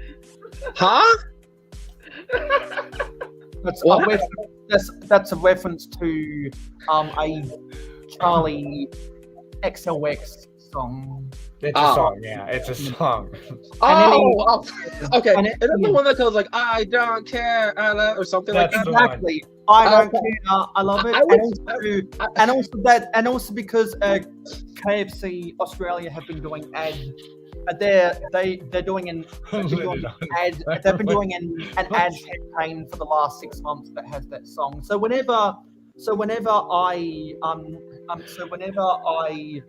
sing song lyrics on my live stream. Mayo, that was not singing, that was talking. I was like, whenever I quote song lyrics, I always like to play a little something in the background. And since it's nighttime, I think this is fair. I didn't have you where I come from. Never knew the best was yet to come. Life began when I saw your face, and I hear your laugh like a serenade. How long do you want to be loved? Is forever enough? Is forever enough? How long do you want to be loved? Is forever enough? Because I'm never giving you up. What just happened, Mayo? Are you serenading me, or like what's going on here? That was me quoting. Mark's down there cracking me up. That was me quoting song lyrics from my favorite country music. That's a Patreon exclusive. Mayo will serenade you guys. So if you were considering joining his Patreon and you haven't yet, he will serenade you. Song of your choice. Well, if people on Patreon, i.e. there's someone in the chat right now that is ever wanted to make a wild and crazy request, they are. Mayo, be careful what you offer people, but it seems like you're not willing to do anything for your Patreon. Yeah, word, Howie. But nothing is ever a nothing's ever a guaranteed. But what is a guaranteed is that their voice carries more weight. That is fair. When people pay it, see, like I used to have memberships, but I felt so weird after a while because I felt like I wasn't delivering. I know you clearly deliver, but like for me, like I had a decent amount of when I say I had a decent amount of I had a decent amount of money from memberships, but I'm like, dude, I feel like I have to do a lot extra, and it wasn't worth it. And then I'm like, if I didn't do anything, I felt like I was scamming people. So I'm like, I'm Xing this, I still pay for a lot of people's memberships because I like supporting the community if I can, right? It's all about like what you can do to make the community better. And, I know how much YouTubers make. I don't care about the money aspect of it, but like there are some people that are trying to like do this full time. So I'm always like, let me support you. Slipknot. Oh, dang. Dang. Oh my god. Slipknot. Someone seriously made a Slipknot reference. Oh, that's so funny. I always laugh, or at least chuckle when I hear people making reference to Slipknot. Mayo, you have some interesting transitions. I love it. Hey, Tunes Bricks. Also, another person from the Adshot Discord server. G'day. Mayo is the king of promotion. That's not always a good thing. Although I am able to get away with more things than others. Mayo, if you just need to become like a promoter, Yeah, that's why. Yeah, well, I volunteer myself to help join people's marketing teams because I know it's water off a duck's back for me to help market other channels. Yeah, no, I used to promote a lot of people back in the day, but it ended up backfiring against me, so I just no longer do it. Toon and Taipan are from Adshot. And Adshot did say once upon a time he was going to come and join me on Train Month, but that never happened. So all of y'all have to convince Adshot to come onto one of my live streams because Adshot is such a cool cat. Person who I'm not sure who you are, Mayo's asking me to ask you to join his stream. Don't take any advice from me. But don't take any advice from people that label other people as cults. Oops, did I say that? As what? As cults. Oops, did I say that? I didn't even catch the label people as huh? What? Okay, yeah. Phew, I'm safe. I didn't even hear what you said. That's the point. What? We'll have to play it back later. Yeah, I'll listen later. I'm like, yo, is Mayo crap talking to me? Oh. What?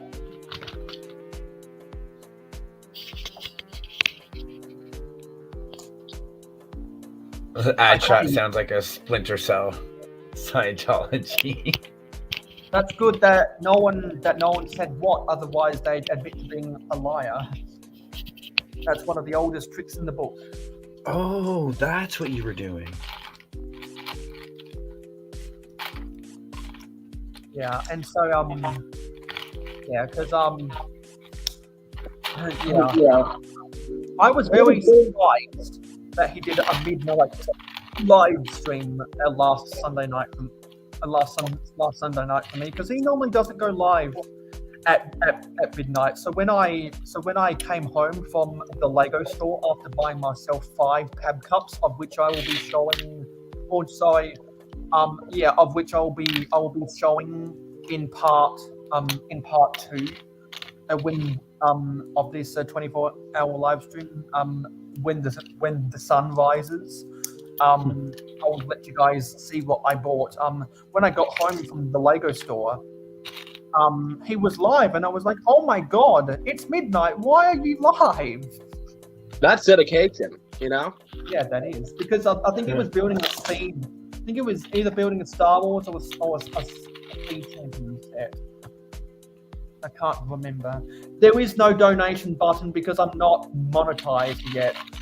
But if people do want, if people notice that I don't have a donation button, and they do want to donate to me, on my Patreon there is a 99-cent tier if anyone's interested. Also, guys, the day that Mayo does get monetized, you will know about it. Yeah, and the reason, exactly. Yeah, I sort of live on love, because if there was no love, I would quit. Yeah, love is great. Yeah. And I believe in the end, love wins. I didn't know I was going to a concert today. Gotta love Carrie Underwood. Oh, is that who that is? And when the Eagles win the Super Bowl, I will be doing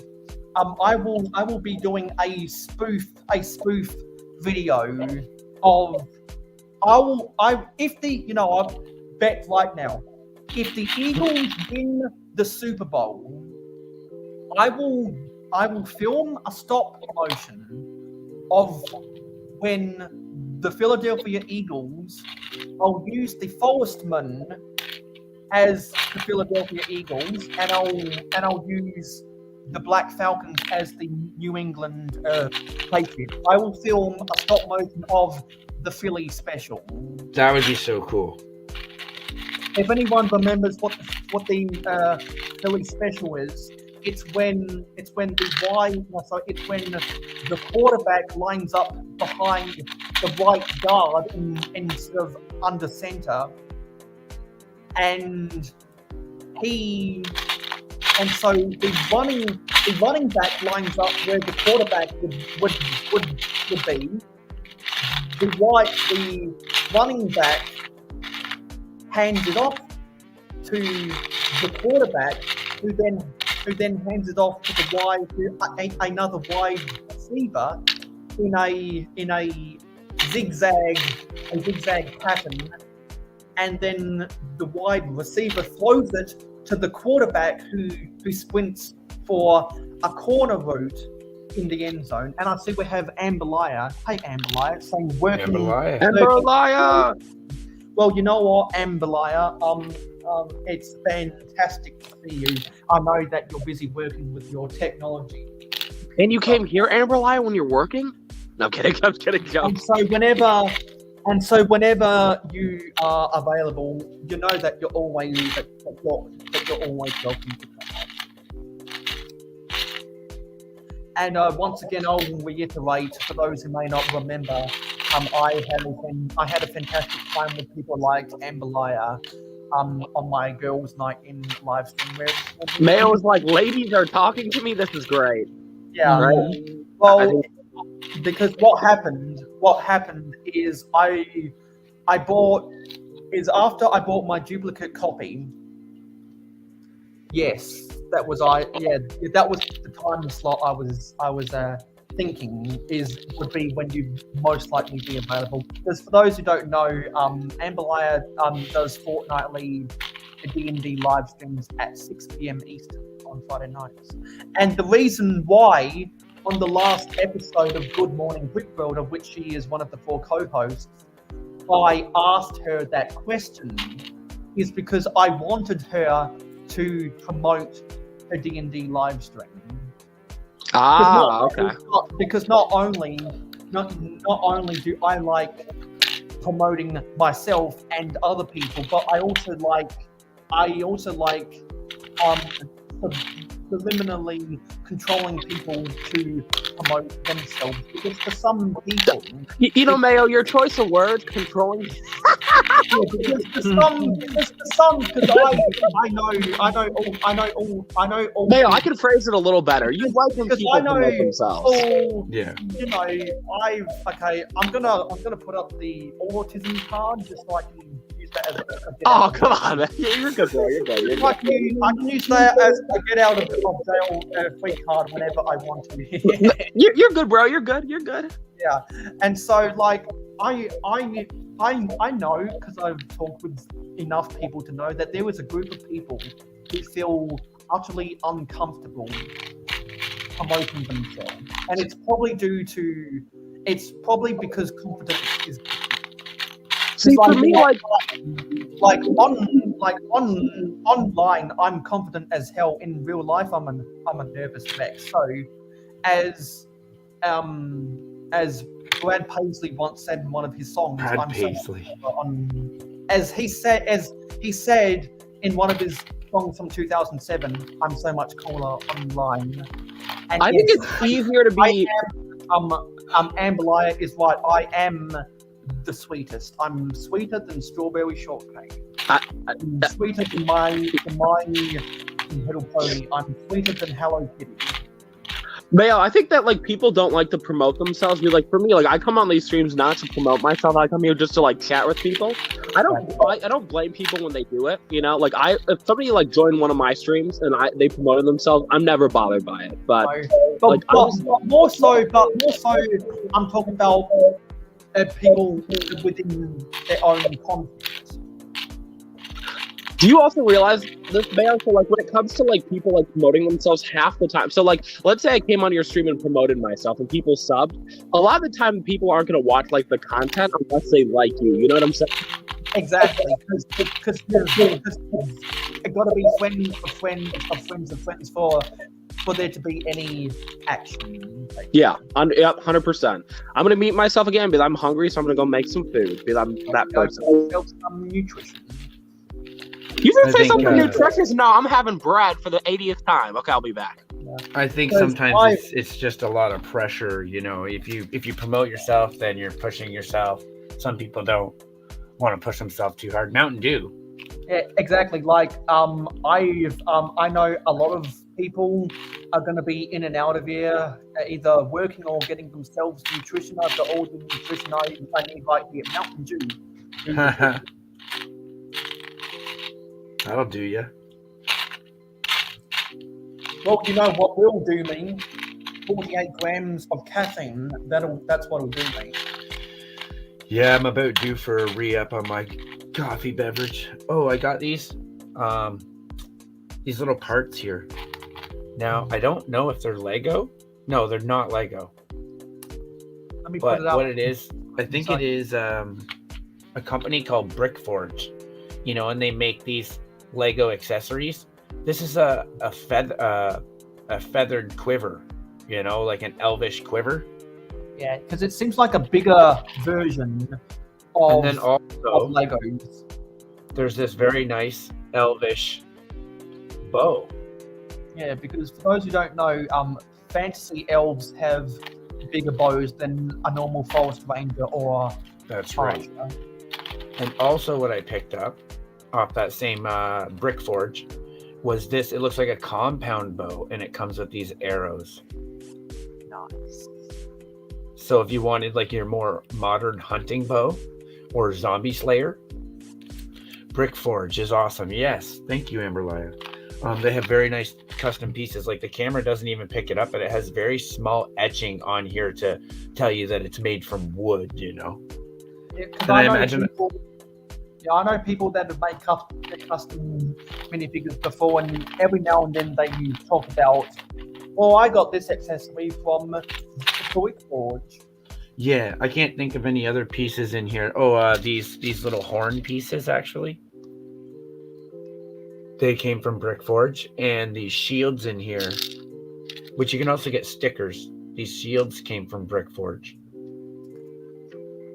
They're not cheap, but I mean, if you can't find the mass amount of something that you want in Lego, alternatives aren't a horrible idea. But as you see, I will not mix it in with like my Lego overstocks. So anything I pull from a set stays Lego and never gets mixed with an aftermarket thing. So right now I'm just sorting out from extras that's going into my creative bins. Nice. Yeah. Yeah, so it looks like you've got a nice assortment of sorted accessories. Now it's time to open bag 7, and we're not even 4.5 hours in. Are you halfway through this build yet? This one?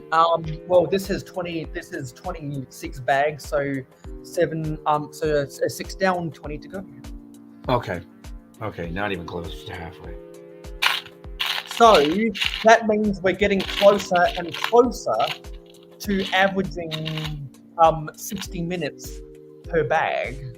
Oh, that's actually not too bad. I'm gonna mute myself. Your bag opening, go ahead. And before I do that, Amberly is going on a Zoom call for code review, but she's going to keep the video going for the watch time hours. We appreciate the watch time hours. Thank you. Thank you. Feel free to talk about whatever you want. Yeah, well, just going on what you just said there, I tend to do that a lot. When I go to lay down, I'll throw on like a Mayo Hosko stream. Or not your stream, but like content that you've put up so I can get your watch hours up.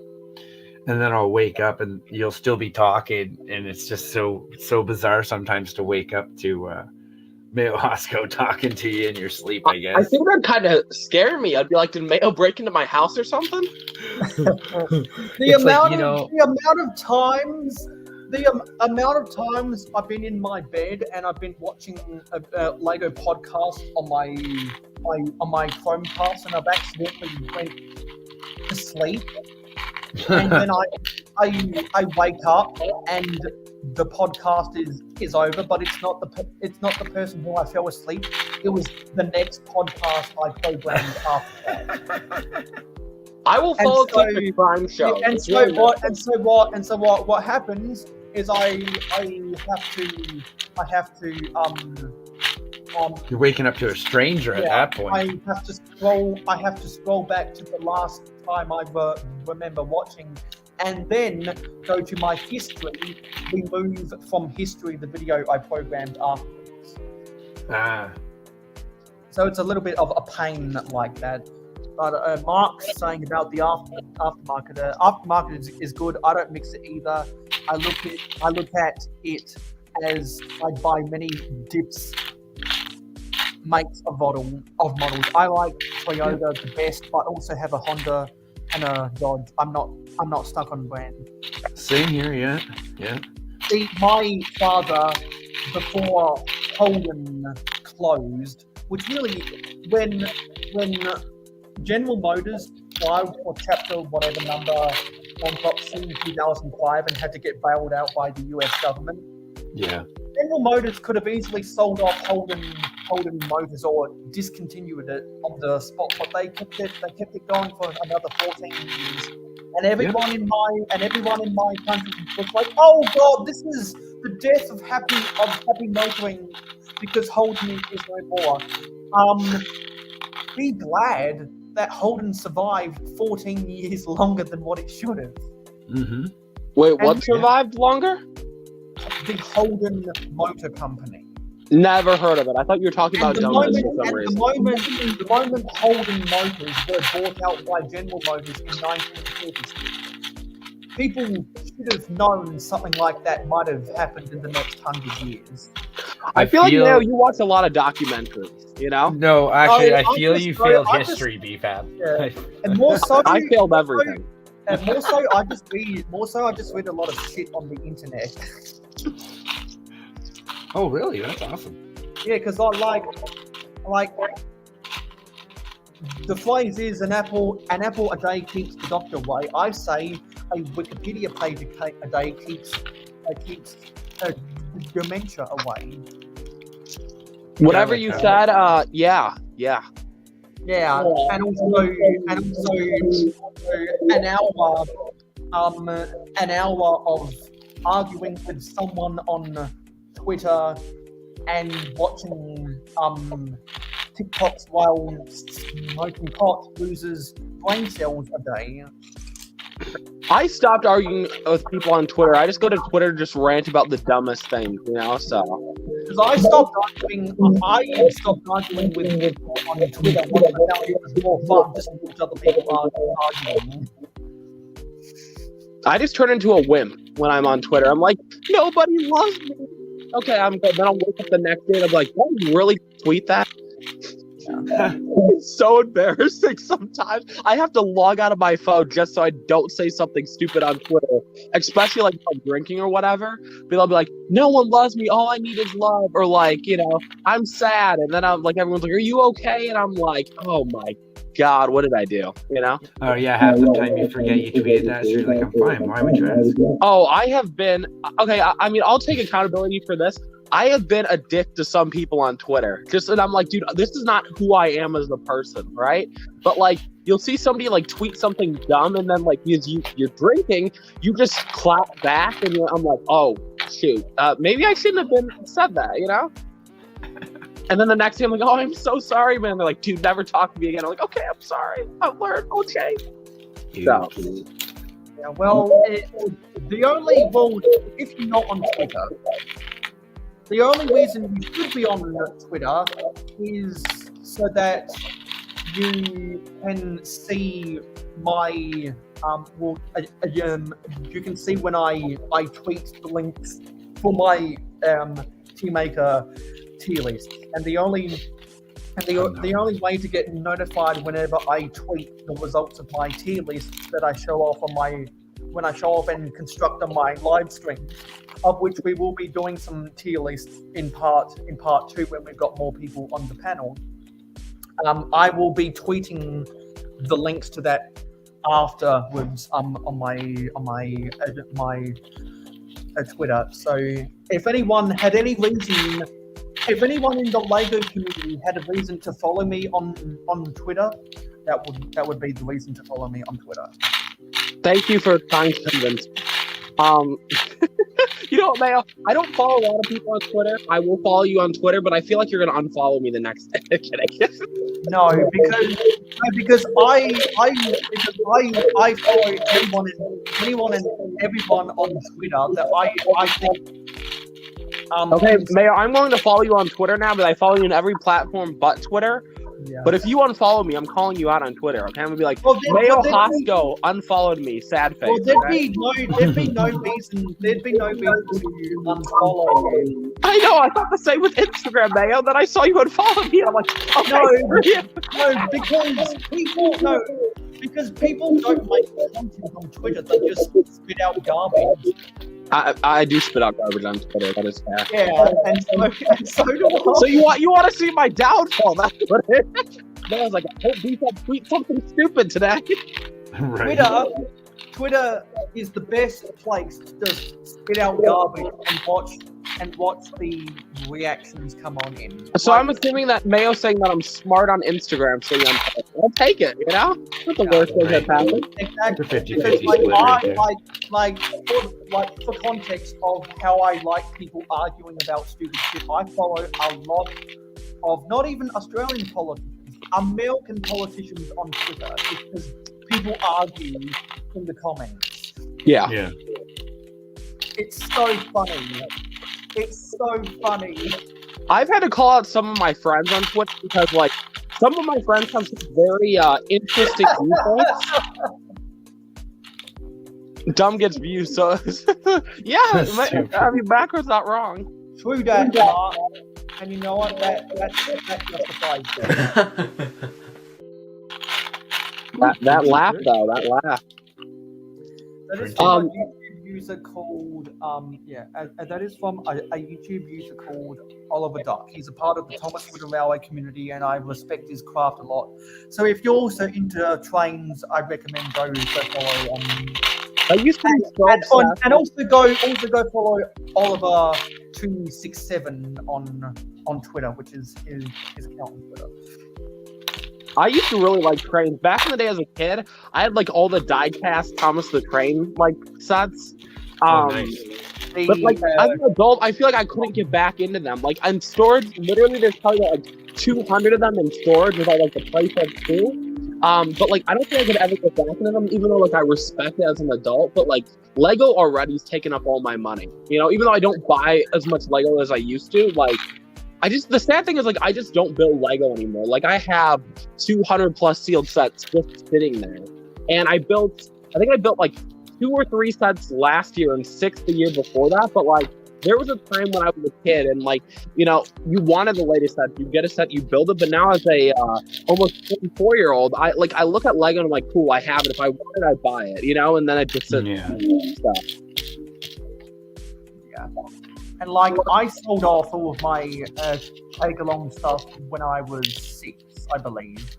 And then 6 years later, I got into Wooden Railway, and I was like, Mom, why didn't you buy me Wooden Railway from the start? Because Wooden Railway is so much more high quality. I hate all of this plastic junk that comes out of that sorry, pathetic franchise. It used to be a respected franchise, but as I've said before, not many people realize this, but George W. Bush ruined Thomas the Tank Engine. You know, you are saying that. I'd like to say I don't agree with the viewpoints of Mayo Hosko and Associates. I got to protect myself. Because for those who, I mean, I've told the story. It only takes 30 seconds to tell, not 10 minutes. So I'll be back. So I'll quickly say when George W. Bush got his second term, part of his campaign was to make children's entertainment more educational, and so that's why shows like Mickey Mouse Clubhouse exist. You would never watch Mickey Mouse Clubhouse. You would watch the original Mickey Mouse cartoons from the 30s, but not Mickey Mouse Clubhouse. If you know what I'm saying. Yeah. Interesting fact. And Thomas the Tank Engine ended up suffering the same fate, and the show just got more dumber over time, and I was like, fuck this, I'm not watching it no more. Because it used to be a respectable franchise, but then hit entertainment, and then Mattel turned it into a dumpster fire. You can't even watch it. You can't even watch it on TV anymore, and Netflix was streaming it for a while, but it hasn't been on Netflix in a long time. And because first they dumbed it down, then they went to CGI, and now it's fucking 2D animation. Like fuck this sorry pathetic franchise. Fuck the Dallas Cowboys. Fuck the New York Knicks. Fuck the Los Angeles of Anaheim Angels. I didn't know you cussed, Mayo. Yeah, I mean, I drop F-bombs left, right, and center. I didn't know that. I'm learning so much about you, sir. I mean, I cuss a lot, but you know. Yeah. Well, the more you know, and knowing is half the battle. And also, did you guys see the Macro City was selling its sealed stuff? Macro, are you getting out of Lego or? No. Oh, starting to sell his sealed sets. Yeah. Are you just kind of like me, where it's like it's all just sitting there, and you're like, "What do I do with it?" Or like you like the set, you bought it, and then you're like, "I don't care for it anymore." I feel like that's kind of me, but I just got rid of all of it. I can feel that. Yeah. I think Mark is probably selling sealed sets because he needs money to build more mocks, because he knows that's where the views are on his channel is mocks. Oh, well, that was better than what I was gonna say. I was gonna say he needs money for hookers and beer. Well, yeah. Well, that too. That's the side of it. Yeah, that too. But there are 2 YouTube users that have inspired me to make a Rainbow Triple X club. Ooh, there's an old little piece right there. One of those little white peg sticks. Yeah, because those are the things that the policemen used to use in Lego sets. Yeah. And also what some of the station masters from old Lego train station sets used to use. Oh. Like for a rail switch? Well, for instead of using instead of waving the flag and the whistle, you use those things instead. Nice. I don't know why, because technically that's inaccurate. Because like in my city's railway station in downtown, they actually still use whistles and flags, believe it or not. Really only in peak hour when there's multiple trains crossing over the switches to get into the platform, and they've got to get the timing super right. Tygrown says, I like high quality. Well, that's what you're gonna get if you watch my Mayo Hosko videos, because I film in 4K at 60 frames per second, because I love the iPhone 13. I know you do. I remember when you first got it, you were like a kid in a candy store.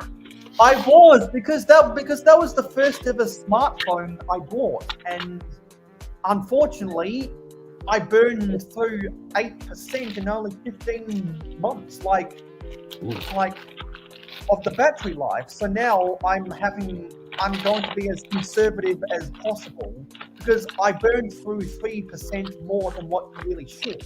Because if an iPhone is at its best, is supposed to last 5 years at peak performance, then you should really only want to use 5% of the battery life per year. And I used 8, so I've got to be conservative over the next 3 years. I probably used 3% more than what I should have, because I was super excited that I got a smartphone. My smartphone reminds me that I'm not smart. I don't even know I'm trying to do that. That's completely fair. Because even though my smashed up screen of an iPhone 8 isn't, it's going to be obsolete soon, because it's now 6 years old. But it has been a workhorse. It was a hand me down from my mother, and this is how I actually still make phone calls. I haven't switched out the SIM card to put it in my iPhone 13 yet. But essentially I've been using this as a tackling dummy behind a bad offensive line, of which is the exact opposite of what the Philadelphia Eagles have, because they have the best offensive line in the NFL. Shots fired. And so I want to keep my iPhone 13 as pristine as possible, which is why if I already have a phone that's cracked up, I'm going to risk this more than a new pristine phone. And it makes sense that people are still using iPhone 5s, because if you treat your phone right, you can get 10 years out of any given phone. So May, I don't know anyone other than you that's using an iPhone 5. No. Makro just said in the comments. One second, guys. I prefer my Android. And so I'm guessing Mark probably has another 12 months on his iPhone 5. And I'm guessing there's a lot of apps he can't download because they're not compatible. Because I have an iPod Touch from 2016 that's not compatible, or it's from 2017 that I can't download the Twitter app onto it because it's out of date. I can't download Twitch either. No, But I can download Instagram. I can download Facebook. They're still in the tax. That's I don't have. win for Mark Zuckerberg. Hmm. Take that L, Elon Musk and Amazon. No, sorry, not Elon Musk and Jeff Bezos. I don't have a Twitter account. I never did Twitter. There are specific reasons why you should want to use Twitter, and we almost hit double digits. So we're getting there. We're slowly getting there. Mm-hmm. Slowly getting there. And BFAB must have just dropped out again, or he's gone back to editing. Yeah. She gets a new. Amber Laya says she gets a new phone every 2 years, except for this year because Apple to change from Lightning to USB-C. Oh. Yeah. Because I was very surprised to see that when I got my iPhone 13, it didn't have the old cable. So what I did is I went to an office supply store called Officeworks. Sensible name. Right. That is within walking distance from me, and I bought a converter between a USB Type A and Type B. And okay, yeah, you handle your employment because that's more important than that. Right. Yeah, and so Amber Laya, just asking a question: are you required to update your phone every 2 years because of your job, or are you just one of those?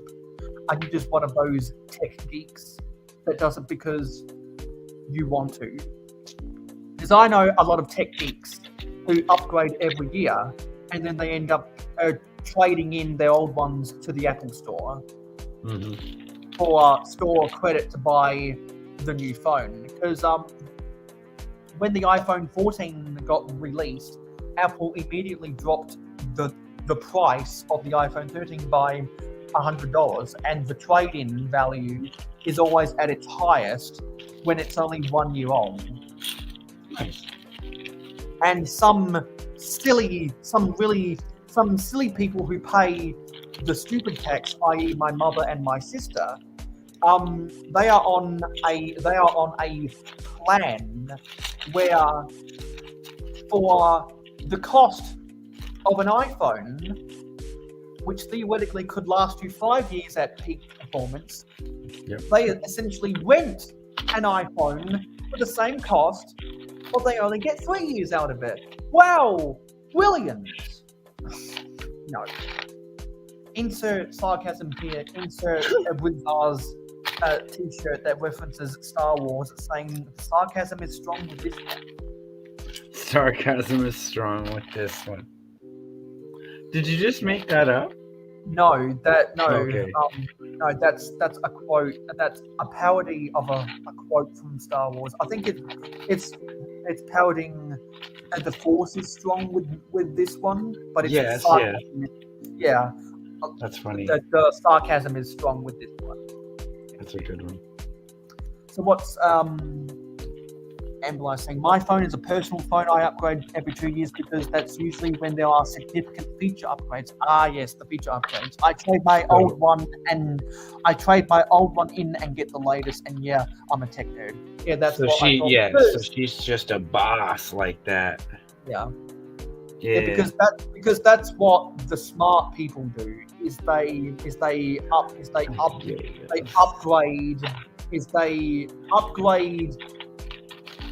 upgrade when there's small increments, and they trade a year too early, not a year too late, because they know that they can get better trade value. Yep, that's right. It's kind of like the New England Patriots philosophy when they trade players. Always do it a year too early, not a year too late. That's how they come out on top with a lot of their trades, they trade a year too early rather than a year too late. Right.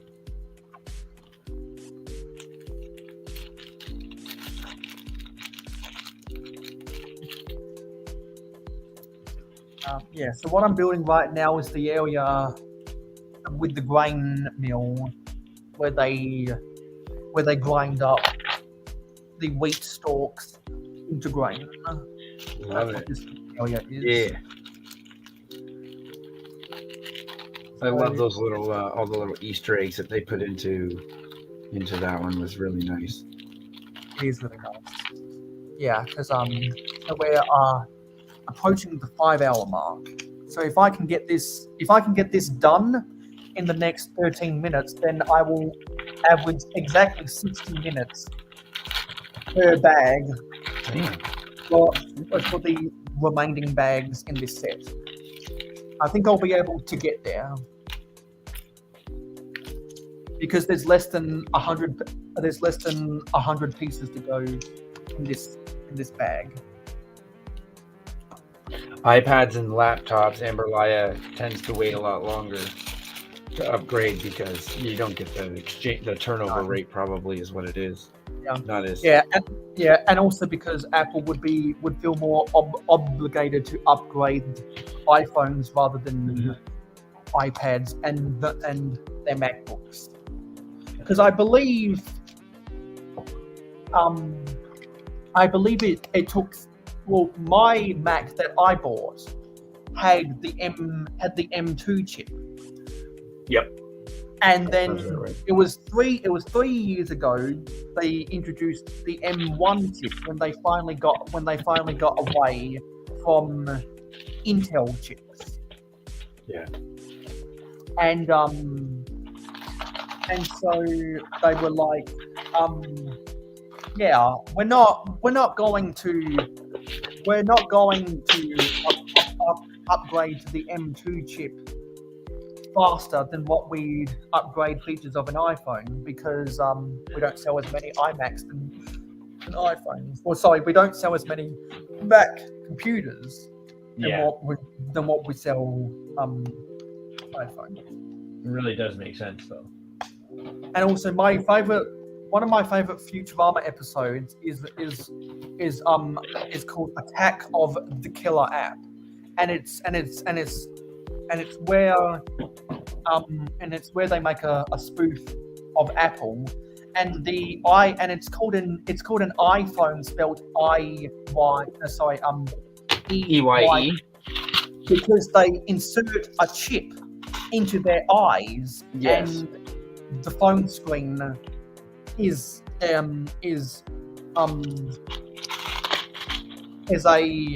projection in your vision or something like that. I think I remember that one.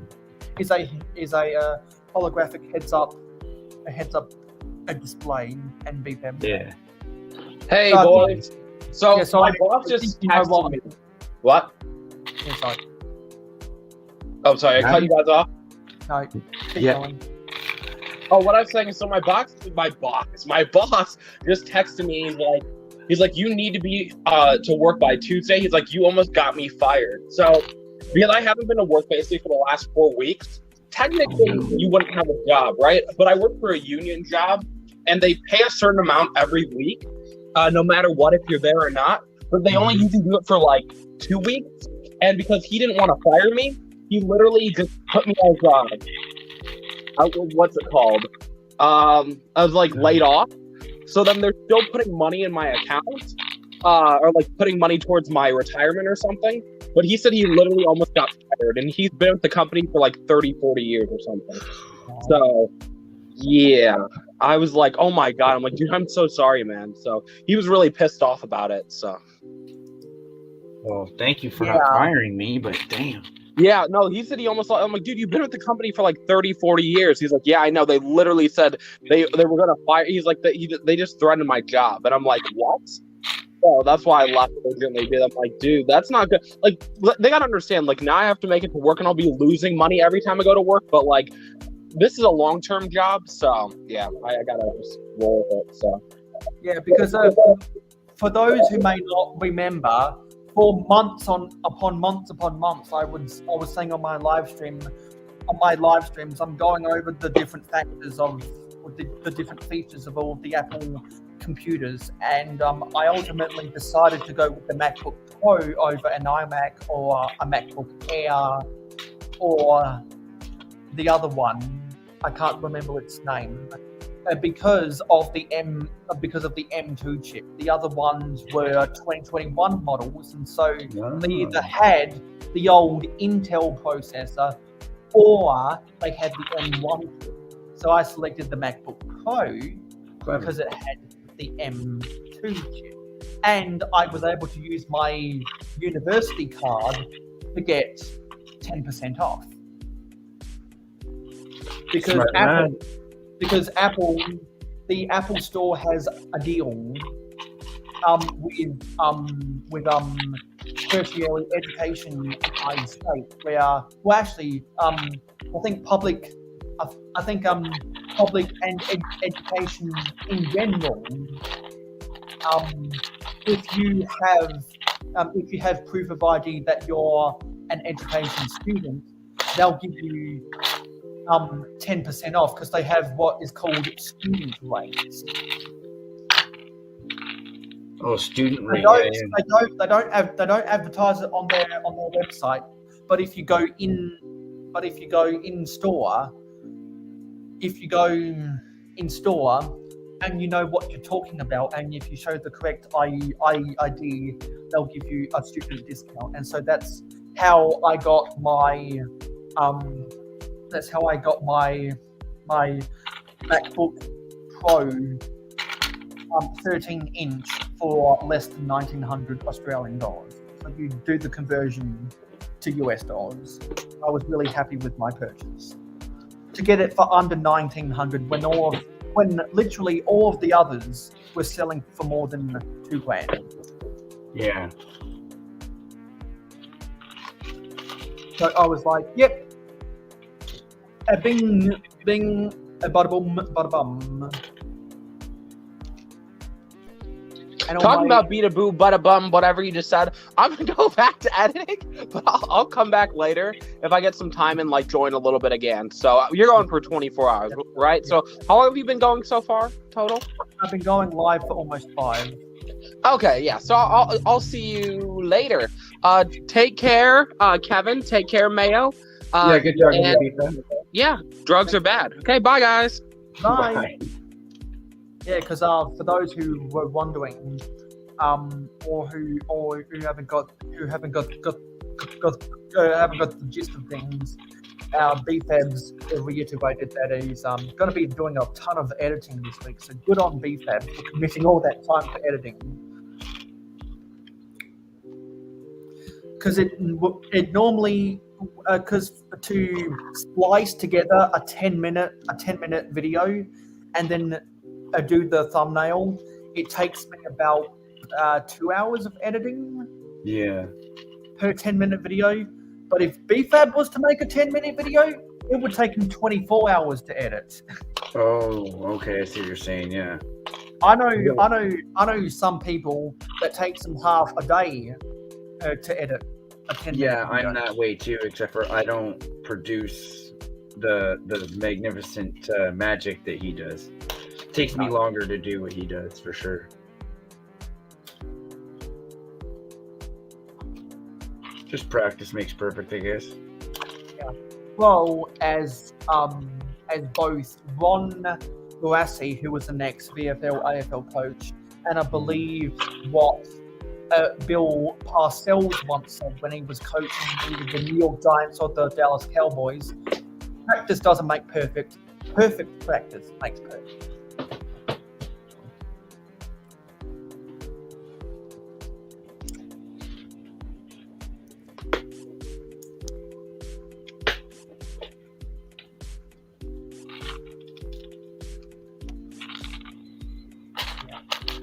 So, I guess you're just doing a whole bunch of stuff with minifigs right now. Who is? You. Oh, yeah, I'm just sorting out little pieces and stuff, trying to get, one kit into 2 kits, I guess, for parts and pieces, so they're not as scattered. I've got it more or less so that like different themes and eras are separated too. Yeah. So what eras are we talking about? All of them actually, Mayo. Like, you know, you got it started with classic. I guess you could say classic and system, right? But then Technically, Classic Castle was 1978 to 1983, much like how Classic Space, where was it? How Classic Space was 1978 to 1986. So now we have Nexo, right? If I got a little bin for Knights stuff, it's period. So it's like, yeah, it's both castle type Lego, but I won't mix my little Nexo bits all the way in with my old school castle bits. But then I have one bin that's for like all your custom ideas. So all my little extra parts, like this little bin here, when you're building a set, I put them into one spot and then I sort through them afterwards once that little spot gets full. You end up having like little arms and stuff like that are good, or like droid arms, or those little nubs that the characters use to hold on to things. They can use those for little customizations later on. Yeah, because there was that one robot, a character that kind of looked like a droid, but it was for Nexo Knights. Yeah.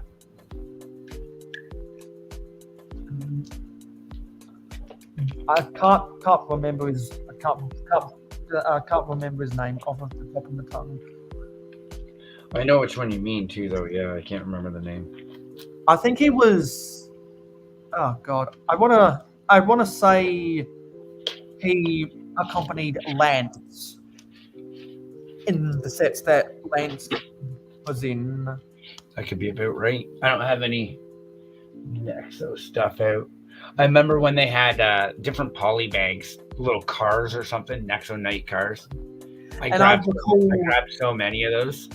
Yeah, and I recall never liking a lot of Aaron's vehicles because it had a saturation of pearl gold.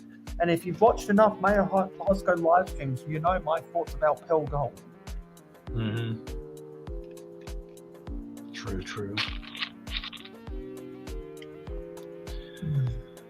I think it's an ugly color. It is. I do too. I agree with that one. I mean, it does have a nice aesthetic in some places, but it's not as nice as I would like to. It's not as nice as drum lacquered gold or metallic gold or chrome gold. Mm-hmm. It's just a very orange. It's just a very orangish gold, and it just has too much of an orange hue. Yeah, in my opinion. But if anyone disagrees, I'm open to have a conversation. Because after all, I am the king of hot takes. Right. So it looks like we're gonna literally get this bag. Literally gonna get this bag 7 done on the stroke of the 5-hour mark. Nice. Are you gonna load up another stream after that, or you just keep the same one going? Yes, literally got it done with 22 seconds before the 5-hour mark. All right, check this out. I'll mute myself while you show it off. This is, what do you call that, Zane mech. One of the more recent mechs. I believe I got this at Christmas, but I cheated and I ripped apart one of my Bionicle and put these nubs on it so it has bigger, better limbs. So instead of I have a bag right here, I'll grab the bag and it has all the limbs in it that I ripped off of Zane. So he went from a leg like that to legs like this. but I have to re-brick it a bit because I got his, like, he's got this huge booty on the back. But I always thought that, like, if Lego did that, it would be way better than some of the mechs they make and some of the Bionicles they make. They just mix it with a brick cockpit so you can stick a figure in it, or so that it has like a head that you can pull the head off and stick a figure in it. I'd be happy. I'd be super happy like that. They build a 3-in-1 Bionicle mech suit, then Lego could definitely make some money, I think. But yeah. And speaking of being super happy, I really like these female knights that have the wide-brimmed helmet, because this wide-brimmed helmet is perfect for my archers. Whenever I build archers, I always like to use this helmet. So that is, they had those, I think, before Nexo Knight, but then Nexo Knight used those a lot too, like in a blue or something. Yes, And the because silver? Very I nice. have one of those. I have one of those Nexo Knight poly bags that included the blue version of the wide-brimmed helmet. I believe they've been making that since, I want to say, either King Leo's Lion Knights in Knights Kingdom 1 or the Royal Knights in 1995. Yep. I believe it was either one of those that were the first to include the wide-brimmed helmets. And once I saw that in some of the Fantasy Castle era sets, 2007 to 2009, a lot of the archers used those wide-brimmed helmets. I was like, yes.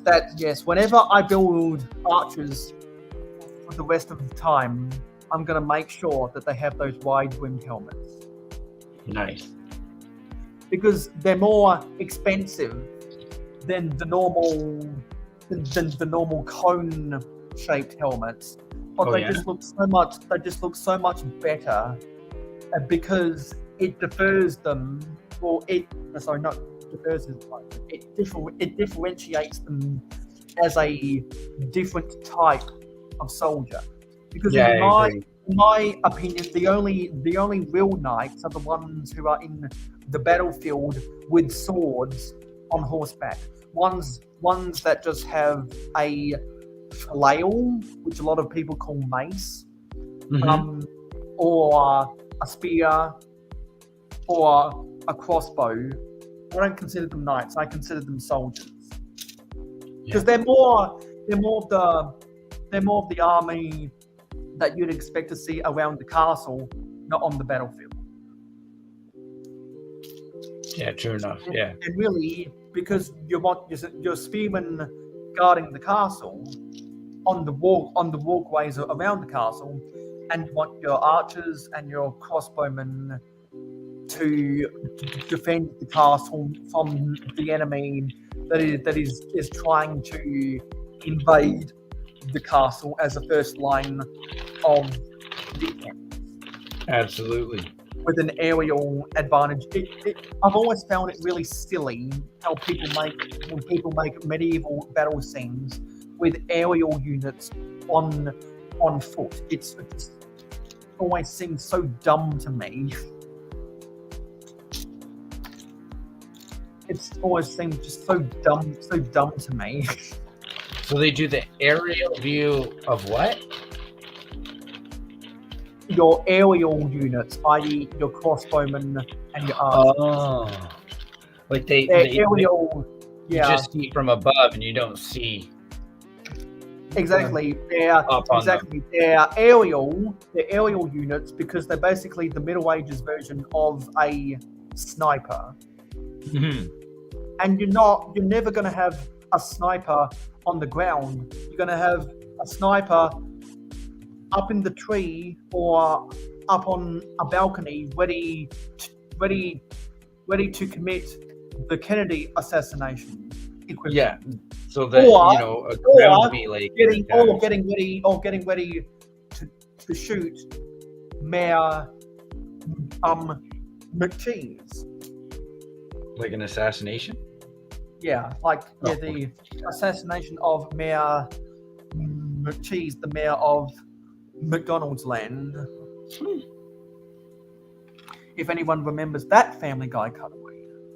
No, I don't watch enough of that. I don't think. Because they did a spoof of the Kennedy assassination, but with more cheese instead.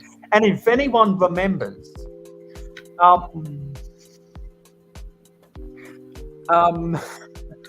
American Dad did a whole episode about how communist Russia took over America just because Stan went back in time and convinced Jane and stopped someone from convincing Jane Fonda to get into politics. So the ghost of Christmas Past, who had not graduated to become the Tooth Fairy, had to get Stan to go back in time, stop him from stopping Jane Fonda to get into politics, so that Christmas could go on as normal, because he was upset he was upset about how people were saying Happy Holidays.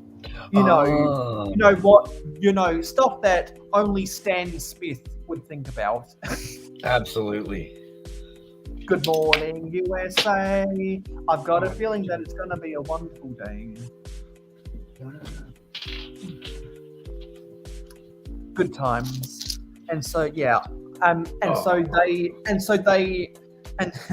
so Stan was too late, and so they did the scene. They did the scene where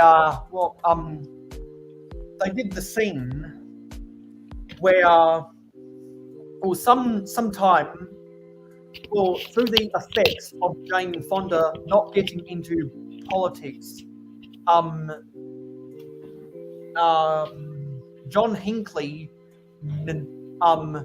never watched whoever the actress was in Taxi Driver, never got enamored with her enough to want to impress her by trying to assassinate Ronald Reagan.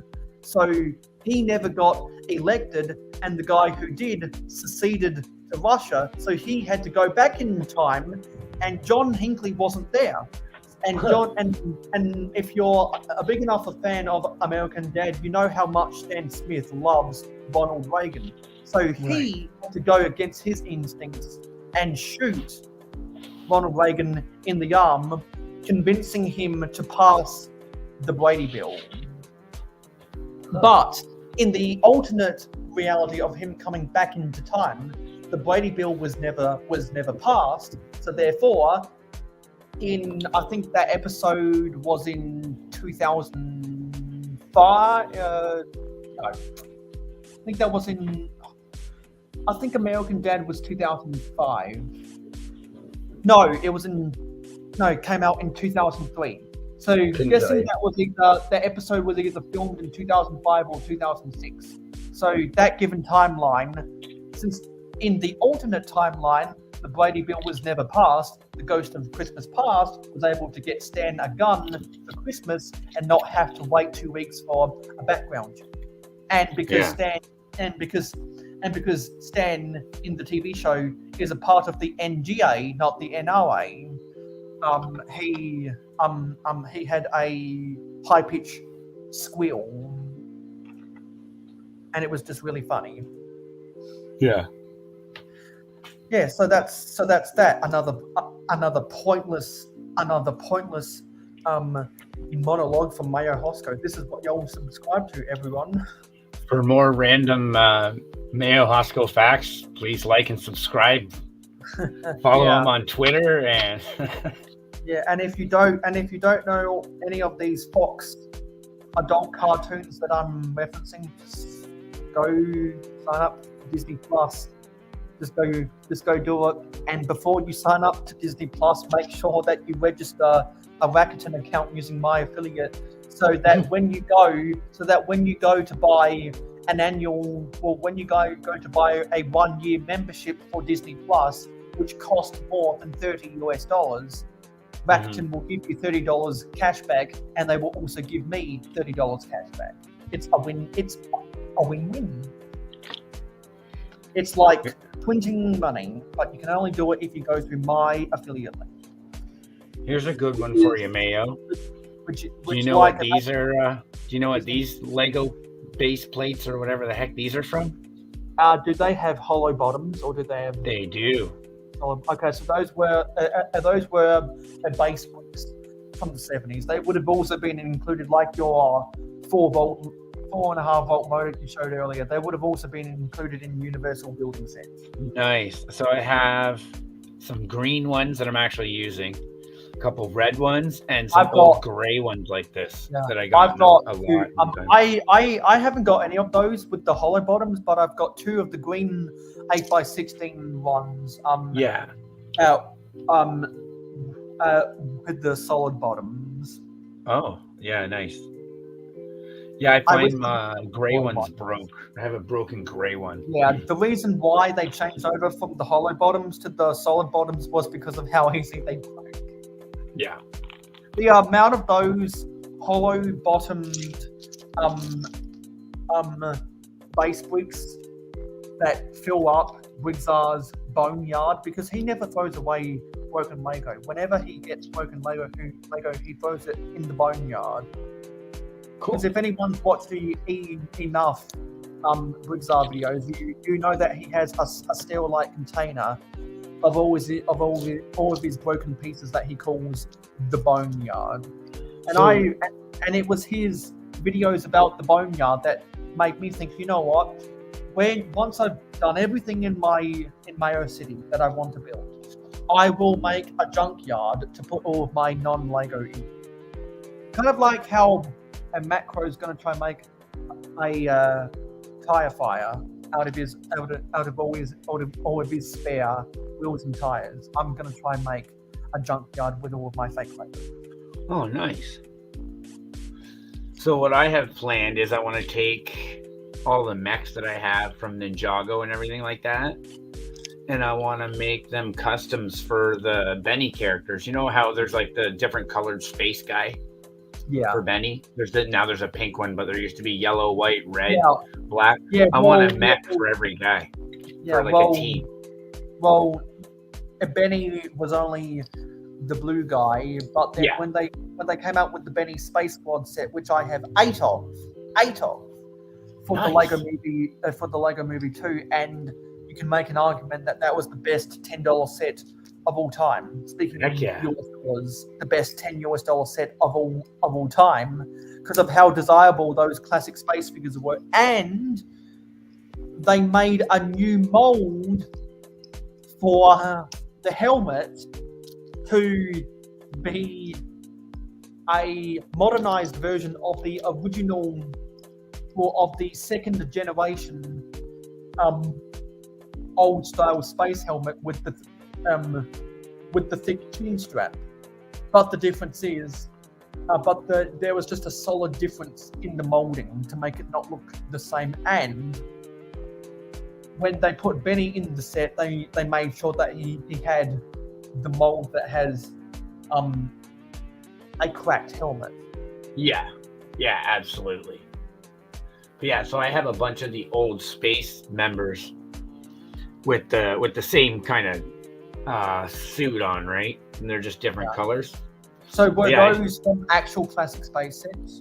Yeah, majority of them are, but I did pick up the new one as well. But yeah, all the other ones I have, like all the other colors, they all came with classic Lego sets. Like I have the yellow, I call him Benny character, but I guess he's a space character. I got the yellow guy, and he came in this the yellow guy got an official official name in the Benny space. And, and so did the white guy. The dark pink guy got a name, Lenny. I think I think the white one was called Jenny. And I think the yellow guy was called Kenny, if I believe. They all wanted the names that rhymed with Benny. Yeah, I love that. To make it easier for the kids to remember. And then of course I had to get this. Yeah, to get the orange guy. See, I'm not a sucker for the classic spaceman, so I never picked up that book. Same reason Well, I never picked up the Exo Suit Lego idea set. Yeah, to I get- picked up that one. I did actually pick up that one. I'm a And- sucker for the spaceman. And people are going cuckoo for Cocoa Puffs that over the last 3 collectible minifigure series, we've gotten the parts to build a purple classic spaceman. And with the Galaxy Explorer 90th anniversary set, which is a modernized version of the original version from 1980. That brought back the red one. Oh, Because they didn't. Because instead of bringing back the red one with the Benny Space Squad, they bought a new color that was the dark pink. yeah.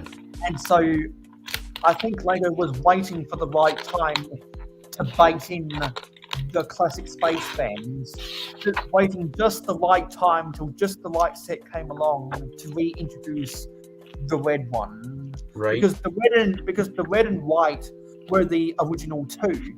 Then they came out with the blue and yellow ones in 1980.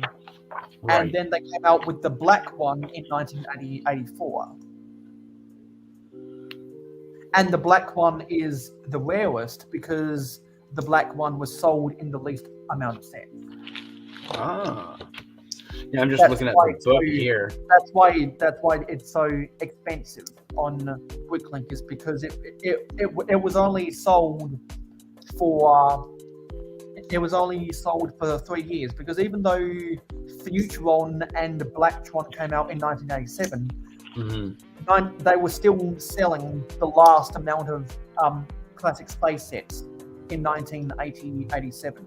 However, if the black guy was only 3 years old, then the blue and yellow guy were 7 years old, and the red and white guy, or the red guy and the white guy, were 9 years old. Yeah, so it says here in the book, we got a white guy at 1985, and we have the red guy at 1978.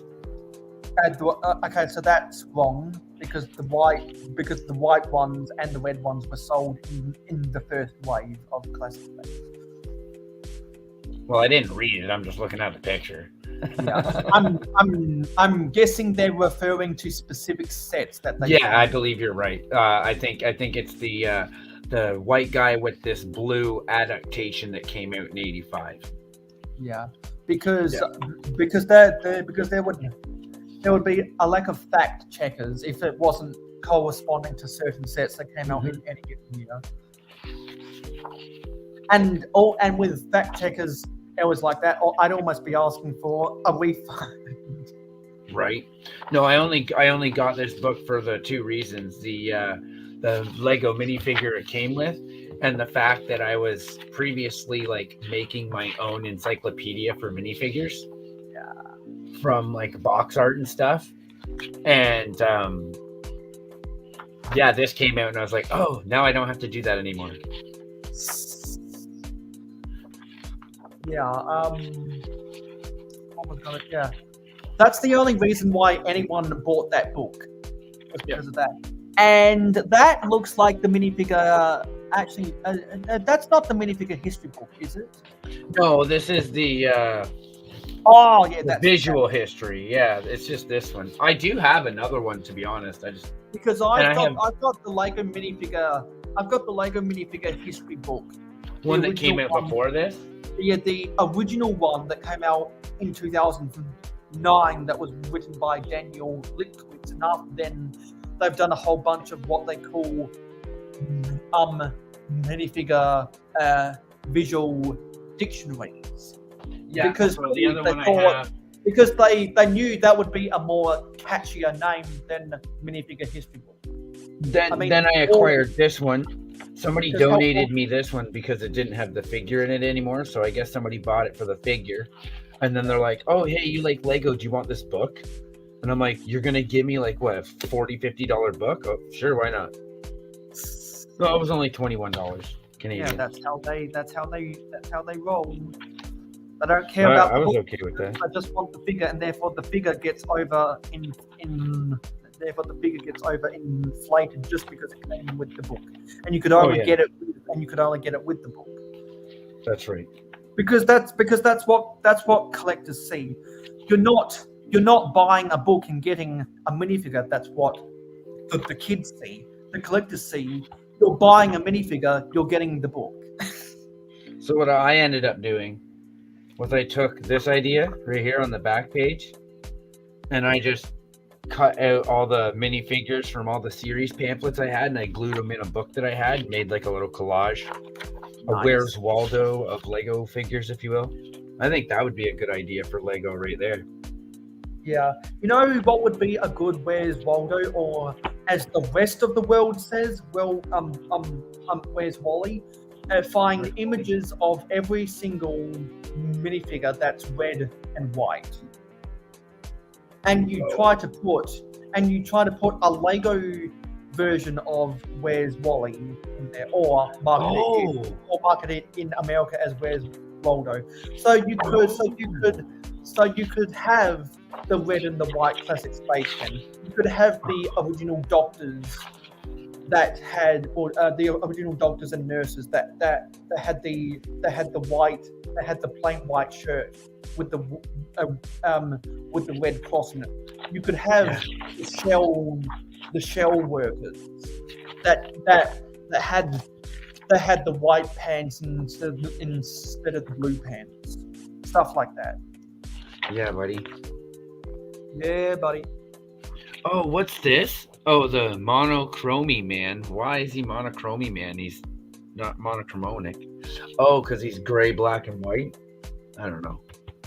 There's one figure down here. He's got the gray space helmet with a plain black torso and the white pants, white legs. I can't see. Well, there's the red suit racer guy. I don't understand. No, Waldo was red and white? Was Waldo or Wally red and white, or red, white and blue and white red? Oh, I see.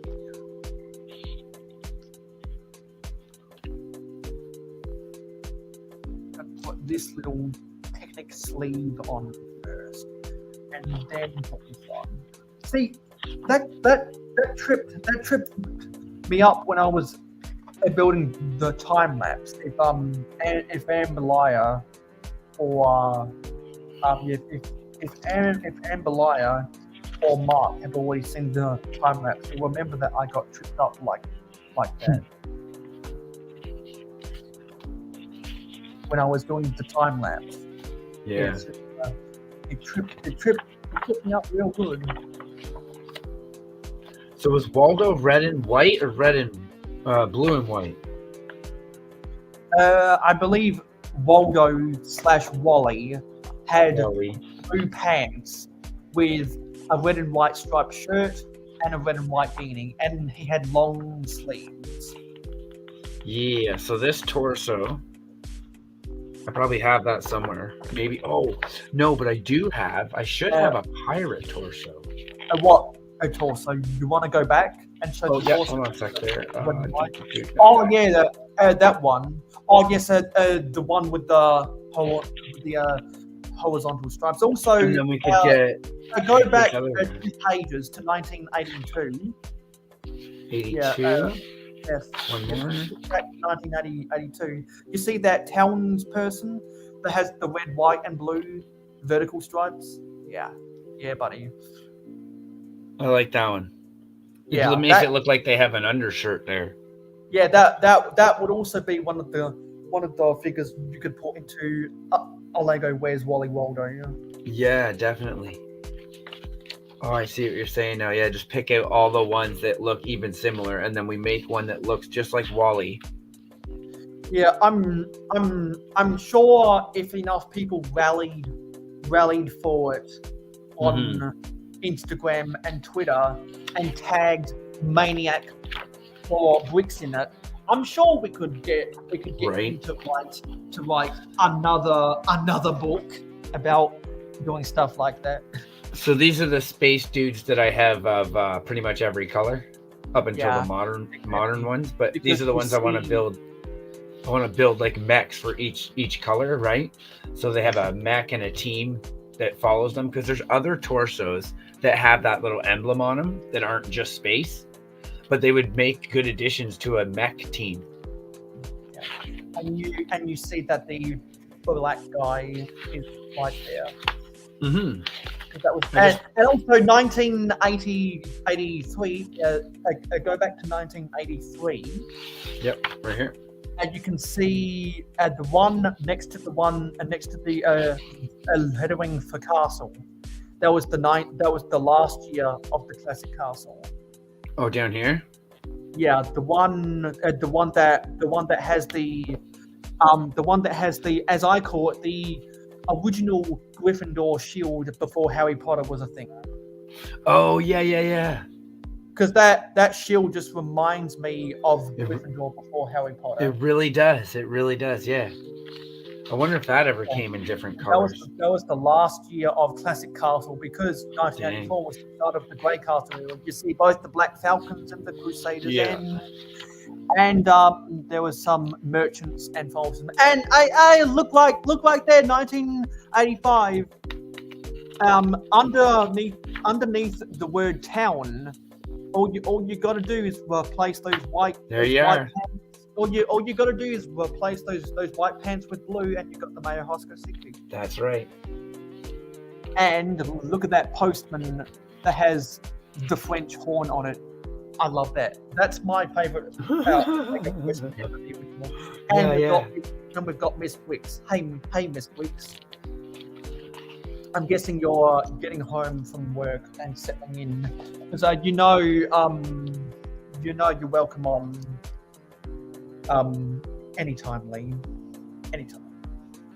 Oh, here now they have all 3 of them lined up, or 4 of them lined up there. Yeah, nice. Because that's still the classic.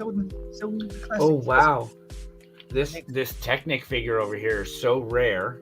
I believe that was the first year for the Technic figures, was 1986.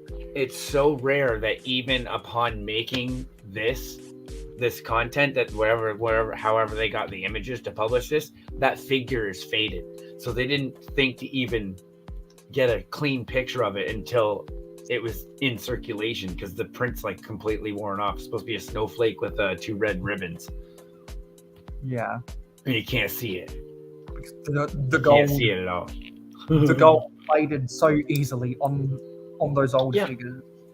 I actually got one, not that guy, but a guy like that, and then I have 2 of the newer ones. But I gifted one to Albrecht's count, because he's got all those larger Hot Wheels builds from Mega and everything, and we were trying to think of a figure that would fit in them, and I had an extra one, so I sent it to him. Yeah. I'll probably come across it here in a little bit. It's like 2000 or 98, something like that. See, here's the other alternative spacesuits I was kind of speaking of. Yeah, because 1987, that's when the Futuron came out, and the most distinguishing feature there are 2 distinguishing features between Futuron and Classic Space. One is that they changed the helmet, and 2 is that they put the zipper pattern so that you could move on from the monochromatics. That's right. And in one sense, I honestly like they did this a lot too. I wish they would have made it a red torso with a white print, or a yellow torso with a white print. You know how much easier it would have been for them to actually print that instead of making up different colored prints all the time? They could just print the white spot, the white spot, the white spot. Yeah, and also the Balactron at the bottom. Next to the first pilot figure. Mm-hmm. And we got the Falseman up there, because that was the first year of the Falseman, and the Merchant, and the Merchant is the one that's enlarged, because that one was the rarest. Yeah. The Merchants were the rarest? Yeah, the Merchants were the rarest, because not as many sets came with the Merchants. But I believe with all the ones that had a bib on them. The black bibbed ones are the most. But I believe the merchants were more rare, are more rare, but the black bibbed one is the most expensive. This guy here, I think this one's red, but black bibbed. Is there one over here? Was there? Yeah. Okay. And just as Amberliah has got to head out, Haley Bricks has slid on in. Hey, Haley. Probably hooligans. Yeah, I've got the black bibs. Yeah. Oh, look at those black bibs. I got the black bibs. I got the blue bibs. I got the red bibs. What else we got? The purple bib, because that's the new one. All the bibs stand up. Yeah, all the bibs. Yeah. I tend to put capes on them. I picked up some capes from that secondhand company there, Brick Forge. Just love capes on everything. Yeah, those are some good figures, because those are the figures that I like the most. Yeah, the older the better. The ones from the late 80s to early the mid 90s. Late 80s to the mid 90s, because they had the most amount of detail to charm ratio, in my opinion. Speaking of which, right there, that Robo guy, like they really smacked in and put a line everywhere they could. There wasn't, they couldn't do too much more to that one. And NASA. And you got a Darth Vader on the front cover of that one from the 90s. For obvious reasons, yeah. Yeah. And NASA, I believe those were stickers. Yes, that was definitely a sticker one. Because back then Lego didn't want to put branded details as a print. They restricted to stickers, and the same reason the original shell torsos were stickers. Even when they had stopped doing prints for all, or even when they had stopped doing stickers for all of their torsos and had moved on over to prints, they kept all of the branded stuff, like NASA, like Shell, as stickers. Well, I have a couple of these guys. The Space Police too. The Space Police 1 just looked like black versions of the the black zipper stripe versions of the Futuron, just with trans neon orange instead.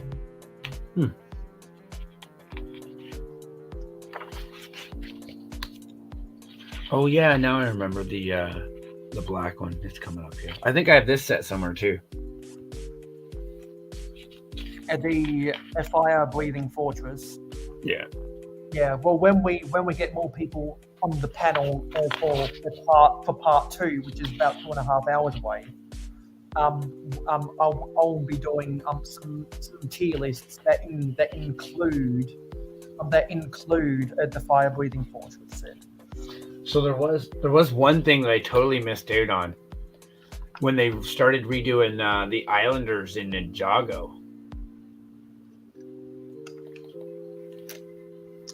Yeah, they're not the same as the Islanders that I grew up on. No, but I saw those the other day in a poster that's now on my wall. Because look at King Kahuka right there. What a nostalgic figure, King Kahuka. And they had the two with the alternate face paint. There's two different face paints you could get in the torso, and then they had the little female. And then the most forgettable mainstream pirate next to King Kahuka, Captain Ironhawk. Everyone forgets about that guy, Captain Ironhawk.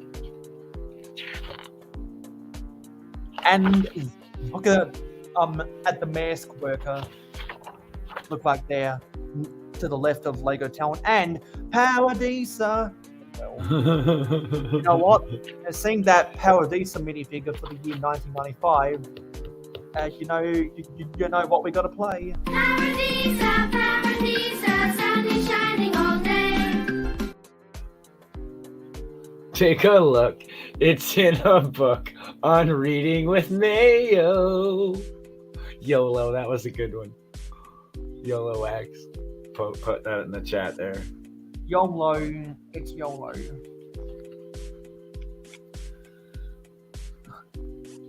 Yeah, then they started getting more printy with the Forest Men. These are the Yeah, because ones that was the Dark Forest, which was exclusive to North America. Oh, maybe that's why I don't have so many with that on there. Funny how I didn't quite notice that until now. The Forestman was sold worldwide, but the Dark Forest was exclusive to North America. I think I have one that I can see just off glance like that. But then I just noticed this too. So did that guy come before he had that stripe too, like the satchel stripe? I'm not quite sure. Oh. I need to study more about that. Yeah. I'm sure Maniac Bricks has the answer. Yeah. That'd be one I'll have to look through my figures to know for sure, but with the satchel stripe, they started adding those in. Ooh, Cowboys Wild West. I have some of that stuff too. Yeah. And if they're smart about things, on the next page there'll be the Indians.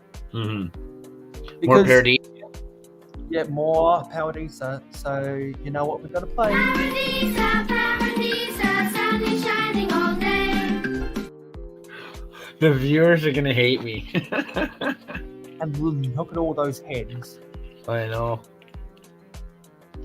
A cut above. Yeah, there we go. The Exo Force. It had the anime eyes, had the anime hair. Yeah. That was these wild and crazy hair pieces. Oh, here's another one over here too. Yeah, because even back then, Lego had the conscience to not put the Cowboys and Indians in the same set. Yeah, they really didn't, did they? Because there's the Cowboys. Because they had the Cowboys. Pirates, Cowboys. They had the Cowboys battling the Outlaws, which was Black Bart. That's right. That's right. Yeah. Flatfoot Thompson, Flatnose Cohen, and Joey Cheatham. And yeah, pretty much everybody else. Yeah, and they had Dewey Cheatham. Yeah, pretty much everybody else was a good guy except for them. Yeah, and they except for these three. Yeah, and they had the Indians on their own. Whole other thing. They had them peacefully living in their own reserve. There's a problem. Their own universe or whatever. Yeah, their own proper reserve settlements, because they didn't want to spur any conflict, which was smart. Oh, here we go. Okay, so these were the other Technic guys that I have. So they're about 3.5 inches tall, and I shipped one of these guys off to Richard at All Bricks Count.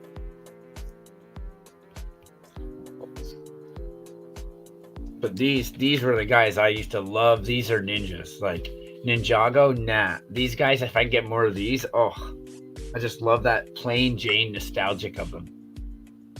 And they had little samurais too. Yeah, because that was the thing that introduced these samurai swords, and they repurposed the musket gun from the Lego Pirate sets because feudal Japan happened at the same time the pirates were robbing the Caribbean islands. Oh, whoa! Star Wars. Because feudal Japan happened after the Middle Ages. All these yellow heads. Yeah. And then Lando Calrissian was made, and that's what that's what introduced politics into Lego forever. That's why When I they- say if Lego had never made a Lando Calrissian minifigure, we would not be looking at flesh tone minifigures right now. That's right. Because that brought politics into Lego, and then the leftists win forever. Because they get to complain, say, "Hey, Lego, don't do that, or unless we're gonna sue you. We're Greenpeace, and we don't like you co-branding with Shell." So I don't have this helmet, but I think I have every. Oh, and I don't have this torso, but I probably have everything else. Oh, I don't have that guy or this guy. There's like 4 out of all these that I don't have. Star Wars fans are gonna kill me, but I love those figures more than the figures that they've released over Like, the last. honestly, I agree 100%. I don't know why, but I always loved it this way. And as soon as they changed it, it irritates me. But on the plus side, it made me get way more into Lego, because when they started making the Marvel and the DC sets, right, that I couldn't get those unless I wanted the peach faces, and it was so costly to switch them. I was switching everything over to yellow. I was taking out those heads and putting in the most relevant yellow head I could find, and that was costing me way too much money. And so then I did a switch. I said, I have action figures. I had so many action figures. I said, okay, I'm selling the action figures and I'm buying all the Marvel Lego. So yeah, I did that. So at least I can still have all the Marvel characters I still had in my toy collection, but now they're just Lego. I didn't get rid of all of them though. Still have like a couple still in package. Ooh, I think I have this guy, but there's no print. There's no print on his hat. Came with no print.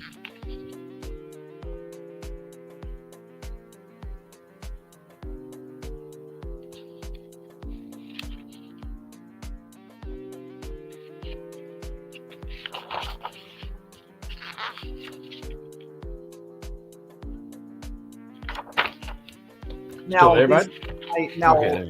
the 2000s is when I started collecting Lego. Batman and Harry Potter came out, and what's that? Monsters.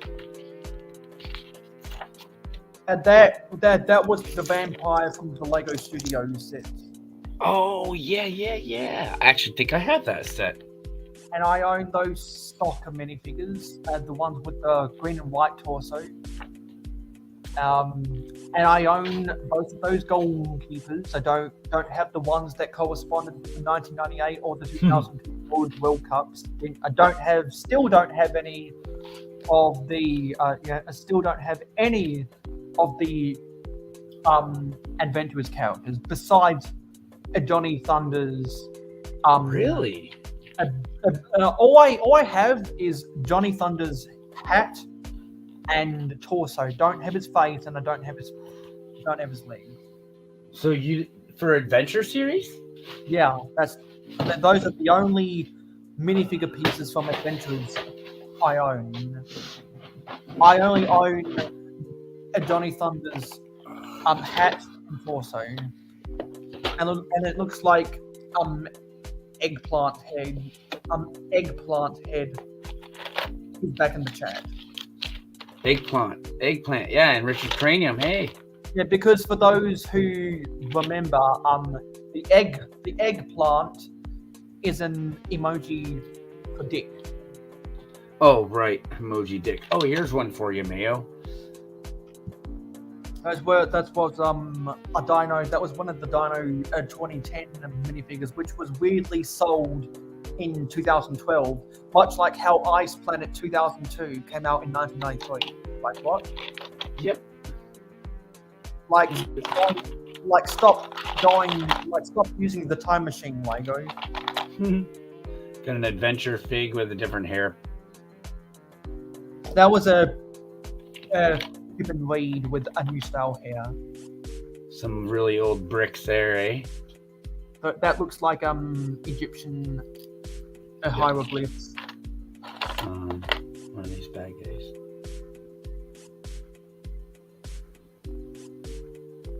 That looks like a tumor figure. Someone correct me if I'm wrong. Or that might have been Pharaoh's Quest. It's an old one. Anyone correct me if I'm wrong. Yeah, that's definitely a Pharaoh's Quest. Ooh, this guy's cool.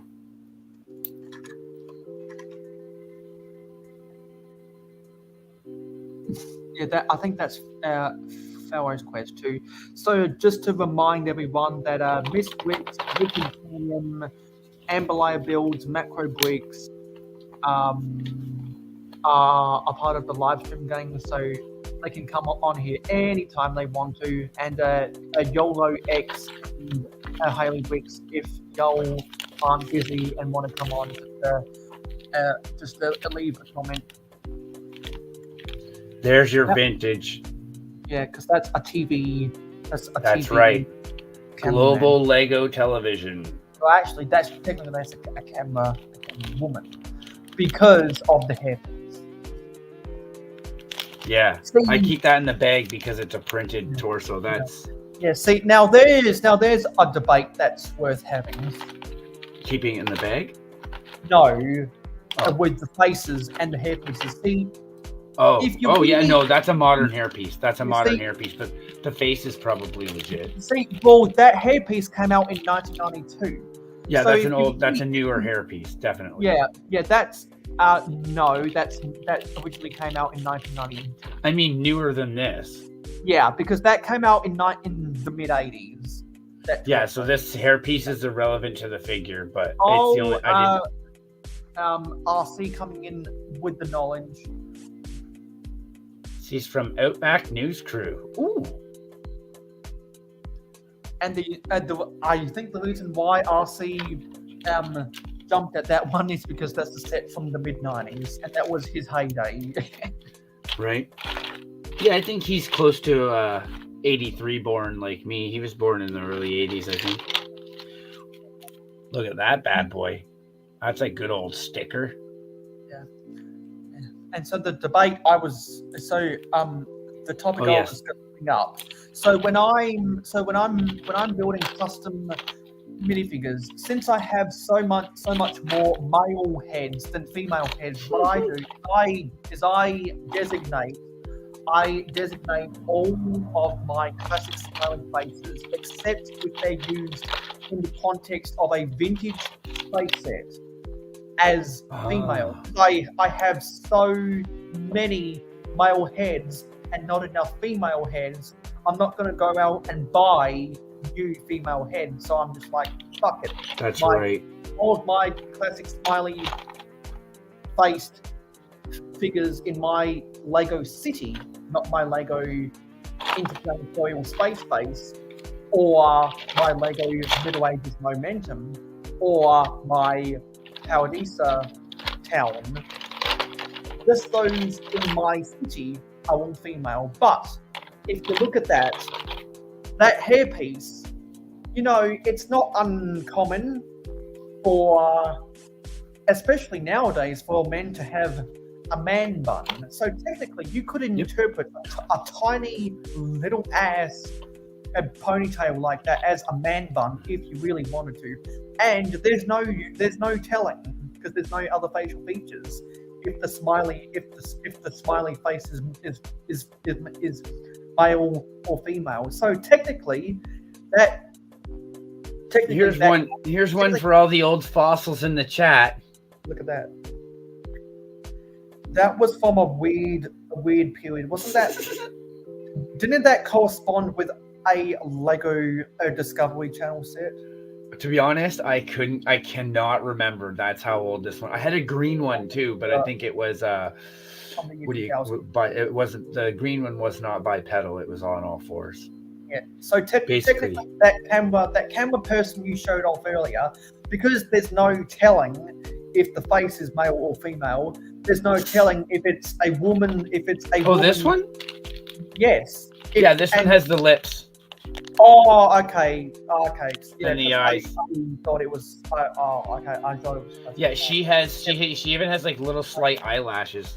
Okay, yeah. So okay. A But little if you more were- detail if you than the were- Islander but girl. If you were to swap that to a classic smiley face, there's no telling because it could be male or female because there's no Exactly. difference. And you could either interpret it as a woman's ponytail or a male's man bun. Man bun, yeah. So if you were to swap that to a smiley face, technically that's a gender neutral minifigure, which is what Lego were pushing for. Which happens to be the going thing with the Back millennials. with their these days. marketing, back with their statement, even though for so many fucking decades they were all gender neutral. Yeah. They were all gender neutral because there was no telling with the face. Yeah. No, I But agree too. Then when the Pirates theme came out in 1989 and they introduced more features, there were more distinguishing factors between male and female characters.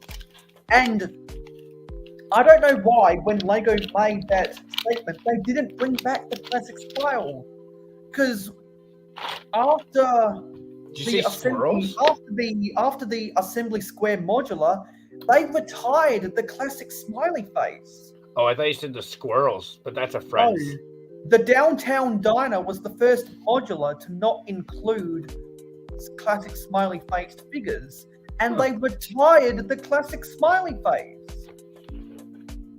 So what Lego should have done is when they made that statement, they should have scrapped all of their male and female heads, traveled back in time 30 years, and made all their minifigs be the classic smiley face if they were true to their word about being gender neutral. And the fact that Lego hasn't done that means that statement was just a load of fucking bullshit.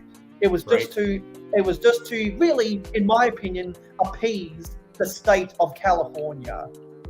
Like, I'm just gonna say it. That statement was sent out to appease the state of California because everyone knows the kind of laws that goes on in the state of California. Yeah.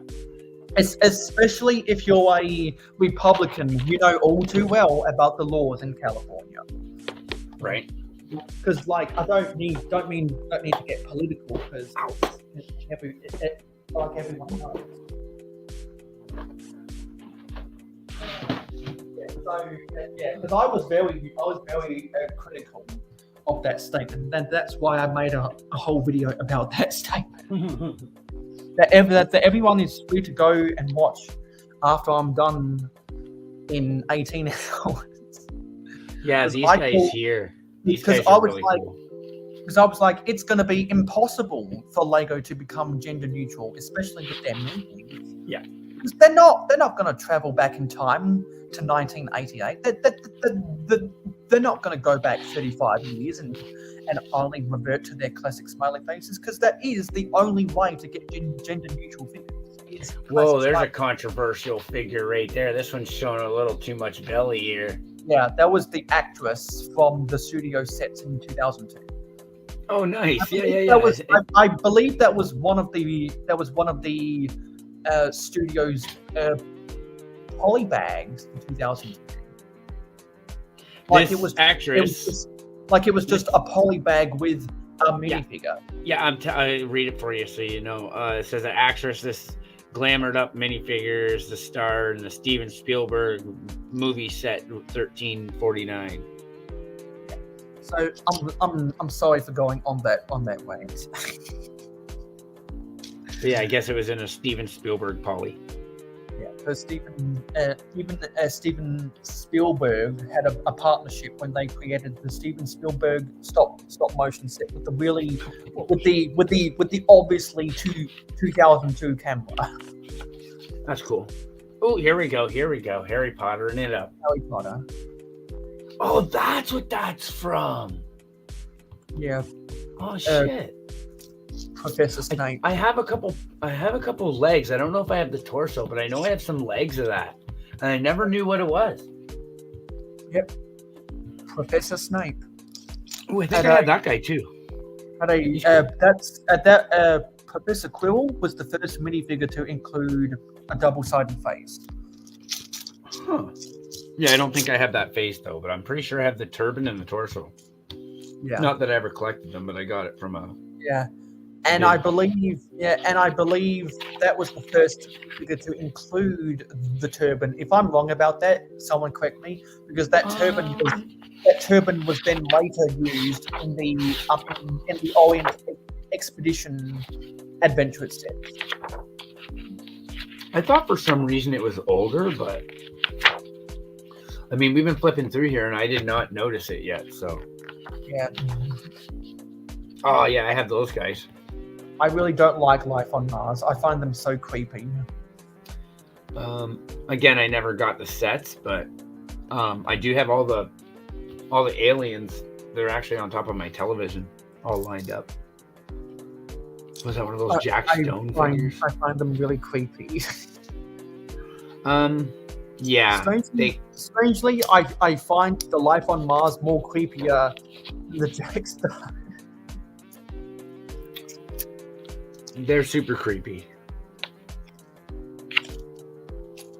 So if anyone wants to fight me about that, ask to come on to the live stream, and we can take it out back. Alpha Team, here we go.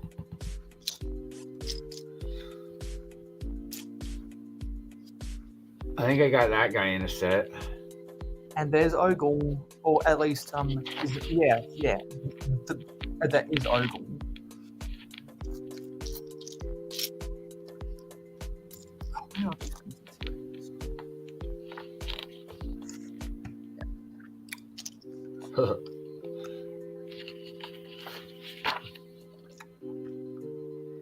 Spider-Man does whatever Spider can. Never seen those torsos in reality, in like the wild, I guess you would call it. I've never seen that one before. That's Biff Starling and Sandy Moondust. Uh-huh.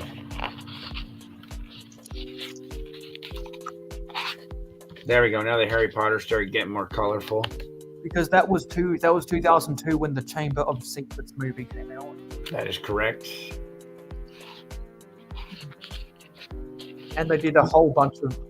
I believe they did more sets for the Chamber of Secrets than they did the Philosopher's Stone, or as you would say in North America, the Sorcerer's Stone.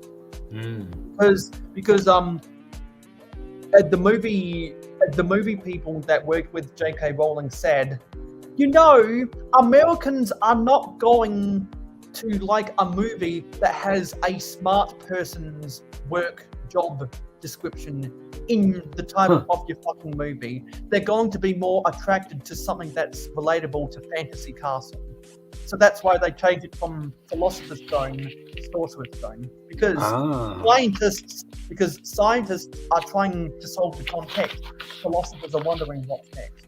So 2002 is when they started putting the white dots in the eyes. Yeah. And then they started doing like, this guy's got gray eyes, she's got green eyes. This one's got eyeshadow on. There's that colorful stuff girls put on their eyelids and it makes them think they look pretty. But in reality, it just makes their face look pretty.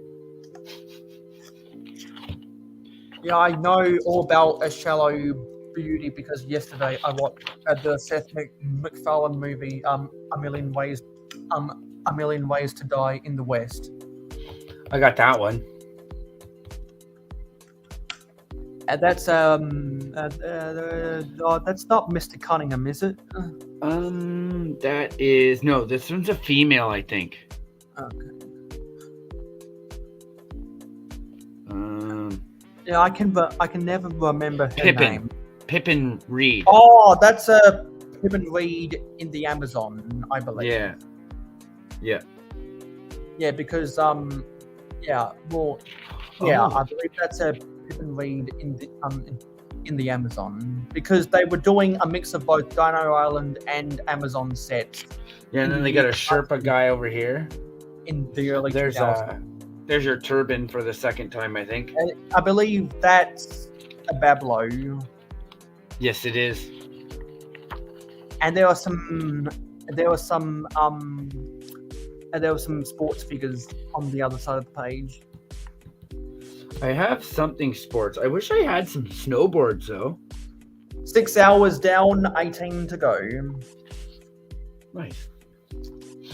What the actual? Oh, Mayo, I was wrong. They did start superheroes with yellow. Yeah. Was it just that one? No, because Spider-Man was back here, was it? Or was that just the promo page for the 2003? They didn't, I just ripped my page. they didn't start doing the flesh tone licensed characters until 2004. And so as far as superheroes goes, Spider-Man 2 sets were the first sets to include the flesh tone faces. So they haven't done a flesh tone of this one then, have they? Which character is it? Just the one with the sock over his face, letting his eyes out. Is that a version of Spider-Man? I'm your friendly neighborhood Spider-Man. Yep. New balaclava print. Covers the mouth and nose, but leaves the eyes open. I will show the soccer field after I'm done with this. There's that turban again. Field, I'll show you the soccer field. There's that turban again. YOLO. Oh, cool. I didn't know they had blue domes for these. I have some of the yellow or green ones. Yeah. Okay, so here's that sock helmet again. Yeah, because that's with the Formula One. Yeah. quote. And I believe those were stickered as well. Yeah. The Ferrari logos, or the Ferrari team jackets, they wear because again with the co-branding. Ooh, is that a green Skelly? That was a grey. I think that's a white one, just a regular white one. That's for the Death Eater. They've never made a green skeleton. Oh well, it looks green in the picture. That's because I think the face for the Death Eaters back then were glow in the dark. Oh, okay, that makes sense now. Well, I have a couple of these guys too. Got that guy. I think I gave one of them to Macro, or a couple of them to Macro, to be honest. Yeah. The full colored knights, they were kind of cool. I don't remember that light blue one though. That one kind of looks ugly. Hi, I'm the soft knight. Oh, boom, here we go. Now we're into Peach all of a sudden. What happened? Yeah, it just happened right there in the middle of nowhere. I didn't even notice it. They just slammed it right in there.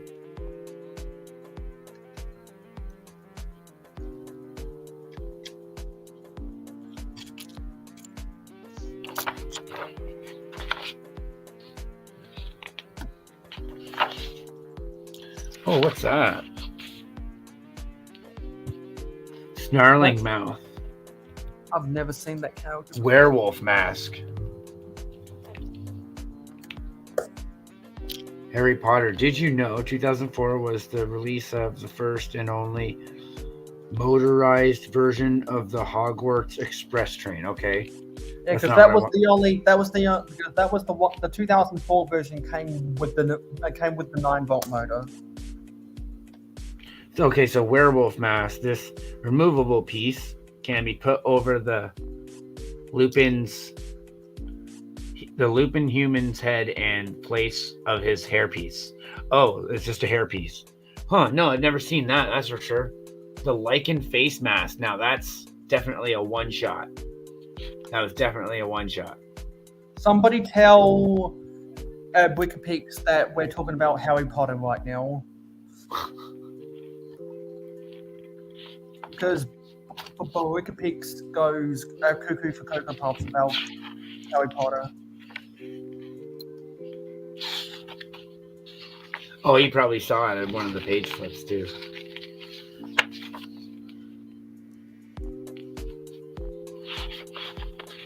Also, Mark, if you're still out there, I'll just let you know that the Brick Bods now has 941 subscribers. Ah, that's what I need. They're slowly gaining subscribers because since I'm binge watching their podcasts, I'm seeing their subscriber count go up and up and up. Yeah.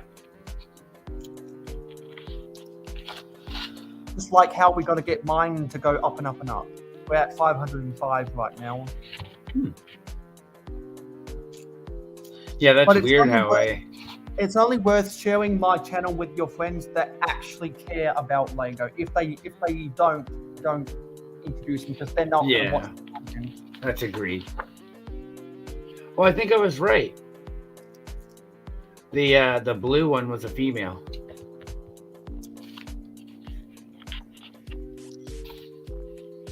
Oh, and then we got the Bionicles down here. Or those Bionicle minifigures. They were basically statues. Exactly, YOLO. That was the next year in 2005. A man has fallen into the river in Lego City. Hey! Batman. Oh, new style of hair.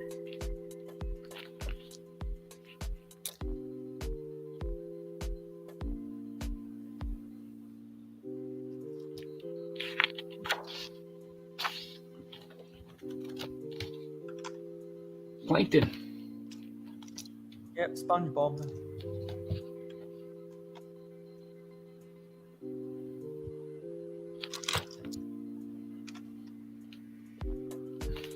Totally forgot that they actually made the Aang the Airbender Avatar stuff. The only reason I even know that they made it was because of Just Too Good. Mm-hmm. If Just Too Good had never mentioned that, I would have never realized they were Avatar Last Airbender. Yeah, what a fantastic book. That's a good book to read before you go to bed. And then you hit the Lego store.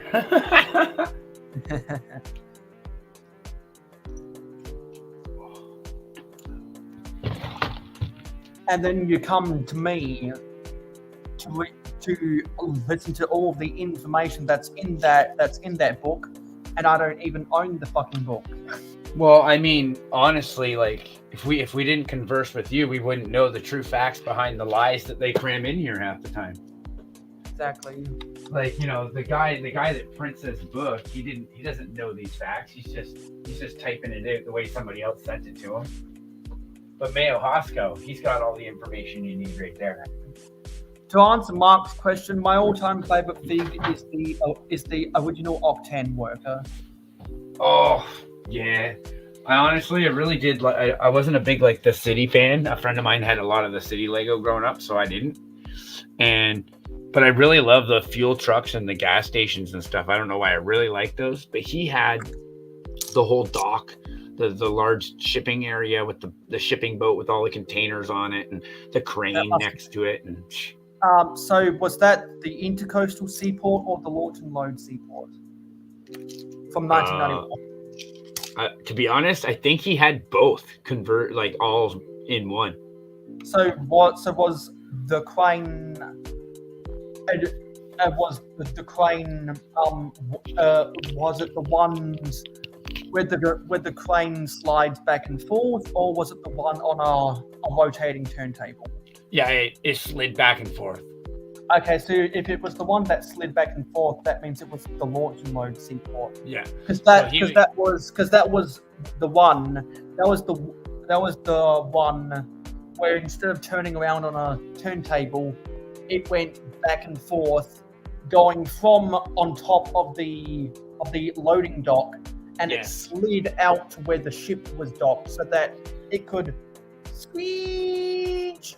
Stop. So he would unload the ship containers, and he would take them over and put them in a truck, and then his truck would take them to that other crane for the other set, and then that crane would pick up the container and put it on a bigger truck, and then that truck would get 4 or 5 containers, and then he'd roll it out, Yeah, he had the whole dresser full of the shipping containers. But yeah, I'm probably gonna hop out here for a bit there. Oh, hey, Butchup. Yeah. Hey, I'm gonna Chopper. hop out and get something to eat there. Yeah, get some nutrition. So you only got 6 down, so you got another like 18 to go. 18 to go. All right, so I'll probably hit you up again before the end of the night. Yeah, go get yourself some nutrition. Yeah, definitely. Thanks for having me, bud. So I'll check you later. Check you later.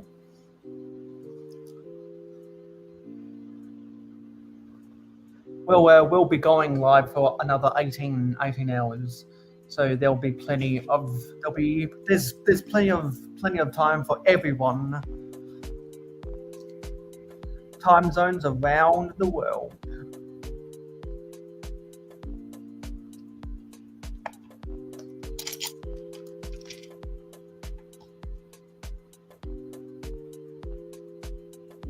A new track.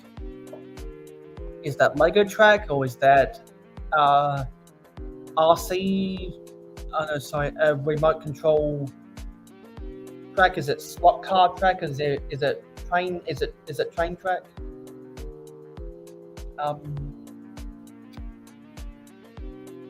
Oh, nice. Music track. Yeah, well, I will in the future. It's just that of all these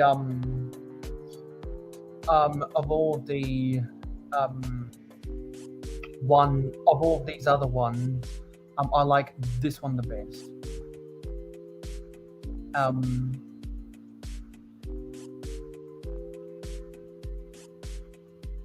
Yeah, you can join the panel whenever you want, Mark. You can join it whenever you want. I'm still on book 1. Halfway through bag 9, and there's 26 bags.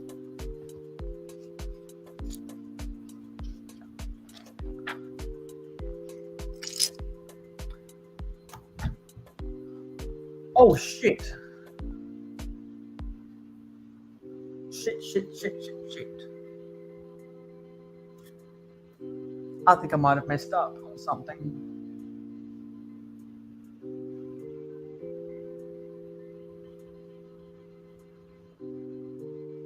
I've been so gung-ho building Lego that I think I forgot to do something. Let me go inspect. I hope it's not going to cost me.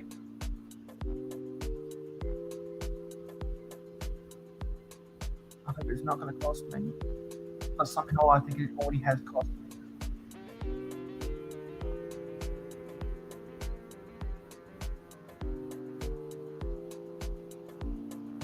Yeah, I missed that an hour ago. Oh, damn. Yeah, I'll have to be back again in 2 hours and 50 minutes. Ah, damn it! I missed it. I missed it. Well, we can try something else. Because I'm definitely not going to do not going to do lo-fi because that gets me into trouble.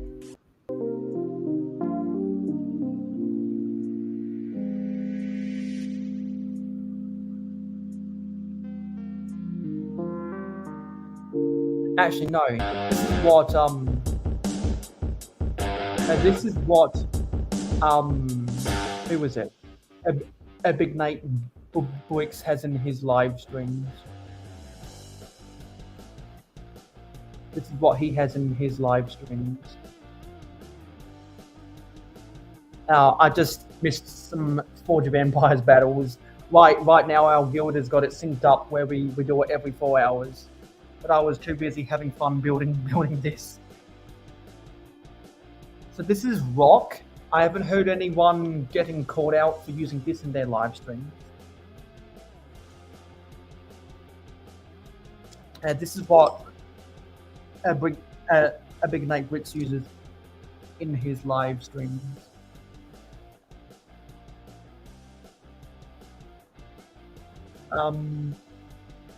I can attempt something.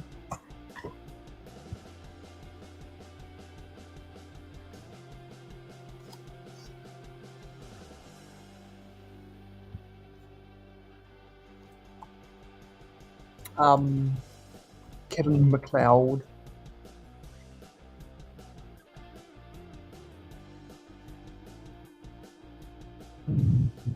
MacLeod.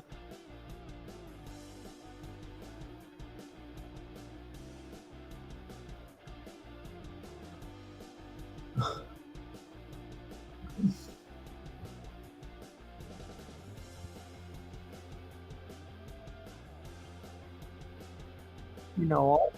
Whoa!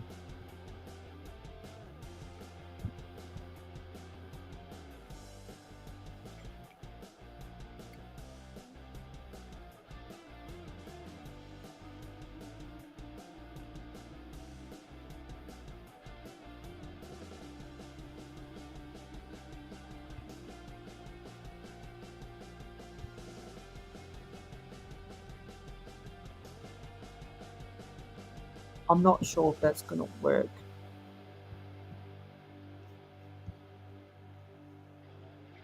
Because I think I'll get a whole bunch of ads in there.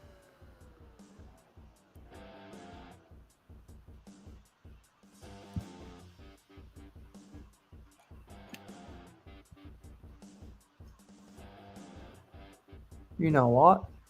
I think this one might work. Let me see what kind of songs are in here. Yeah, I'm definitely singing some songs that I like from here. You know, let's try this. Good old Kevin MacLeod. Am I right? Um,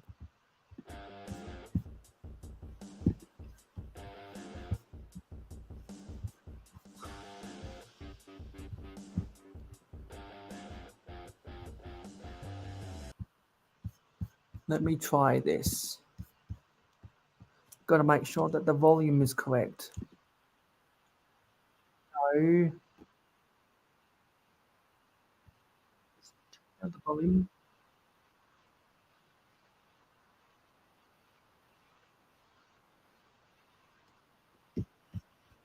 Okay, this is apparently the best of Kevin MacLeod, which I beg to differ,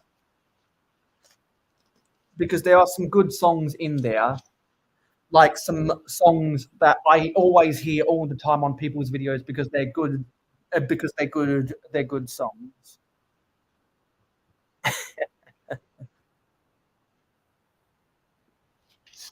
Okay, let's get back to building. I wonder what the fans think now.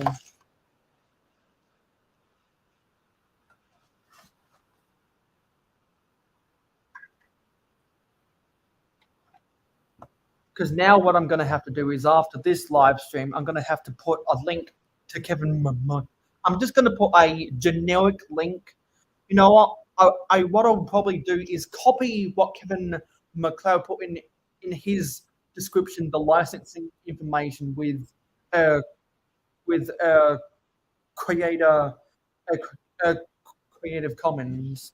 You know, one day I am going to do exactly that, Mark. I'm going to ask Seth Bland if I can put together a compilation of his songs that's royalty free. I am going to do that one day, but just not today. Unless Seth Bland comes onto my panel, which, you know, may or may not happen.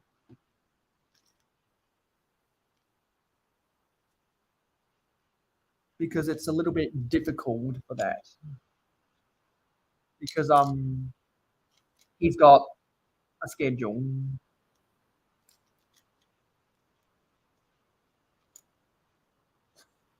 Basil the Bat Lord has his own track. Wow, you'll have to send me a link. I didn't know he had a theme. That's really interesting. Let me turn this down because not all songs have the same volume. Okay. Well, send me a link, and if it's royalty free, let me know if it is royalty free, Butt Chop, and we can give it a try. because I'm not going to risk anything. Let me open that link. Oh, okay. It's from your channel, so it has to be. You see, now I won't be able to play that because it's not on loop. If you made a 10-hour version of that, then I'd play it. Or if you made a 10-hour version of it, then I would play it.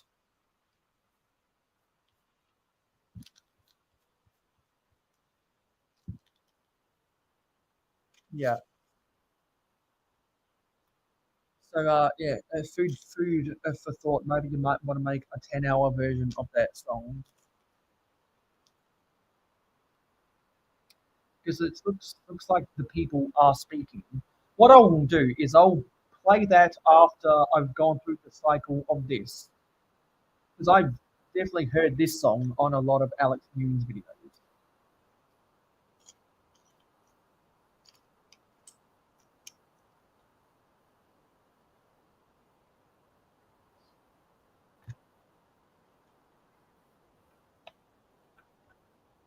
How do I get this in? Okay, got to get up one by what? No.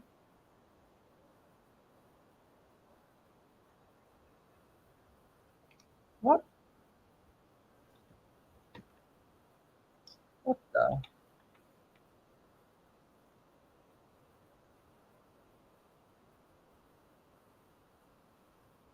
Oh, I see why that's not working.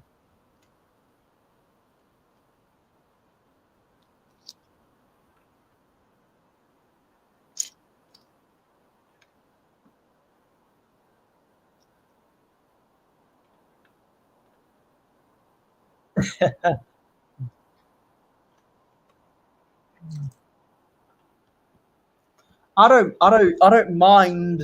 I don't mind playing Kevin MacLeod songs because they're royalty free, and a lot of them are good.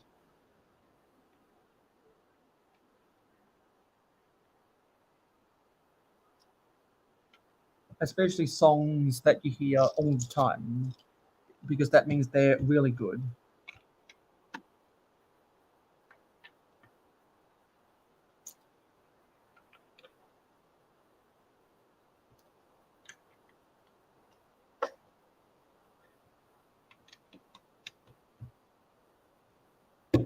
And most of the time I'm just too lazy unless people are like, well, you know what, you should do this and this and you should do that and that and that gives me the carrot that gives me the carrot when you think it's a stick.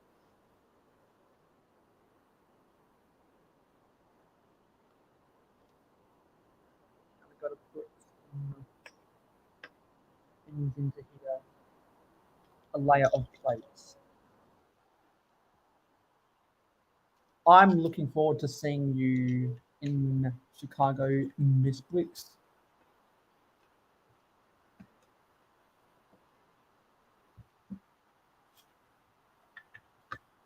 I'm looking forward to seeing a lot of y'all in Chicago.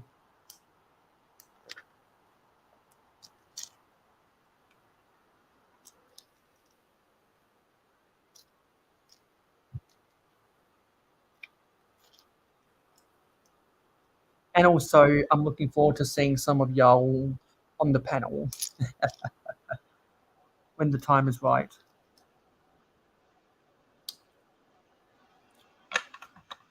Now we need to build 2 of these seats.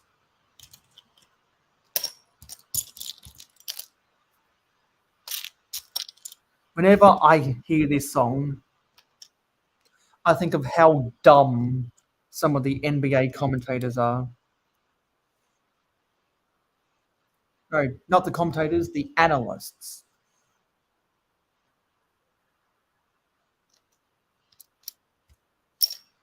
Really dumb. Where's this fucking piece? Here it is.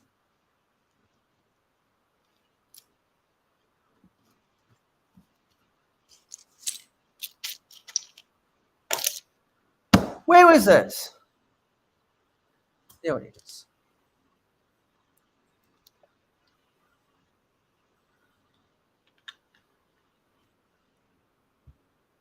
Now it's time to build the table.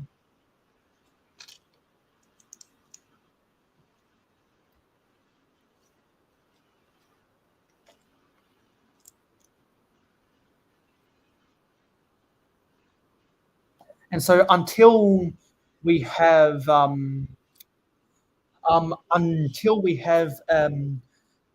six or more people on the panel, the music is staying.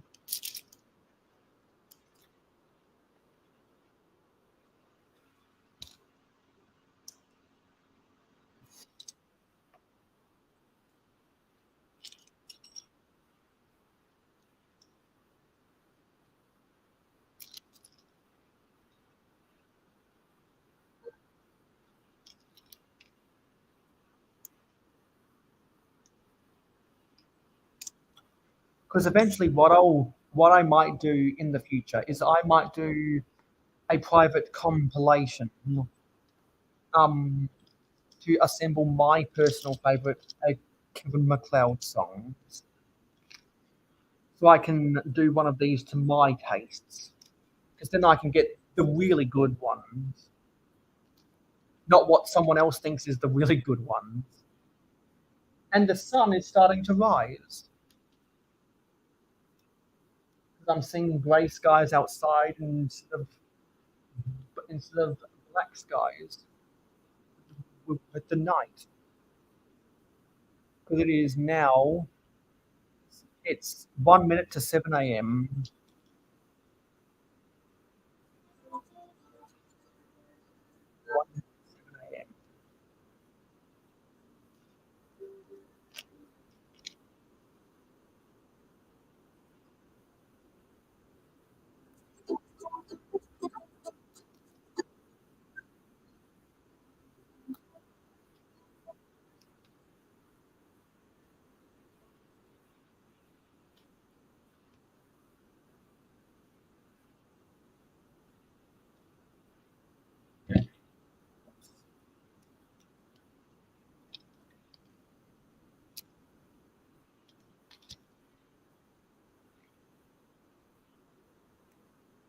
And so, yeah, I know that a lot of y'all out there have really interesting castles. Why don't we talk about castles?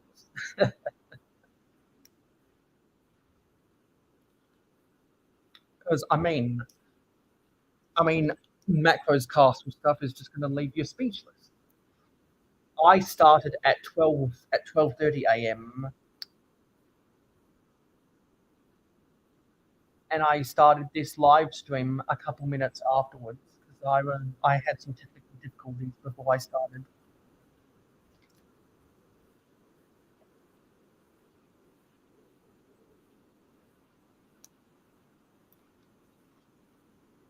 Because I live in a time zone separated by half an hour, I end up doing a lot of stuff at the bottom of the hour instead of at the top of the hour.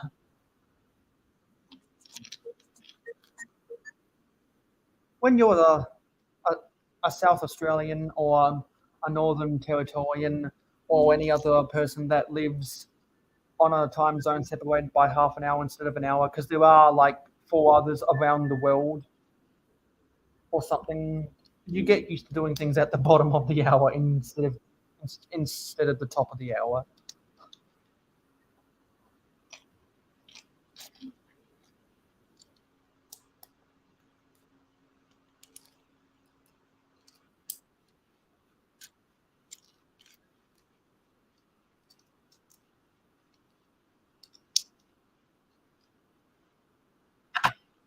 Here's the white table, with the wooden table with the white cloth.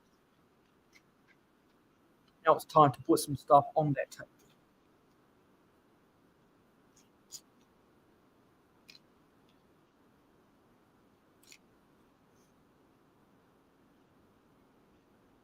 And some of these tracks I've actually never heard before because they must be newer. For those who don't realise, Kevin MacLeod is still writing new stuff.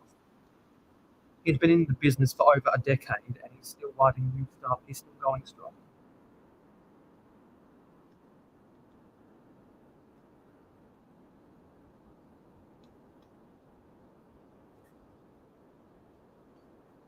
Now it's time to put some of the shields on the wall. And I like that these shields are references to shield from the classic castle era, 1978 to 1993.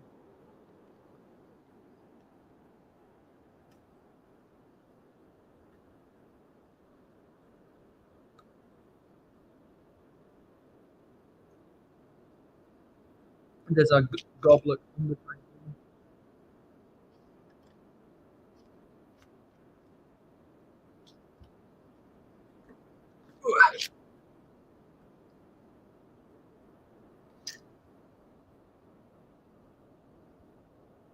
There was still that one person watching on Twitch. So they must have left their program running or something. Because it's not me. It's not me.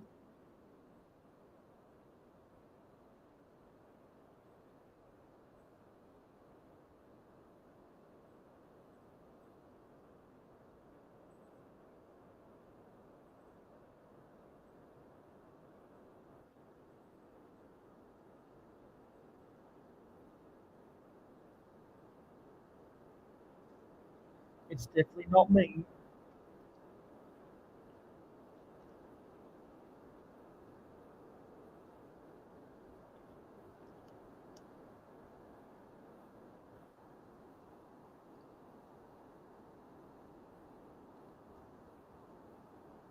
We've had a brother from another brick. We've had Bobby Hooligan. We've had Click and Cliff on the panel. And we've had good conversations with all of them. And those who have the links are always welcome to join. Those who have invitations are always welcome to join the conversation themselves. Now we've got our first viewer on Twitch, XLXBTCHXLX, Gas. Hello. And that's the person who's watching on Twitch. Thank you for watching. And for those of you who aren't already following me on Twitch, definitely go and follow me on Twitch. I do a lot of Minecraft gaming over there. So if you'd like to see more Minecraft gaming from me, definitely feel free to go and find me on Twitch.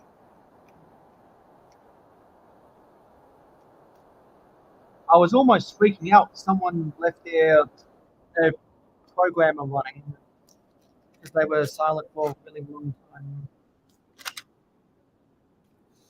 Now, this song has a lot of nostalgia for when Blizzard used to do train month reviews.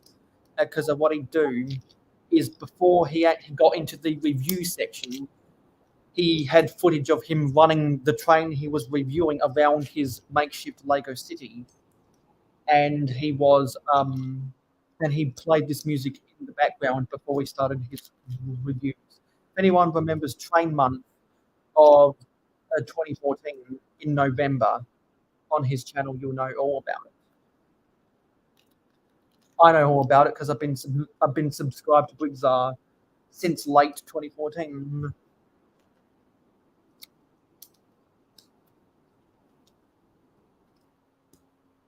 While I was getting used to watching all of Jang Bricks' reviews, I was like, and then this Blizzard guy popped up, and I was like, oh, who's this Blizzard person? And I clicked, and I was like, oh, he's done set reviews that this other guy Jang Bricks had. So I was like, yeah, okay, got some good stuff. Why don't I subscribe? And then that was history. But what should have never been part of history in the first place was the Google Plus glitch, and everyone knows how frustrating the Google Plus glitch was. Because for those who don't know what the Google Plus glitch was, this is what the Google Plus This is what the Google Plus glitch was. Oh yeah, now I'm gonna try and say this again. Mayo Hosko for commenting on Jabbo channels. I love crazy things. Where did you get that name from? Do you know the story behind that name, Jabbo? No? I do. So I'll try to be real quick. One of the things in live streams is people used to impersonate other people, and it was very easy. You could click on their icon and you could figure out who it is. Well, somebody impersonated Mayo and went through and used a bunch of profanity on a lot of comments, and I blocked them. And I blocked all of Mayo's channels, and it wasn't him. And so he had created this other channel, because when I put him back and got his and found out who the real one was, we could, even though he was not blocked, he couldn't comment on my channel, and we went back and forth trying to figure out what was wrong, and so he just created another channel so he could comment. I mean, he could comment, but I couldn't reply to him. His comment would show up, but I couldn't heart his comment or reply to it. So I was like, he can shorten that channel name, by the way. You don't have to have it that way. Okay, I've just opened the blinds, so the lighting looks different because we're gonna let the natural light come in. So at the foreground right here, everything just got a little bit darker.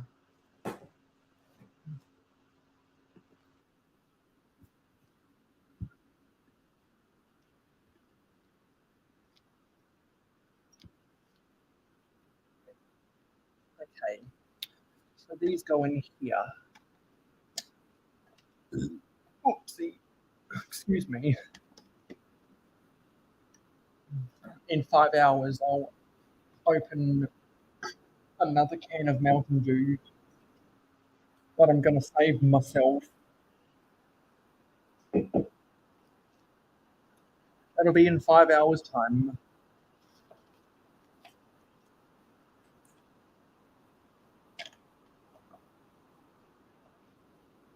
Okay, there's something that goes here.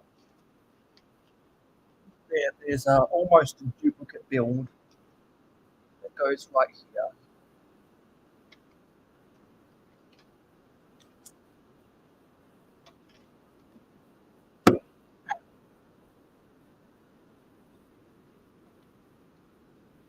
Technic brick that goes here.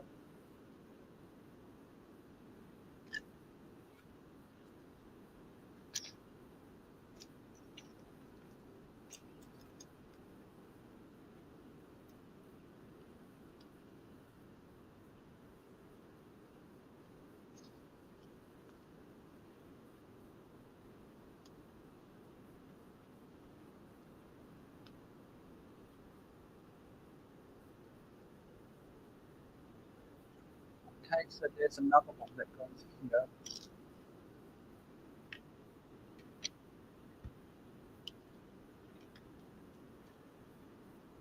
And that one does not have that black piece on top of it.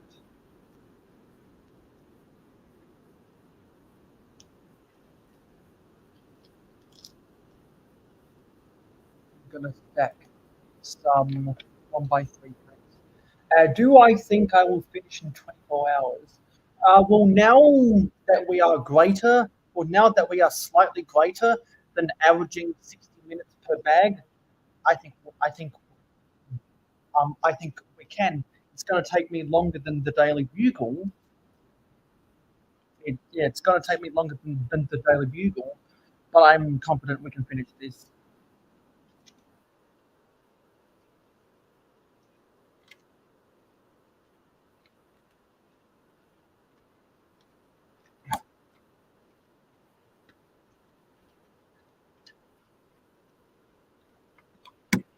And the more people we have on the panel to strike up a good conversation, the faster the build process will actually go, believe it or not. Because normally, when people get a whole bunch of people on their panel, usually the build process slows down. But when it comes to me, the build process actually speeds up.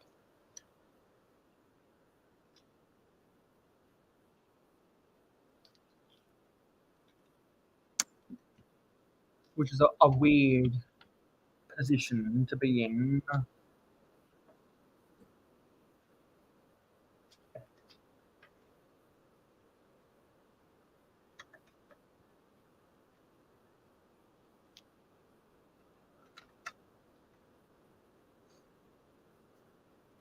build some flowers outside.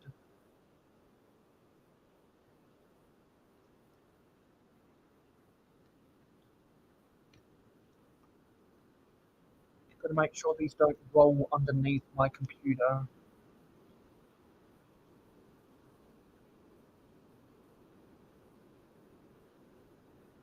Now we've got to build 2 of these flower boxes.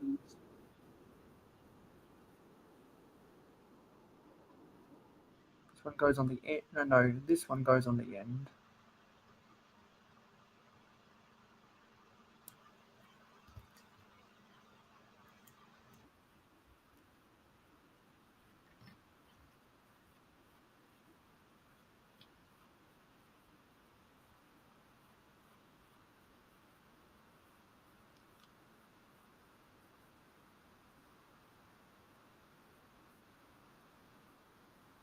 And I've got the names of the actual Kevin MacLeod songs displaying on my other computer right now, just so I can learn the names of some of the ones that I don't think I've ever heard before.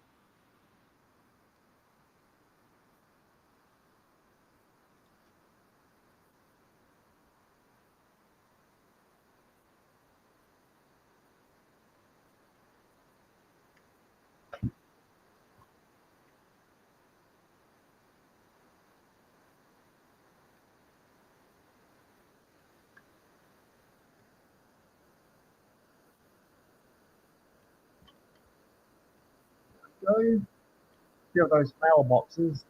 Now there's more ivy.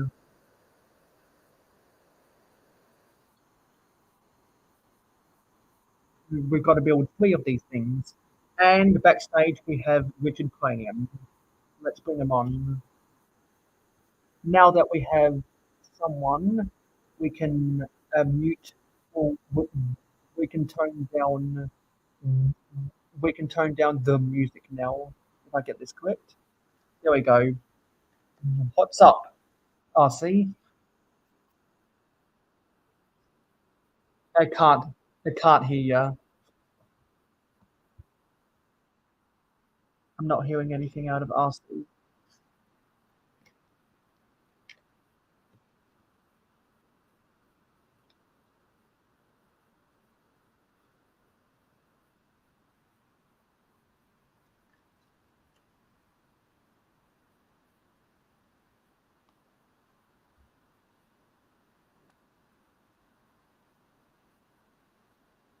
We've got to connect these together.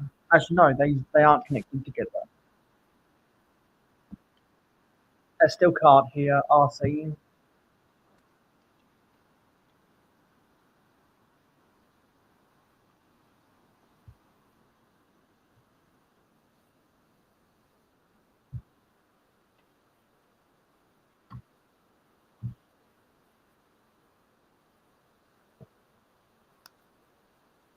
Okay, so now that that's done,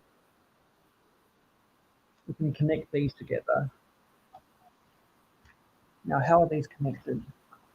I think it's right here. Yeah, it's right here. There we go.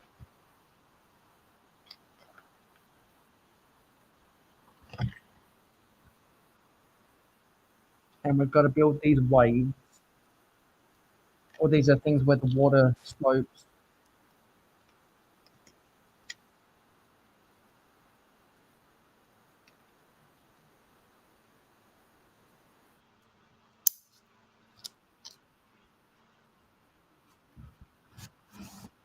Let's rotate this and actually got to move this down. We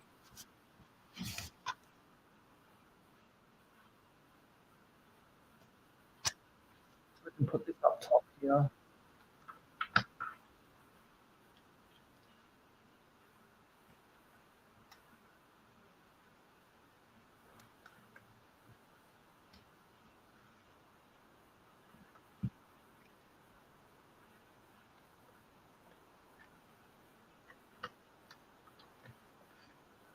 And, oh, where does this go? And this goes here. Okay. We're 15 minutes ahead of schedule. Now it's time to open bag 10.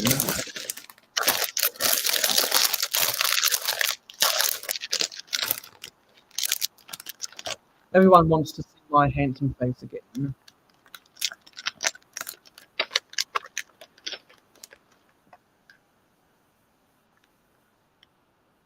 I think I heard Richard just making noise.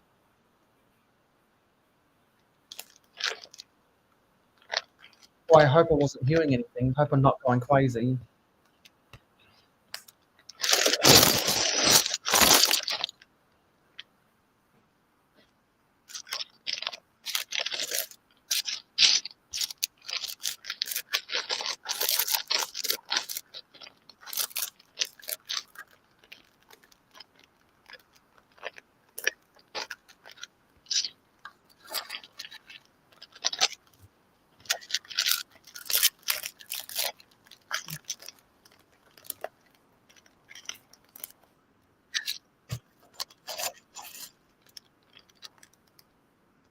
You know, honestly, I really quite like this song.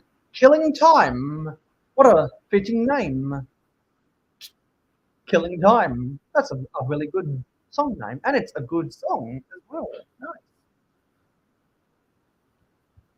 After this is done, I'm gonna, well, after this is done, yeah, I'm going to see if there's a 10-hour version.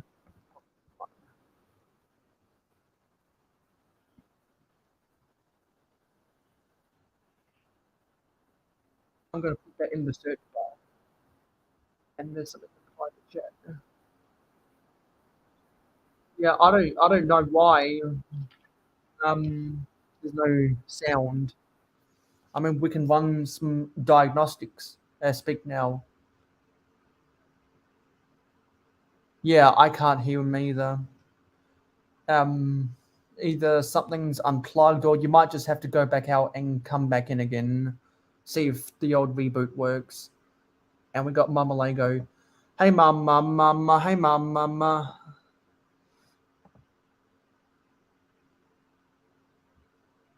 Yeah, maybe you might need to do. Maybe you might need to jump on your phone instead. Maybe there's something wrong with the interior, with the interior mic of your computer. Maybe it'll only work if you use an external microphone. Yeah, you might need an external microphone if you're on your computer, because I can't. Because the internal microphone of my HP computer doesn't work anymore. So I can only use an external microphone with it when I'm playing Minecraft on Twitch. And I quickly found that I don't like playing Minecraft on my Mac because there's no mouse and the controls are just too fiddly. We've got 7 people watching right now. And we're on to bag 10.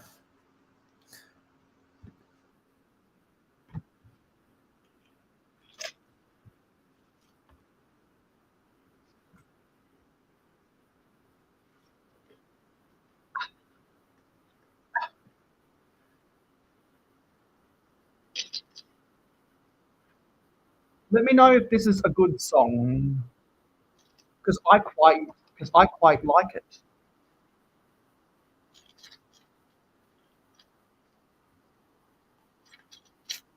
Might have to use this more often because I like it.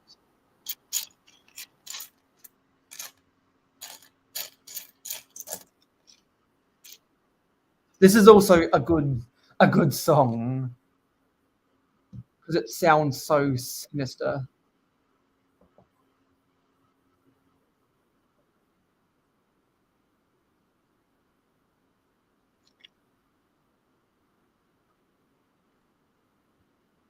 Oh, you can't hear the music? Really?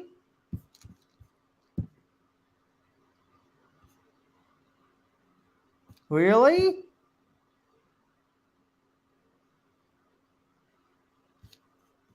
Well, let me reboot this.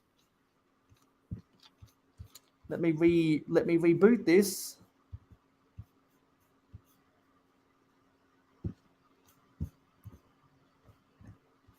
Because we were on to Hitman.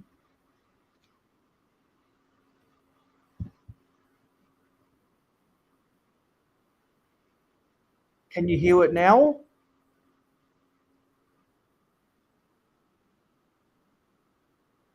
Can you hear the music and can you hear my voice?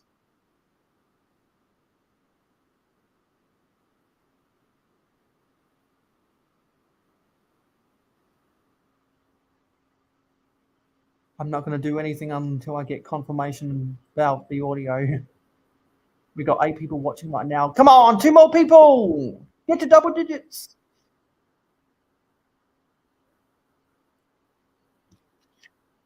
I'm going to hold my breath until we get confirmation that can hear my voice and can hear the music.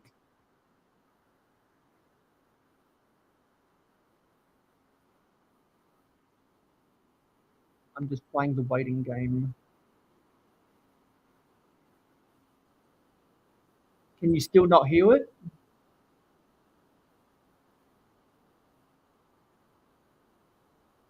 Can you still not hear it? Okay. Well, it was the people who were bothering, who were fixating about the song. I really don't give a shit, to be honest. So if people can't hear that, then no, I can't roll with that.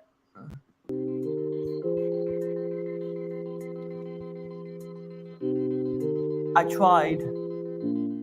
Not my fault that the system just cut out on me. I'm gonna have to find better solutions in the future to rectify that problem, because otherwise I'm gonna continue to have those glitches. And I don't want to be fussing around with glitches. I want to be building Lego. So yeah, if anyone has any suggestions, feel free to let me know. Because you might know something that I don't. And you can help enlighten me with your knowledge. Because knowledge is power.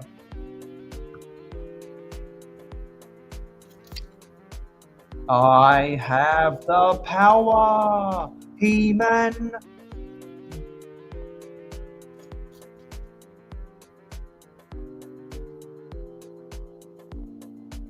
Oopsie, there's an actual black one.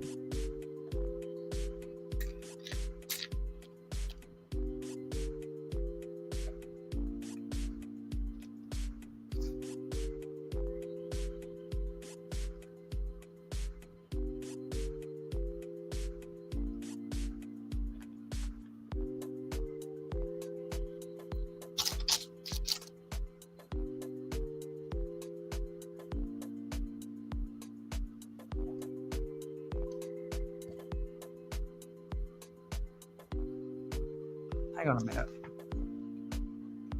Yeah.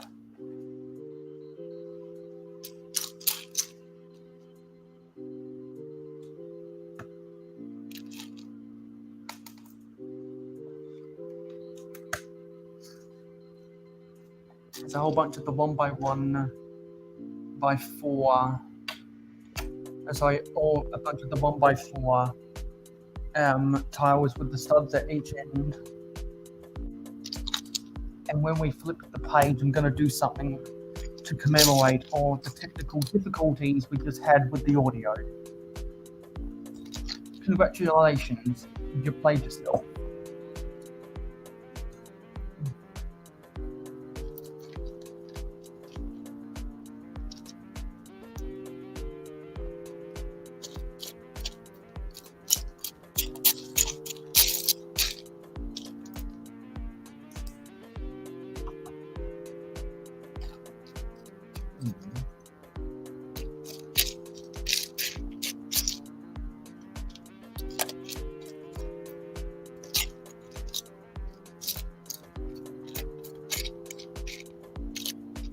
Where is this piece?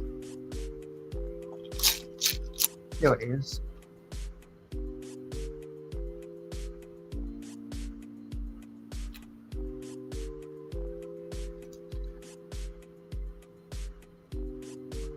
And let's try 2 from Richard Cranium.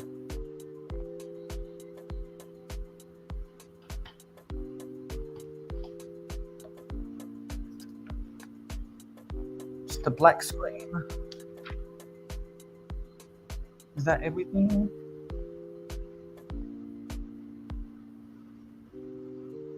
Oh, there were some bricks that have to go on here.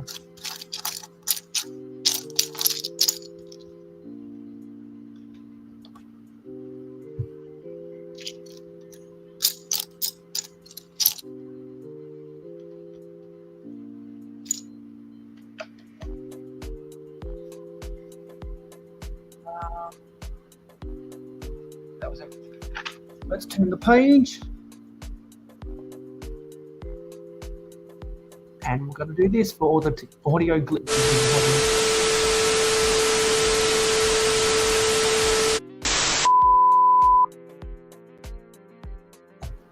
Water break.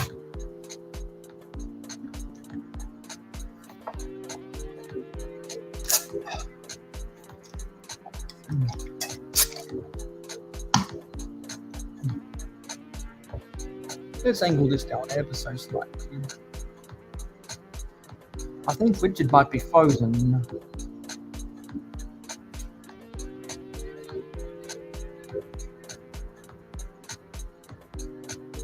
Yeah, blink twice if you're frozen. There's something going on with Richard's technology. He had to pop back in. Now there's two Richards. What's going on? Oh, it's the Matrix. Well, this should provide some good laughs in retrospect.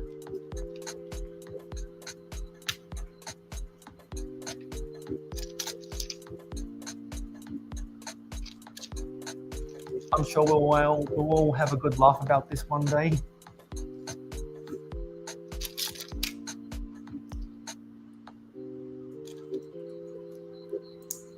Got to build this same build 3 times.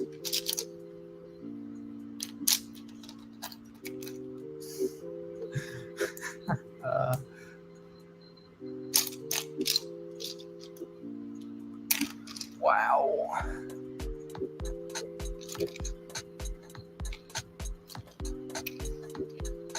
Are there some ghosts interfering with technology right now or something? Because it seems like some people are really haunted right now.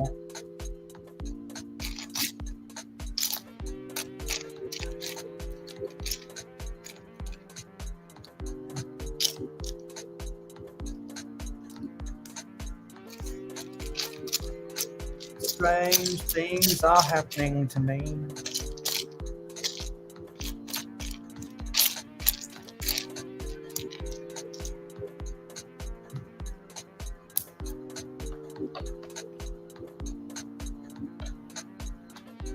Maybe someone with better technology can come backstage and show them how it's done, hey?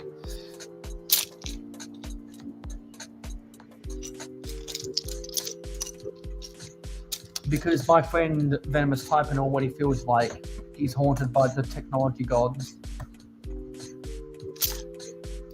So if we got him onto the panel, that would be a nightmare.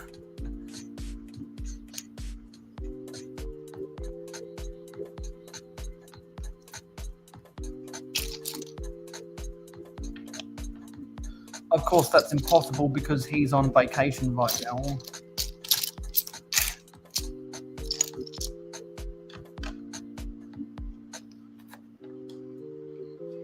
Going to New Zealand with his friend.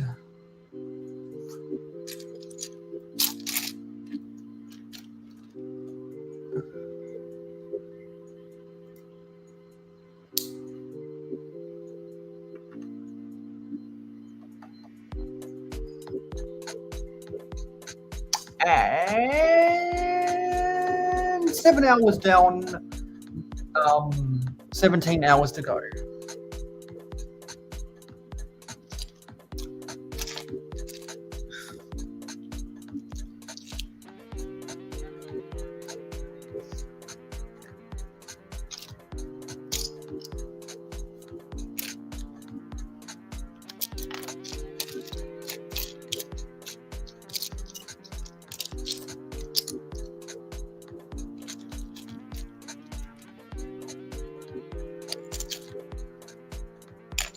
These are the 4 long ones.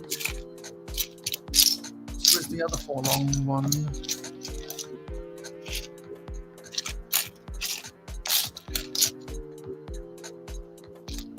Here it is. So that's supposed. These are supposed to go here.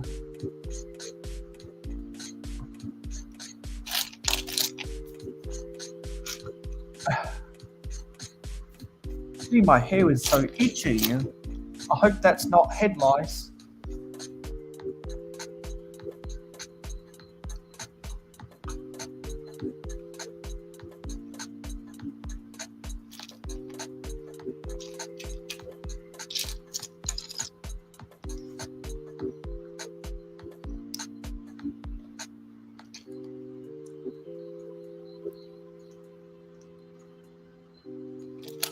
And people are dropping out like flies.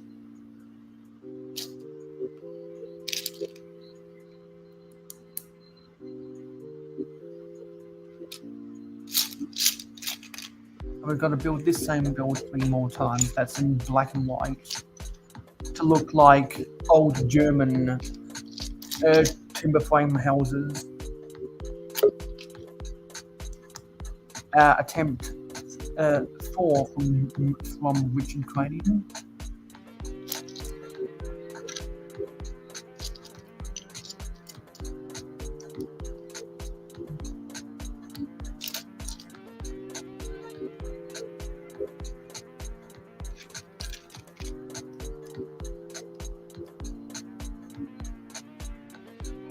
Yeah, the house is dropping out like flies.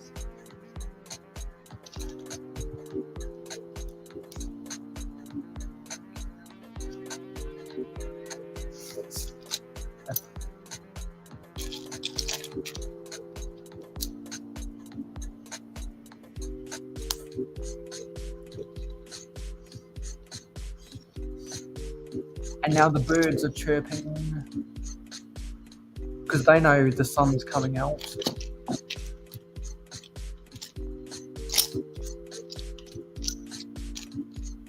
Oh, there's a minifigure in there that we're still going to build.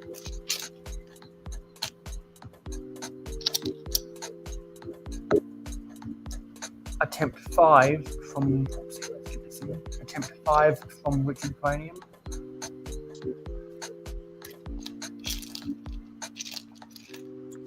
Is this jump finally working? Okay, I can hear you now. Hooray! Holy smokes! Wow, what an adventure in the technology You have no idea. I just went through. The computer's not working. Obviously, you saw that. I don't know what's up with that.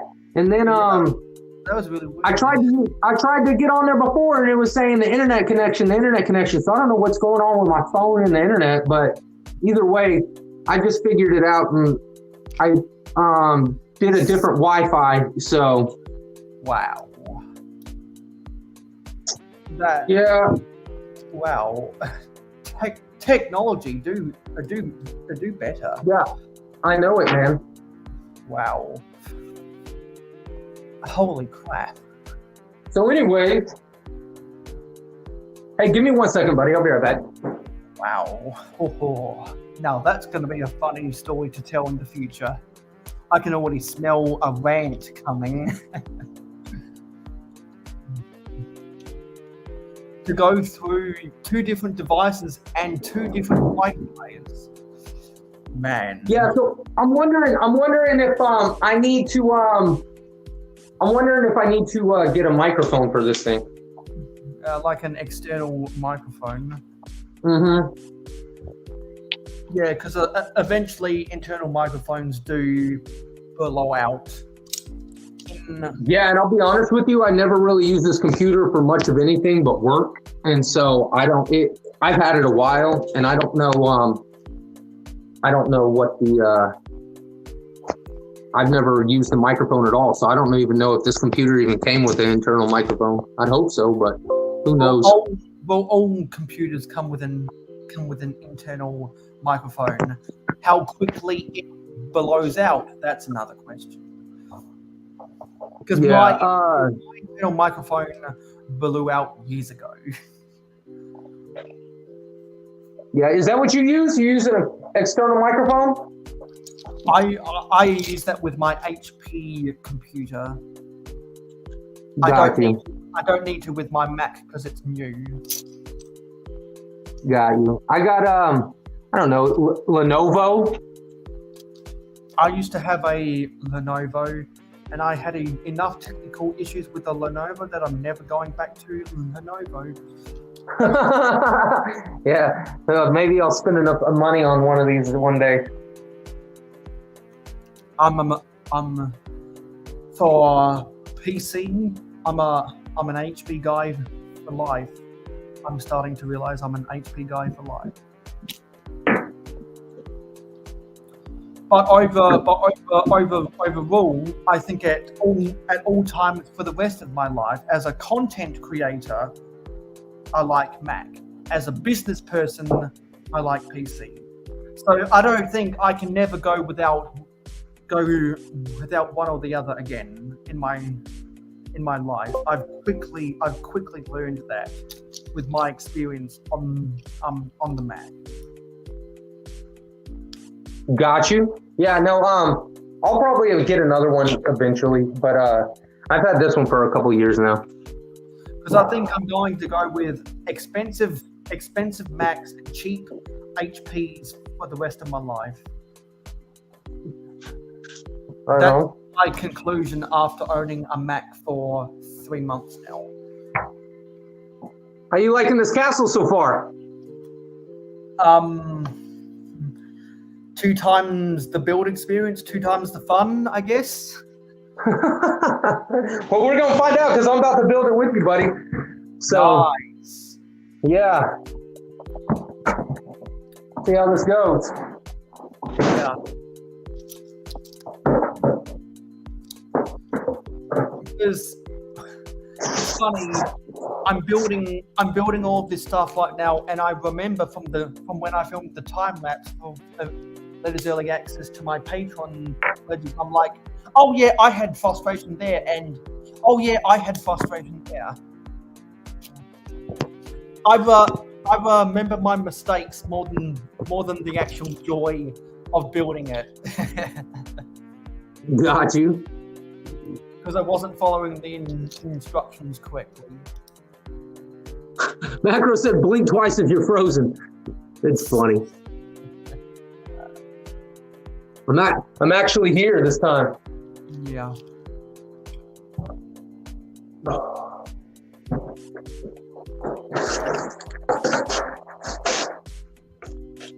Because I rant about technology a lot, but you just went through the whole 9 yards. Oh yeah, but that's my luck, Mayo. So if my luck is if it can go wrong, it will go wrong. Like the Dallas Cowboys. Yeah, but it doesn't matter how much effort I put into it. The accident, they will let you down. Just wait. No, sorry. The accident, they will mess it up. Just wait. The accident, they will let you down. Just wait. The accident, waiting. The accident, waiting. The accident, waiting to happen. Yeah. It'll happen. How about them Cowboys? More like, how about them cowgirls? Not manly enough Jerry Jones is to admit that his ego gets in the way of them winning Super Bowls. Because I've said, I've now coined the phrase, the Dallas Cowboys are going to win a Super Bowl over Jerry Jones's dead body. Jerry Jones is going to die before the Cowboys win another Super Bowl because his ego gets in the way. He can't admit that the reason they were a dynasty back in the 90s was because Jimmy Johnson was an excellent coach, and Barry Switzer inherited Jimmy Johnson's team. Speaking of football, what do you think about what's his name? They say he's a clone.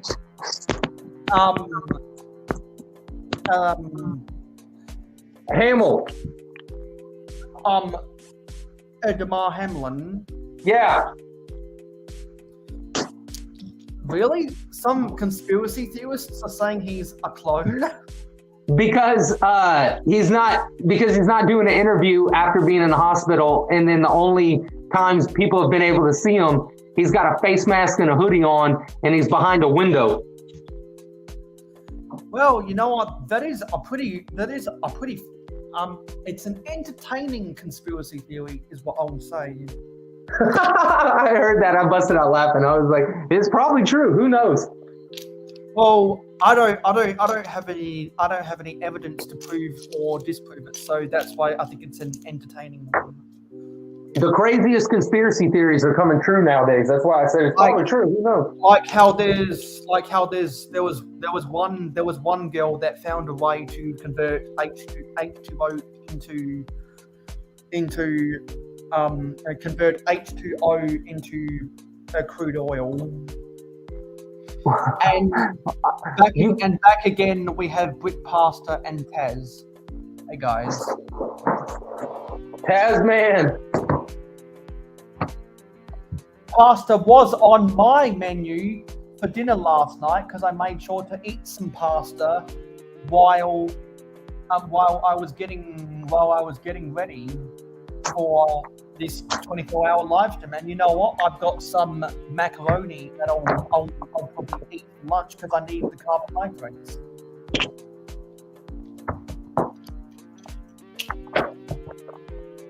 What bag are you on already, Mayo? We're at the end of we're halfway through bag 10. Okay.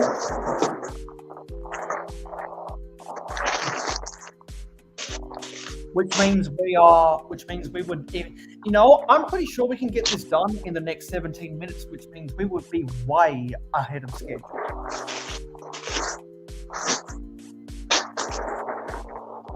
And the consequence of not having a fully engaged chat means that you do make a lot of progress building Lego. Yeah, because you were saying you got to get a bag plus done every hour, right? Exactly. That was at the start, and now I've reduced it to less than. Now I've reduced it to slightly less than a bag every hour, which means I'm sleeping ahead and cranking it out. But that's because these are the quiet hours. Part 1 and part 3 are always the quiet hours of any of my 24-hour live streams. Let's be honest. Got you. I can't see this piece. Where the fuck is this piece? Where is it? It seems like there's only one bag for each step, though. Instead of like certain like step 1 having or bag, there'd be multiple bags for bag 1. You know what I mean? Yeah. And the only times that happens in this build is if there's a smaller one. Because there have been some smaller ones. Must be hiding underneath something. If I can't find a 1x2 Mason brick, John Cipolla says that his workday is done. And you know what? When I do get enough macaroni bricks in my collection, yellow ones, I am going to make a mock that is a Lego bowl filled with pasta, aka macaroni bricks. I've been planning to do that for nearly 10 years now. What are you going to use as noodles? The 2x2 a rounded corner bricks, affectionately known as macaroni. Oh, okay. I was gonna say those longer rubber pieces, but that would be more like a different kind of noodle. I guess more like a spaghetti noodle. Yeah, because we want a macaroni noodle using official Lego macaroni pieces. At least that's what the fans call it. That seems to be what I hear it all the time is 1x2 macaroni, right? I think I made a mistake somewhere.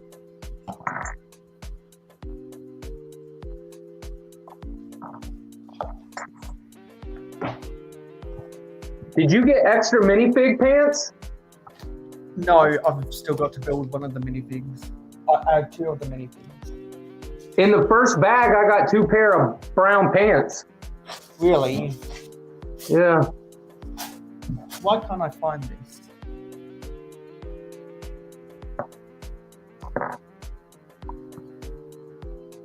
I can't find this thing.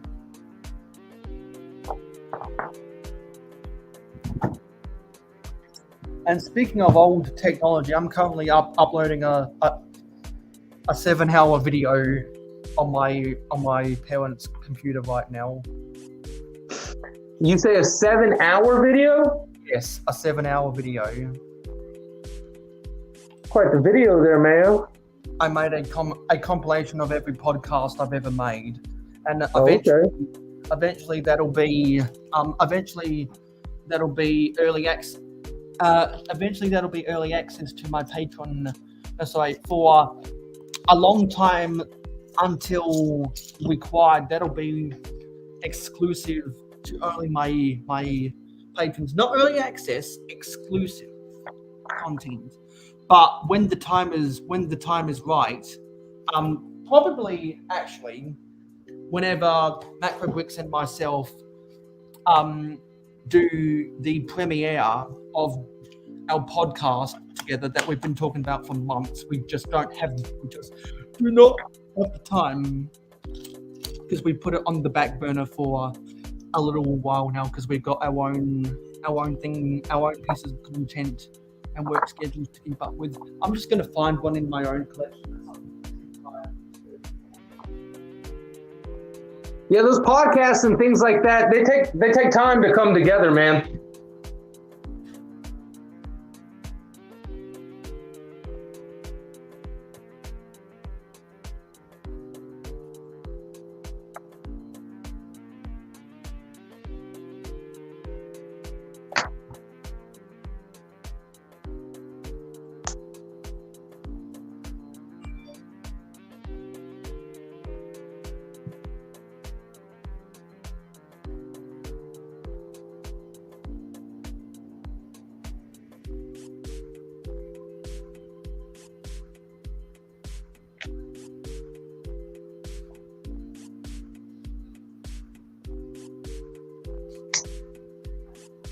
All I could find was a dark bluish grey one. That's the one I'm just going to have to roll with, because I'm not going to go back. What part were you looking for? A 1x2 masonry brick in light blue. Oh, okay.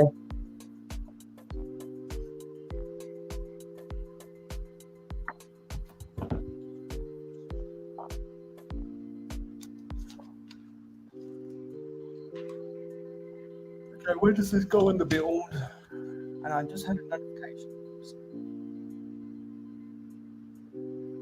Oh, it was just people liking my stuff on social media. What's that, Mayo?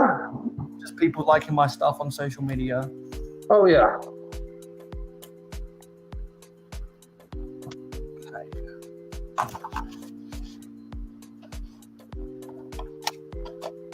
This goes here.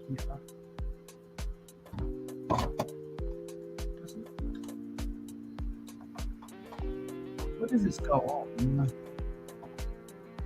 So you say this is the Crusaders Castle, right? Well, yeah, technically they're not Lion Knights, they are Crusaders. Yeah, you schooled me on that last time. And when BFAD was on the panel, he also called Thomas the Tank and Thomas the Train. Oh, I thought it was Thomas the Tank.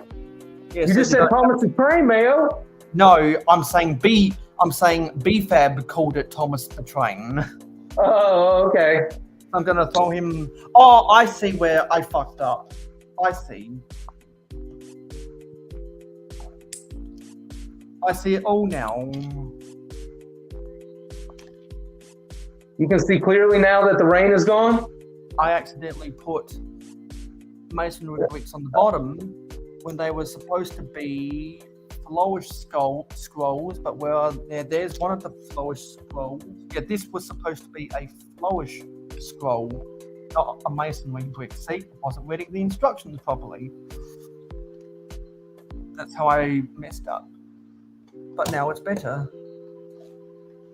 Human error. Hey, I'll be right back. Give me 2 seconds. Yeah. Okay. So that goes on there. And now we're building some outside or some planter boxes outside.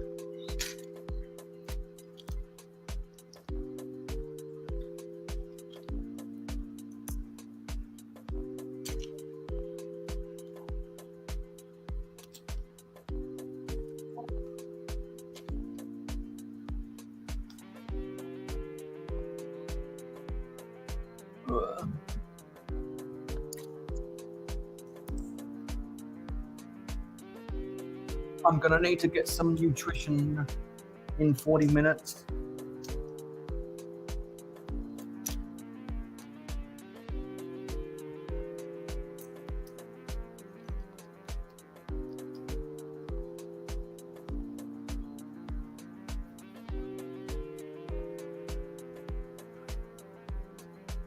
Now I'm starting to feel tired, which is not a good feeling.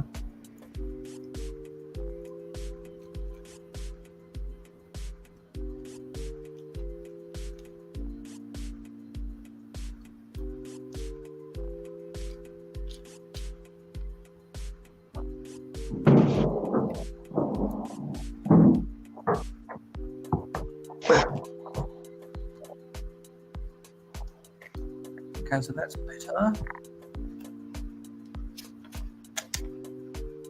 Now I need to put some windows up in there. You think you can finish this in one live? You finished the Bugle that fast. I'm confident I can get this done in 24 hours. If I can get the Daily Bugle done in 24 hours, I know I can get this done in 24 hours. This has more parts than the Bugle, though, doesn't it? Yeah, it has more parts, but it only took me 20 and minus sleeping on the job, including interacting with the chat, it only took me 20 and a half hours to build the Daily Bugle. Yeah, exactly. If you had your nose to the grindstone and you didn't have to pay attention to the chat or the camera, you can really knock it out. Yeah, because I know once all of my North American friends come out to play, I mean all of them, not just a couple of them. Oh, yeah.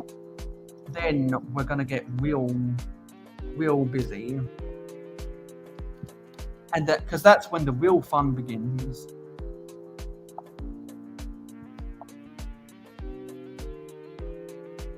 Yeah. Is Macro off today?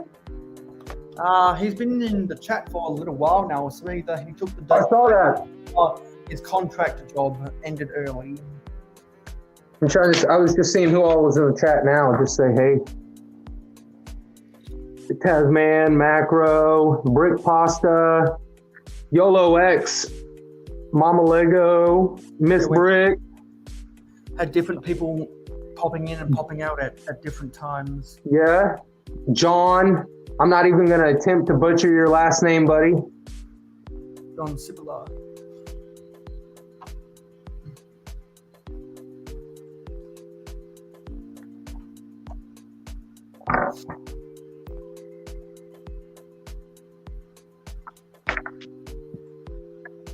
Oh, yeah, okay, now we've got to get a 1x2, and we've got to put these two 1x1 by 2/3 bricks underneath here. 100%.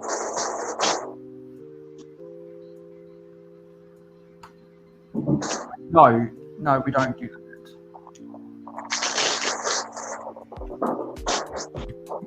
Yeah. John Spola. Yeah. So John Spola. There we go. John Spola. So they gave me an extra set of minifig pants, but they definitely jipped me out of a 2x4 black plate for the wagon here. So therefore you need to go to a chatbot. A chatbot on Lego.com and complain. Yeah. I mean, I don't mind the minifig legs. I'll take them for a 2x4 black plate. Like, that's a good trade. But I would like to have my black plate to finish my build. Yeah, but even if they can't send you a replacement, then they take that on record and they pass it to a quality control. Tell them I want a whole new castle set. Here, hold on. I'll be right back.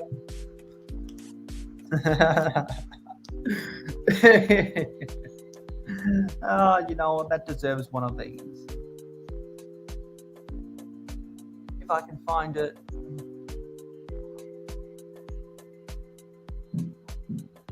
You see, now people like us, Mayo, we've got bricks stashed. You know, I can go in there right fast, and it took me 2 seconds just to walk in there and have another one. But what about the people that don't have it like that? They would have kind of just been screwed on this wagon. Then they have an even bigger reason to call customer service and complain. And what you said earlier deserves one of these.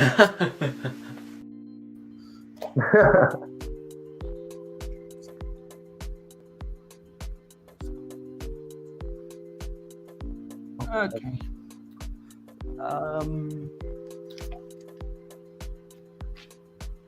Okay, now we're building these little things right here.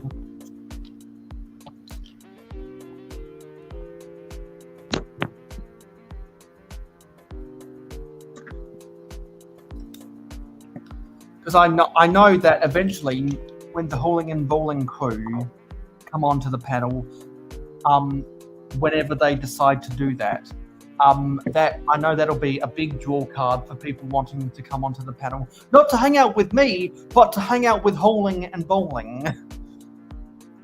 Is that another group of people you watch? That's a live podcast. They've been doing it for 7 years now. Oh wow! Every Sunday night for 7 years.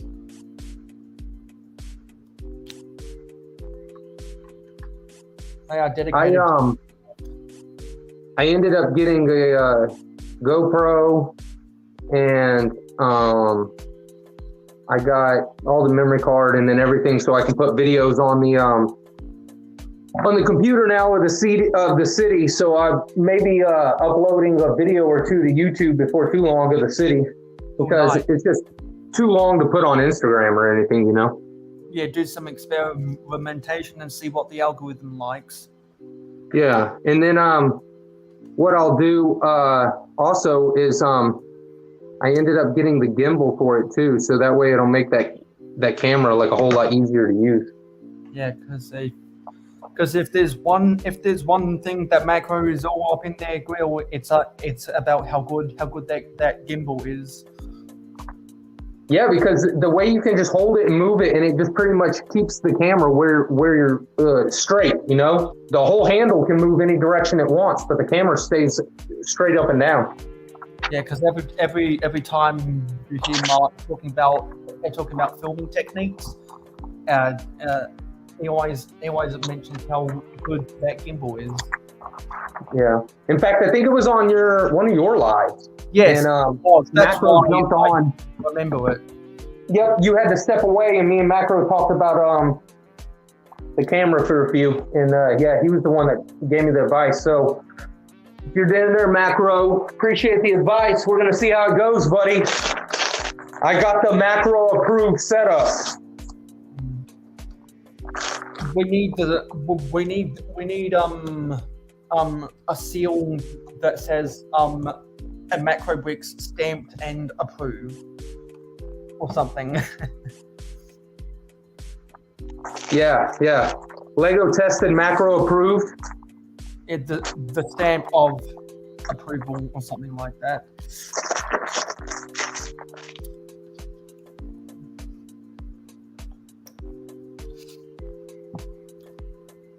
Yeah, and he's saying nice. Yeah, I just saw that. Now I got to be careful of how I build the mini build for this minifigure scaled version of the Yellow Castle. And John just said how to pronounce his name is Sipola. I think that's right. Yeah, Sipola.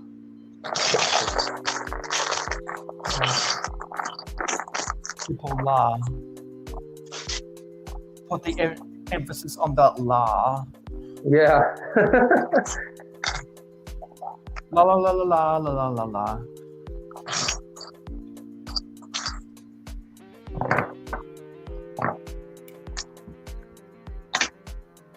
Because I got to make sure that this castle is built right, because there are specific details to emphasize that the prince has not built it to its fullest yet.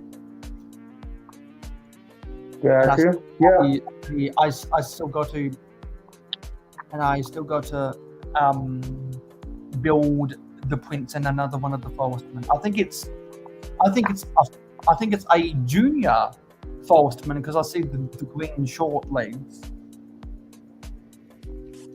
In your set right now, what step you're on? The step I'm on is step 199, step 191, page 165. Oh, and you're saying I actually just went right to it. That's funny. Oh yeah, there is like a little kid that plays. I don't know. Is that where you were saying about the forceman? You had the little forceman legs? Yeah. There's supposed to be a kid in here that's playing with those yellow blocks. It's supposed to be the original yellow castle. Exactly, which is what I've been saying. It's the prince. Got you.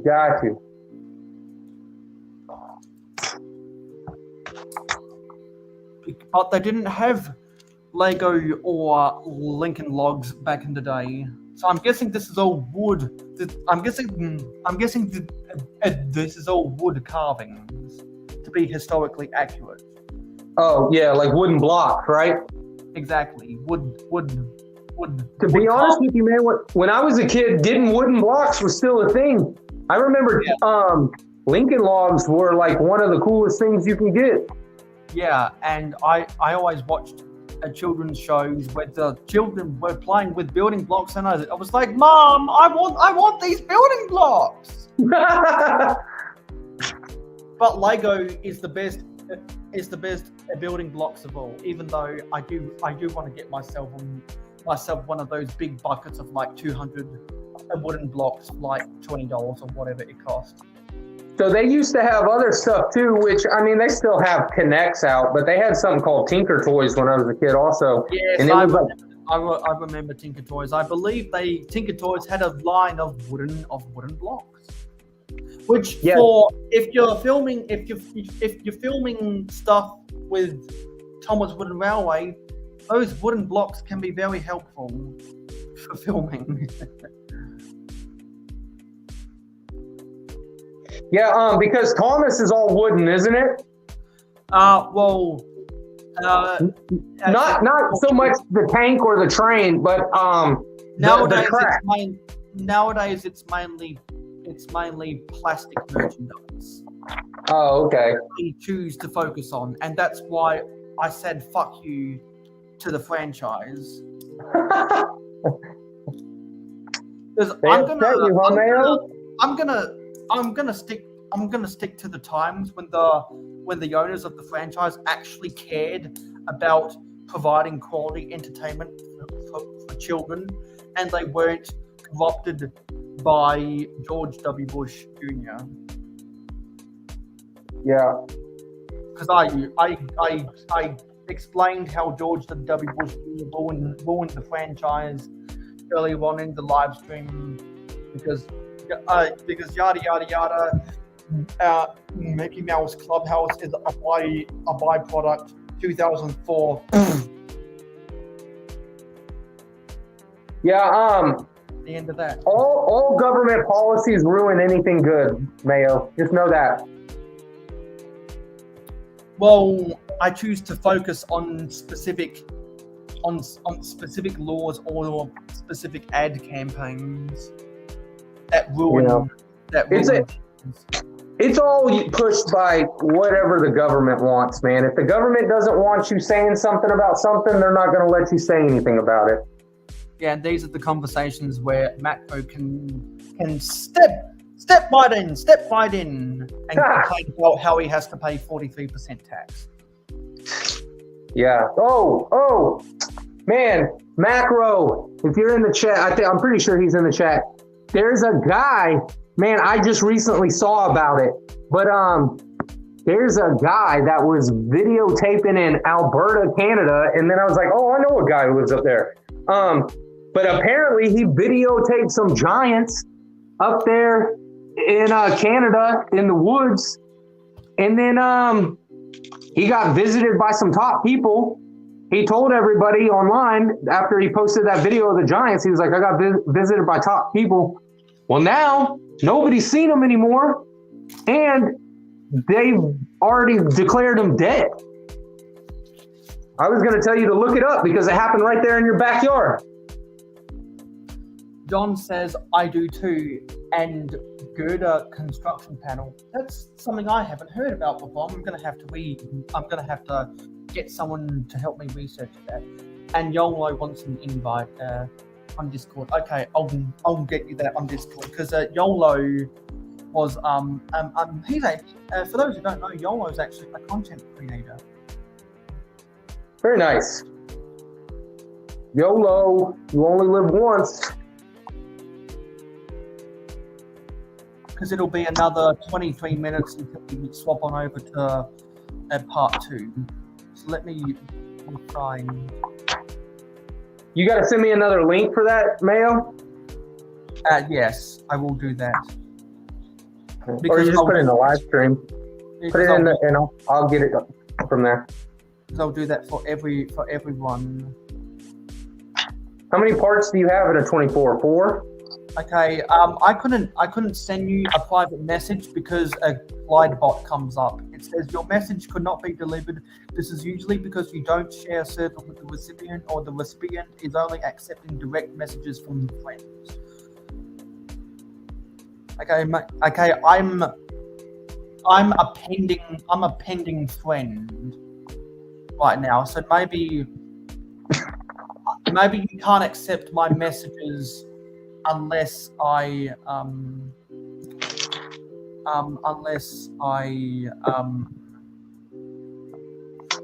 you can't accept my messages until you friend me.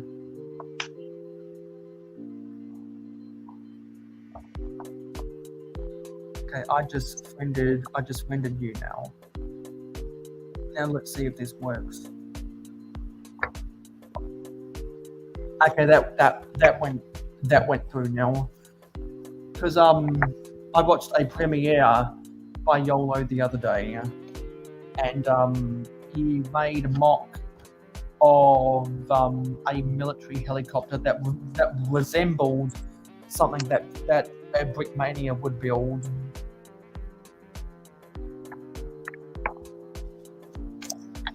So these are our two child characters we've got. Actually, this isn't the prince I was talking about, but this is their daughter. Actually, I think this is a female child squire. That is a peasant that works. Hold her up again. Or something. Hold her up again, Mayo. I think that's a squire. You know, she almost looks like a young version of that new Black Falcon or the Falcon Falconeer from the series. Yeah, from the CMFs. Yep. Because when and this is the Kid Forestman, and he's a junior, so he doesn't have any weapons because he's not mastered the weapons yet. Mayo's got the whole backstory. That's my interpretation. Is he's too young to be wielding any weapons. Cool. That's the end of bag. That's the end of bag 10. Very nice. So that means we've been able Mayo. to get 10 bags done in less than, in just over 7.5 hours. So I'm going to take a 20-minute break, get everything set up. for. While you take a break, I'm gonna play catch up.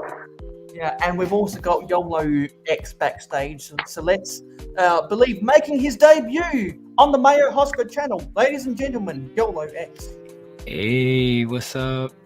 YOLO, what's up? I'm waiting all day. So I got 3 things for y'all. You want to see a mock?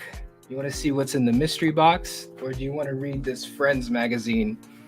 We want to see them all, but I go with the mystery box first. That's my Mystery way. box? What about All right. everyone in the chat?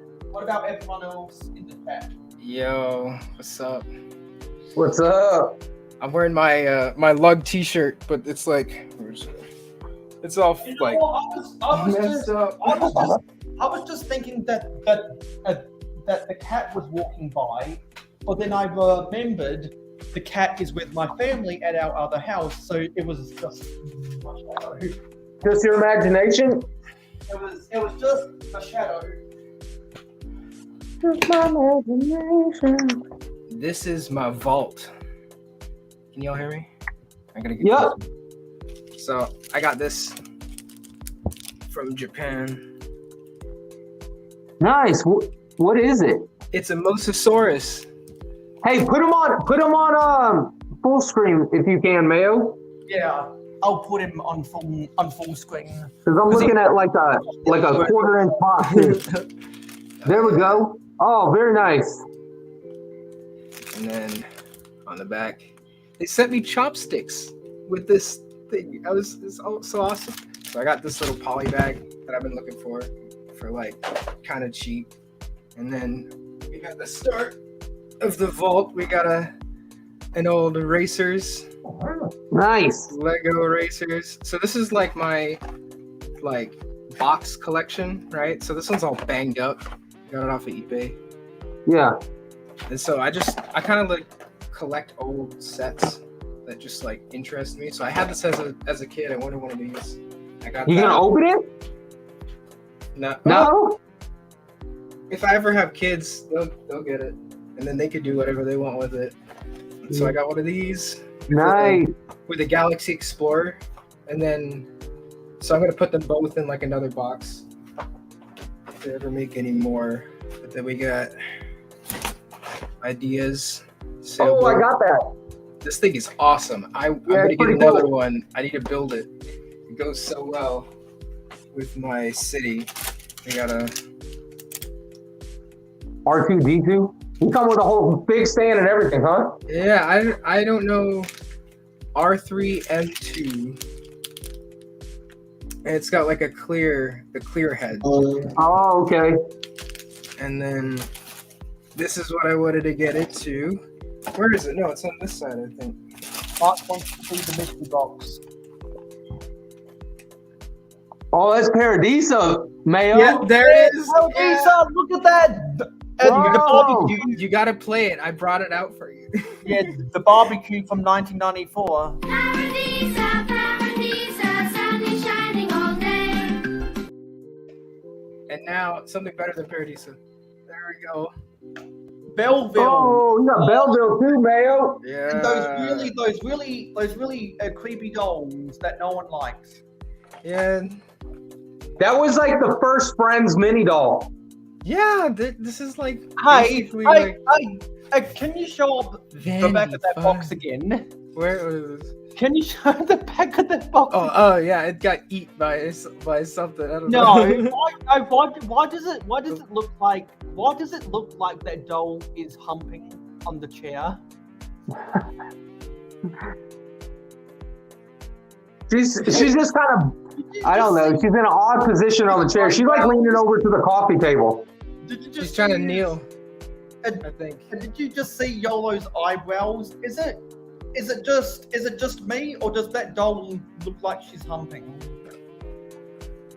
Let me try to stack. That's not the first thing I saw, but I could kind of give it to you, Mayo. That's just really bizarre.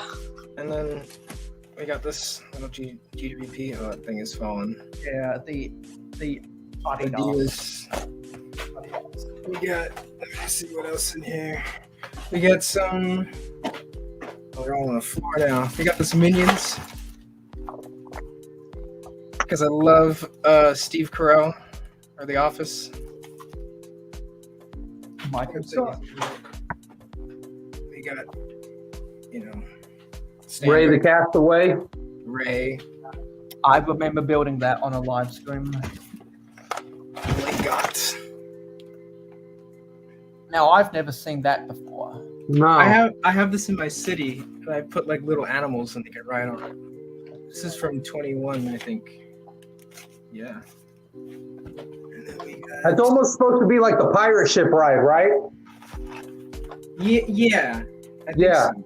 This is what started my like Star Wars collecting, because I had this on my like I bought this and I was like, oh, I'm gonna build it. Yeah. And then I had it there and I was like, I hate Yoda. I hate the rubber piece. Why didn't they ever do that in like a regular piece, but molding it and whatnot? And it just sat there and I was like, oh, now it's worth something. I should put it in the box. So I got that in there. VIP.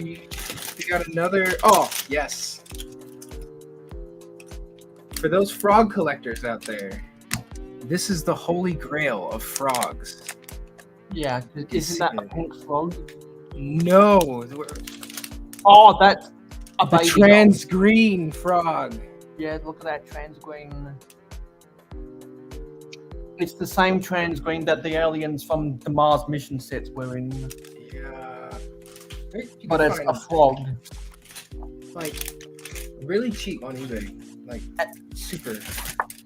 Yeah, because probably because no one is in the market for stuff. But that trans green frog would probably pay for itself, I'm guessing. Well, I think after I do this, people are gonna go like swoop them up or something. I don't know. But we got Sandu Star Wars. And we got VIP to match the array. Oh, I can bring out my whole stairlight of those little things. Dun dun dun da da da da da. You know what this is? You want to guess? It looks like the sandworm. It's the space slug. It's a May the 4th promo. That jumps out of the planet, right? Yeah. Yeah. This box is worth. I think they're going like the highest one was like $800 on Bricklink, and the lowest was $230 or something like that. It is. Where'd you order all this from? I've just been into Lego for so long. I just kind of like consumed them. Oh no, I thought you just placed the order. I thought you were opening up an order. No, this is like so I started building. Oh man, I can't even remember when I started building, but I joined my Lego Lug in like 2014, and then so this is all stuff from like 2014 and on that I got. Oh, okay. I got all this stuff back.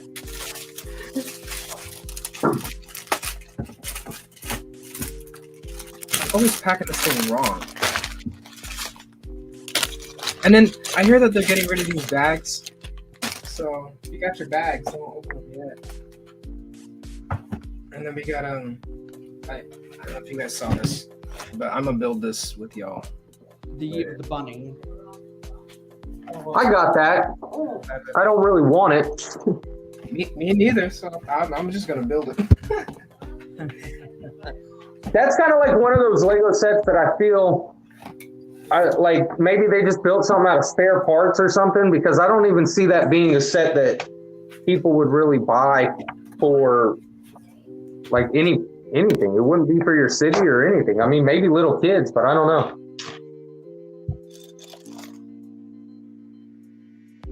This is my Steelite tub that I bought at IKEA, I don't know, maybe 15 years ago. And it's the perfect size. It's the perfect size to hold these VIP parts packs. The perfect size. I probably have room for 2 more if I buy more stuff. But I'm not gonna open them until I'm ready to do a bunch of, until I finish sorting the rest the stuff out of what I need to sort away, or I'll come in and pick apart stuff from the bags whenever I'm trying to build a mock. Because, like, I don't know, I might need to build a mock that requires one of the spider webs. So I'll come into the Halloween one and I'll get the spider web. Or I might finally do something with the pigs I bought and then come in to the fun one and get the pigs. Or I might want to get the red pumpkins out of the Lunar New Year one and do something with that.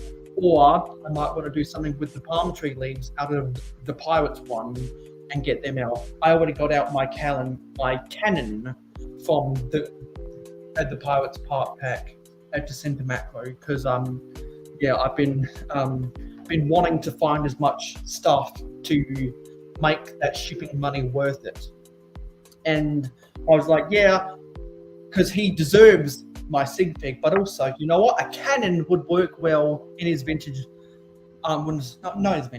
his pirate castle area. And then when they revealed that there was the orcs in the series 24, I'm like, yes, perfect.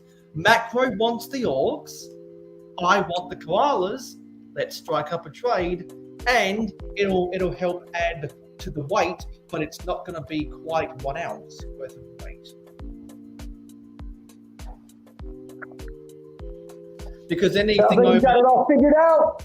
Yeah, because everything under 1 ounce, for me to ship from Australia to North America, cost $10 as a flat rate.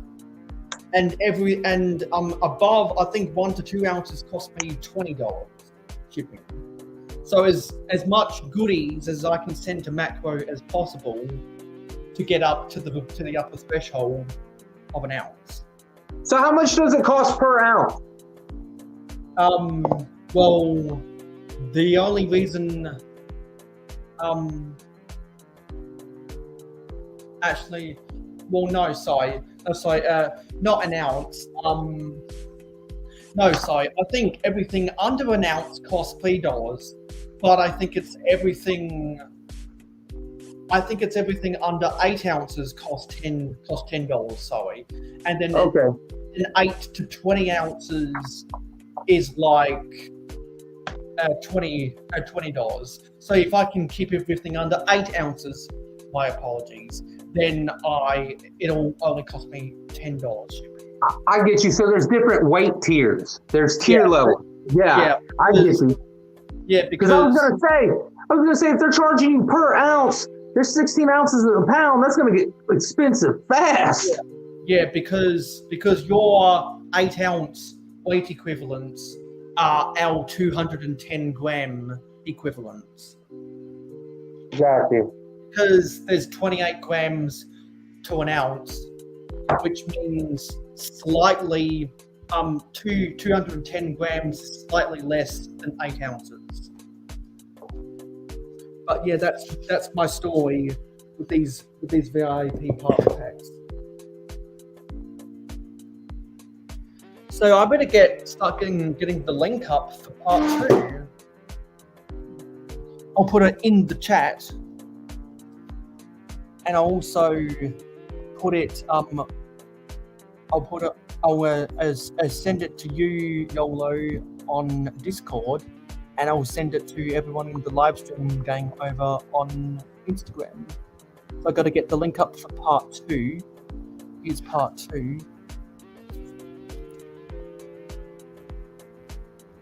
Share, copy link, come back into StreamYard, put up the comments, post comment, part 2, Command V, and it is less than 4 minutes to go. So there's the link for part 2.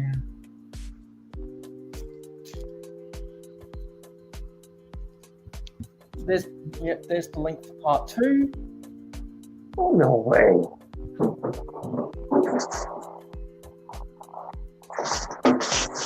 Where's the tea bag? And let me go get the invitation link for part 2.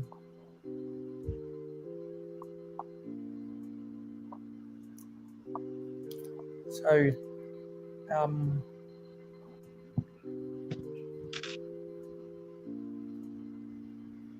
part 2, we are live.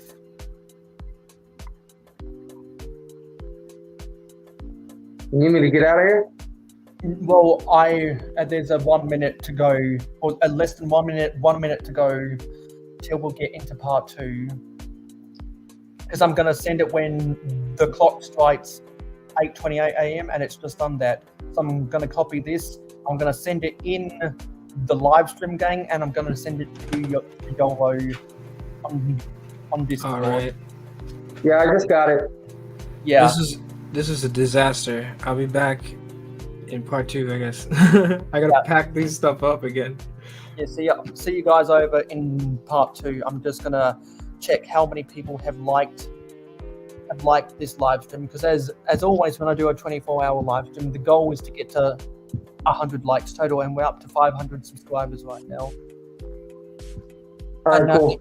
We're up to 505 subscribers is what I mean. Nice, killing it, man, killing it. How many likes? Okay, we've gotten 14 likes over here. Yeah, Pretty sure I liked it a lot earlier. So we've gotten 14 likes for part 1.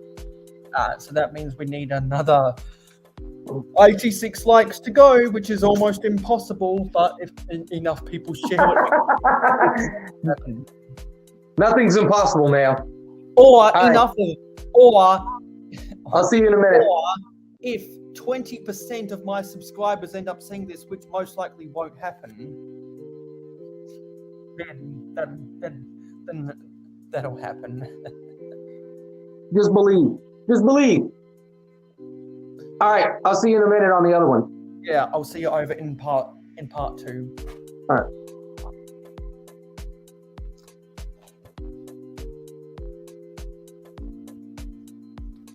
Get everyone click that link in the chat, and we're going to head on over to part 2, because I'm going to take the music off and I'm going to take the banner off to symbolize that we're closing.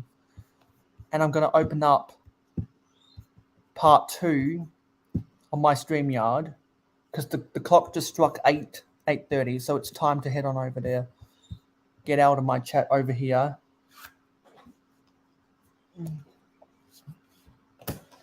I'm gonna end this part 1. Let's head on over to part 2, everybody. Click the link in the chat. See you.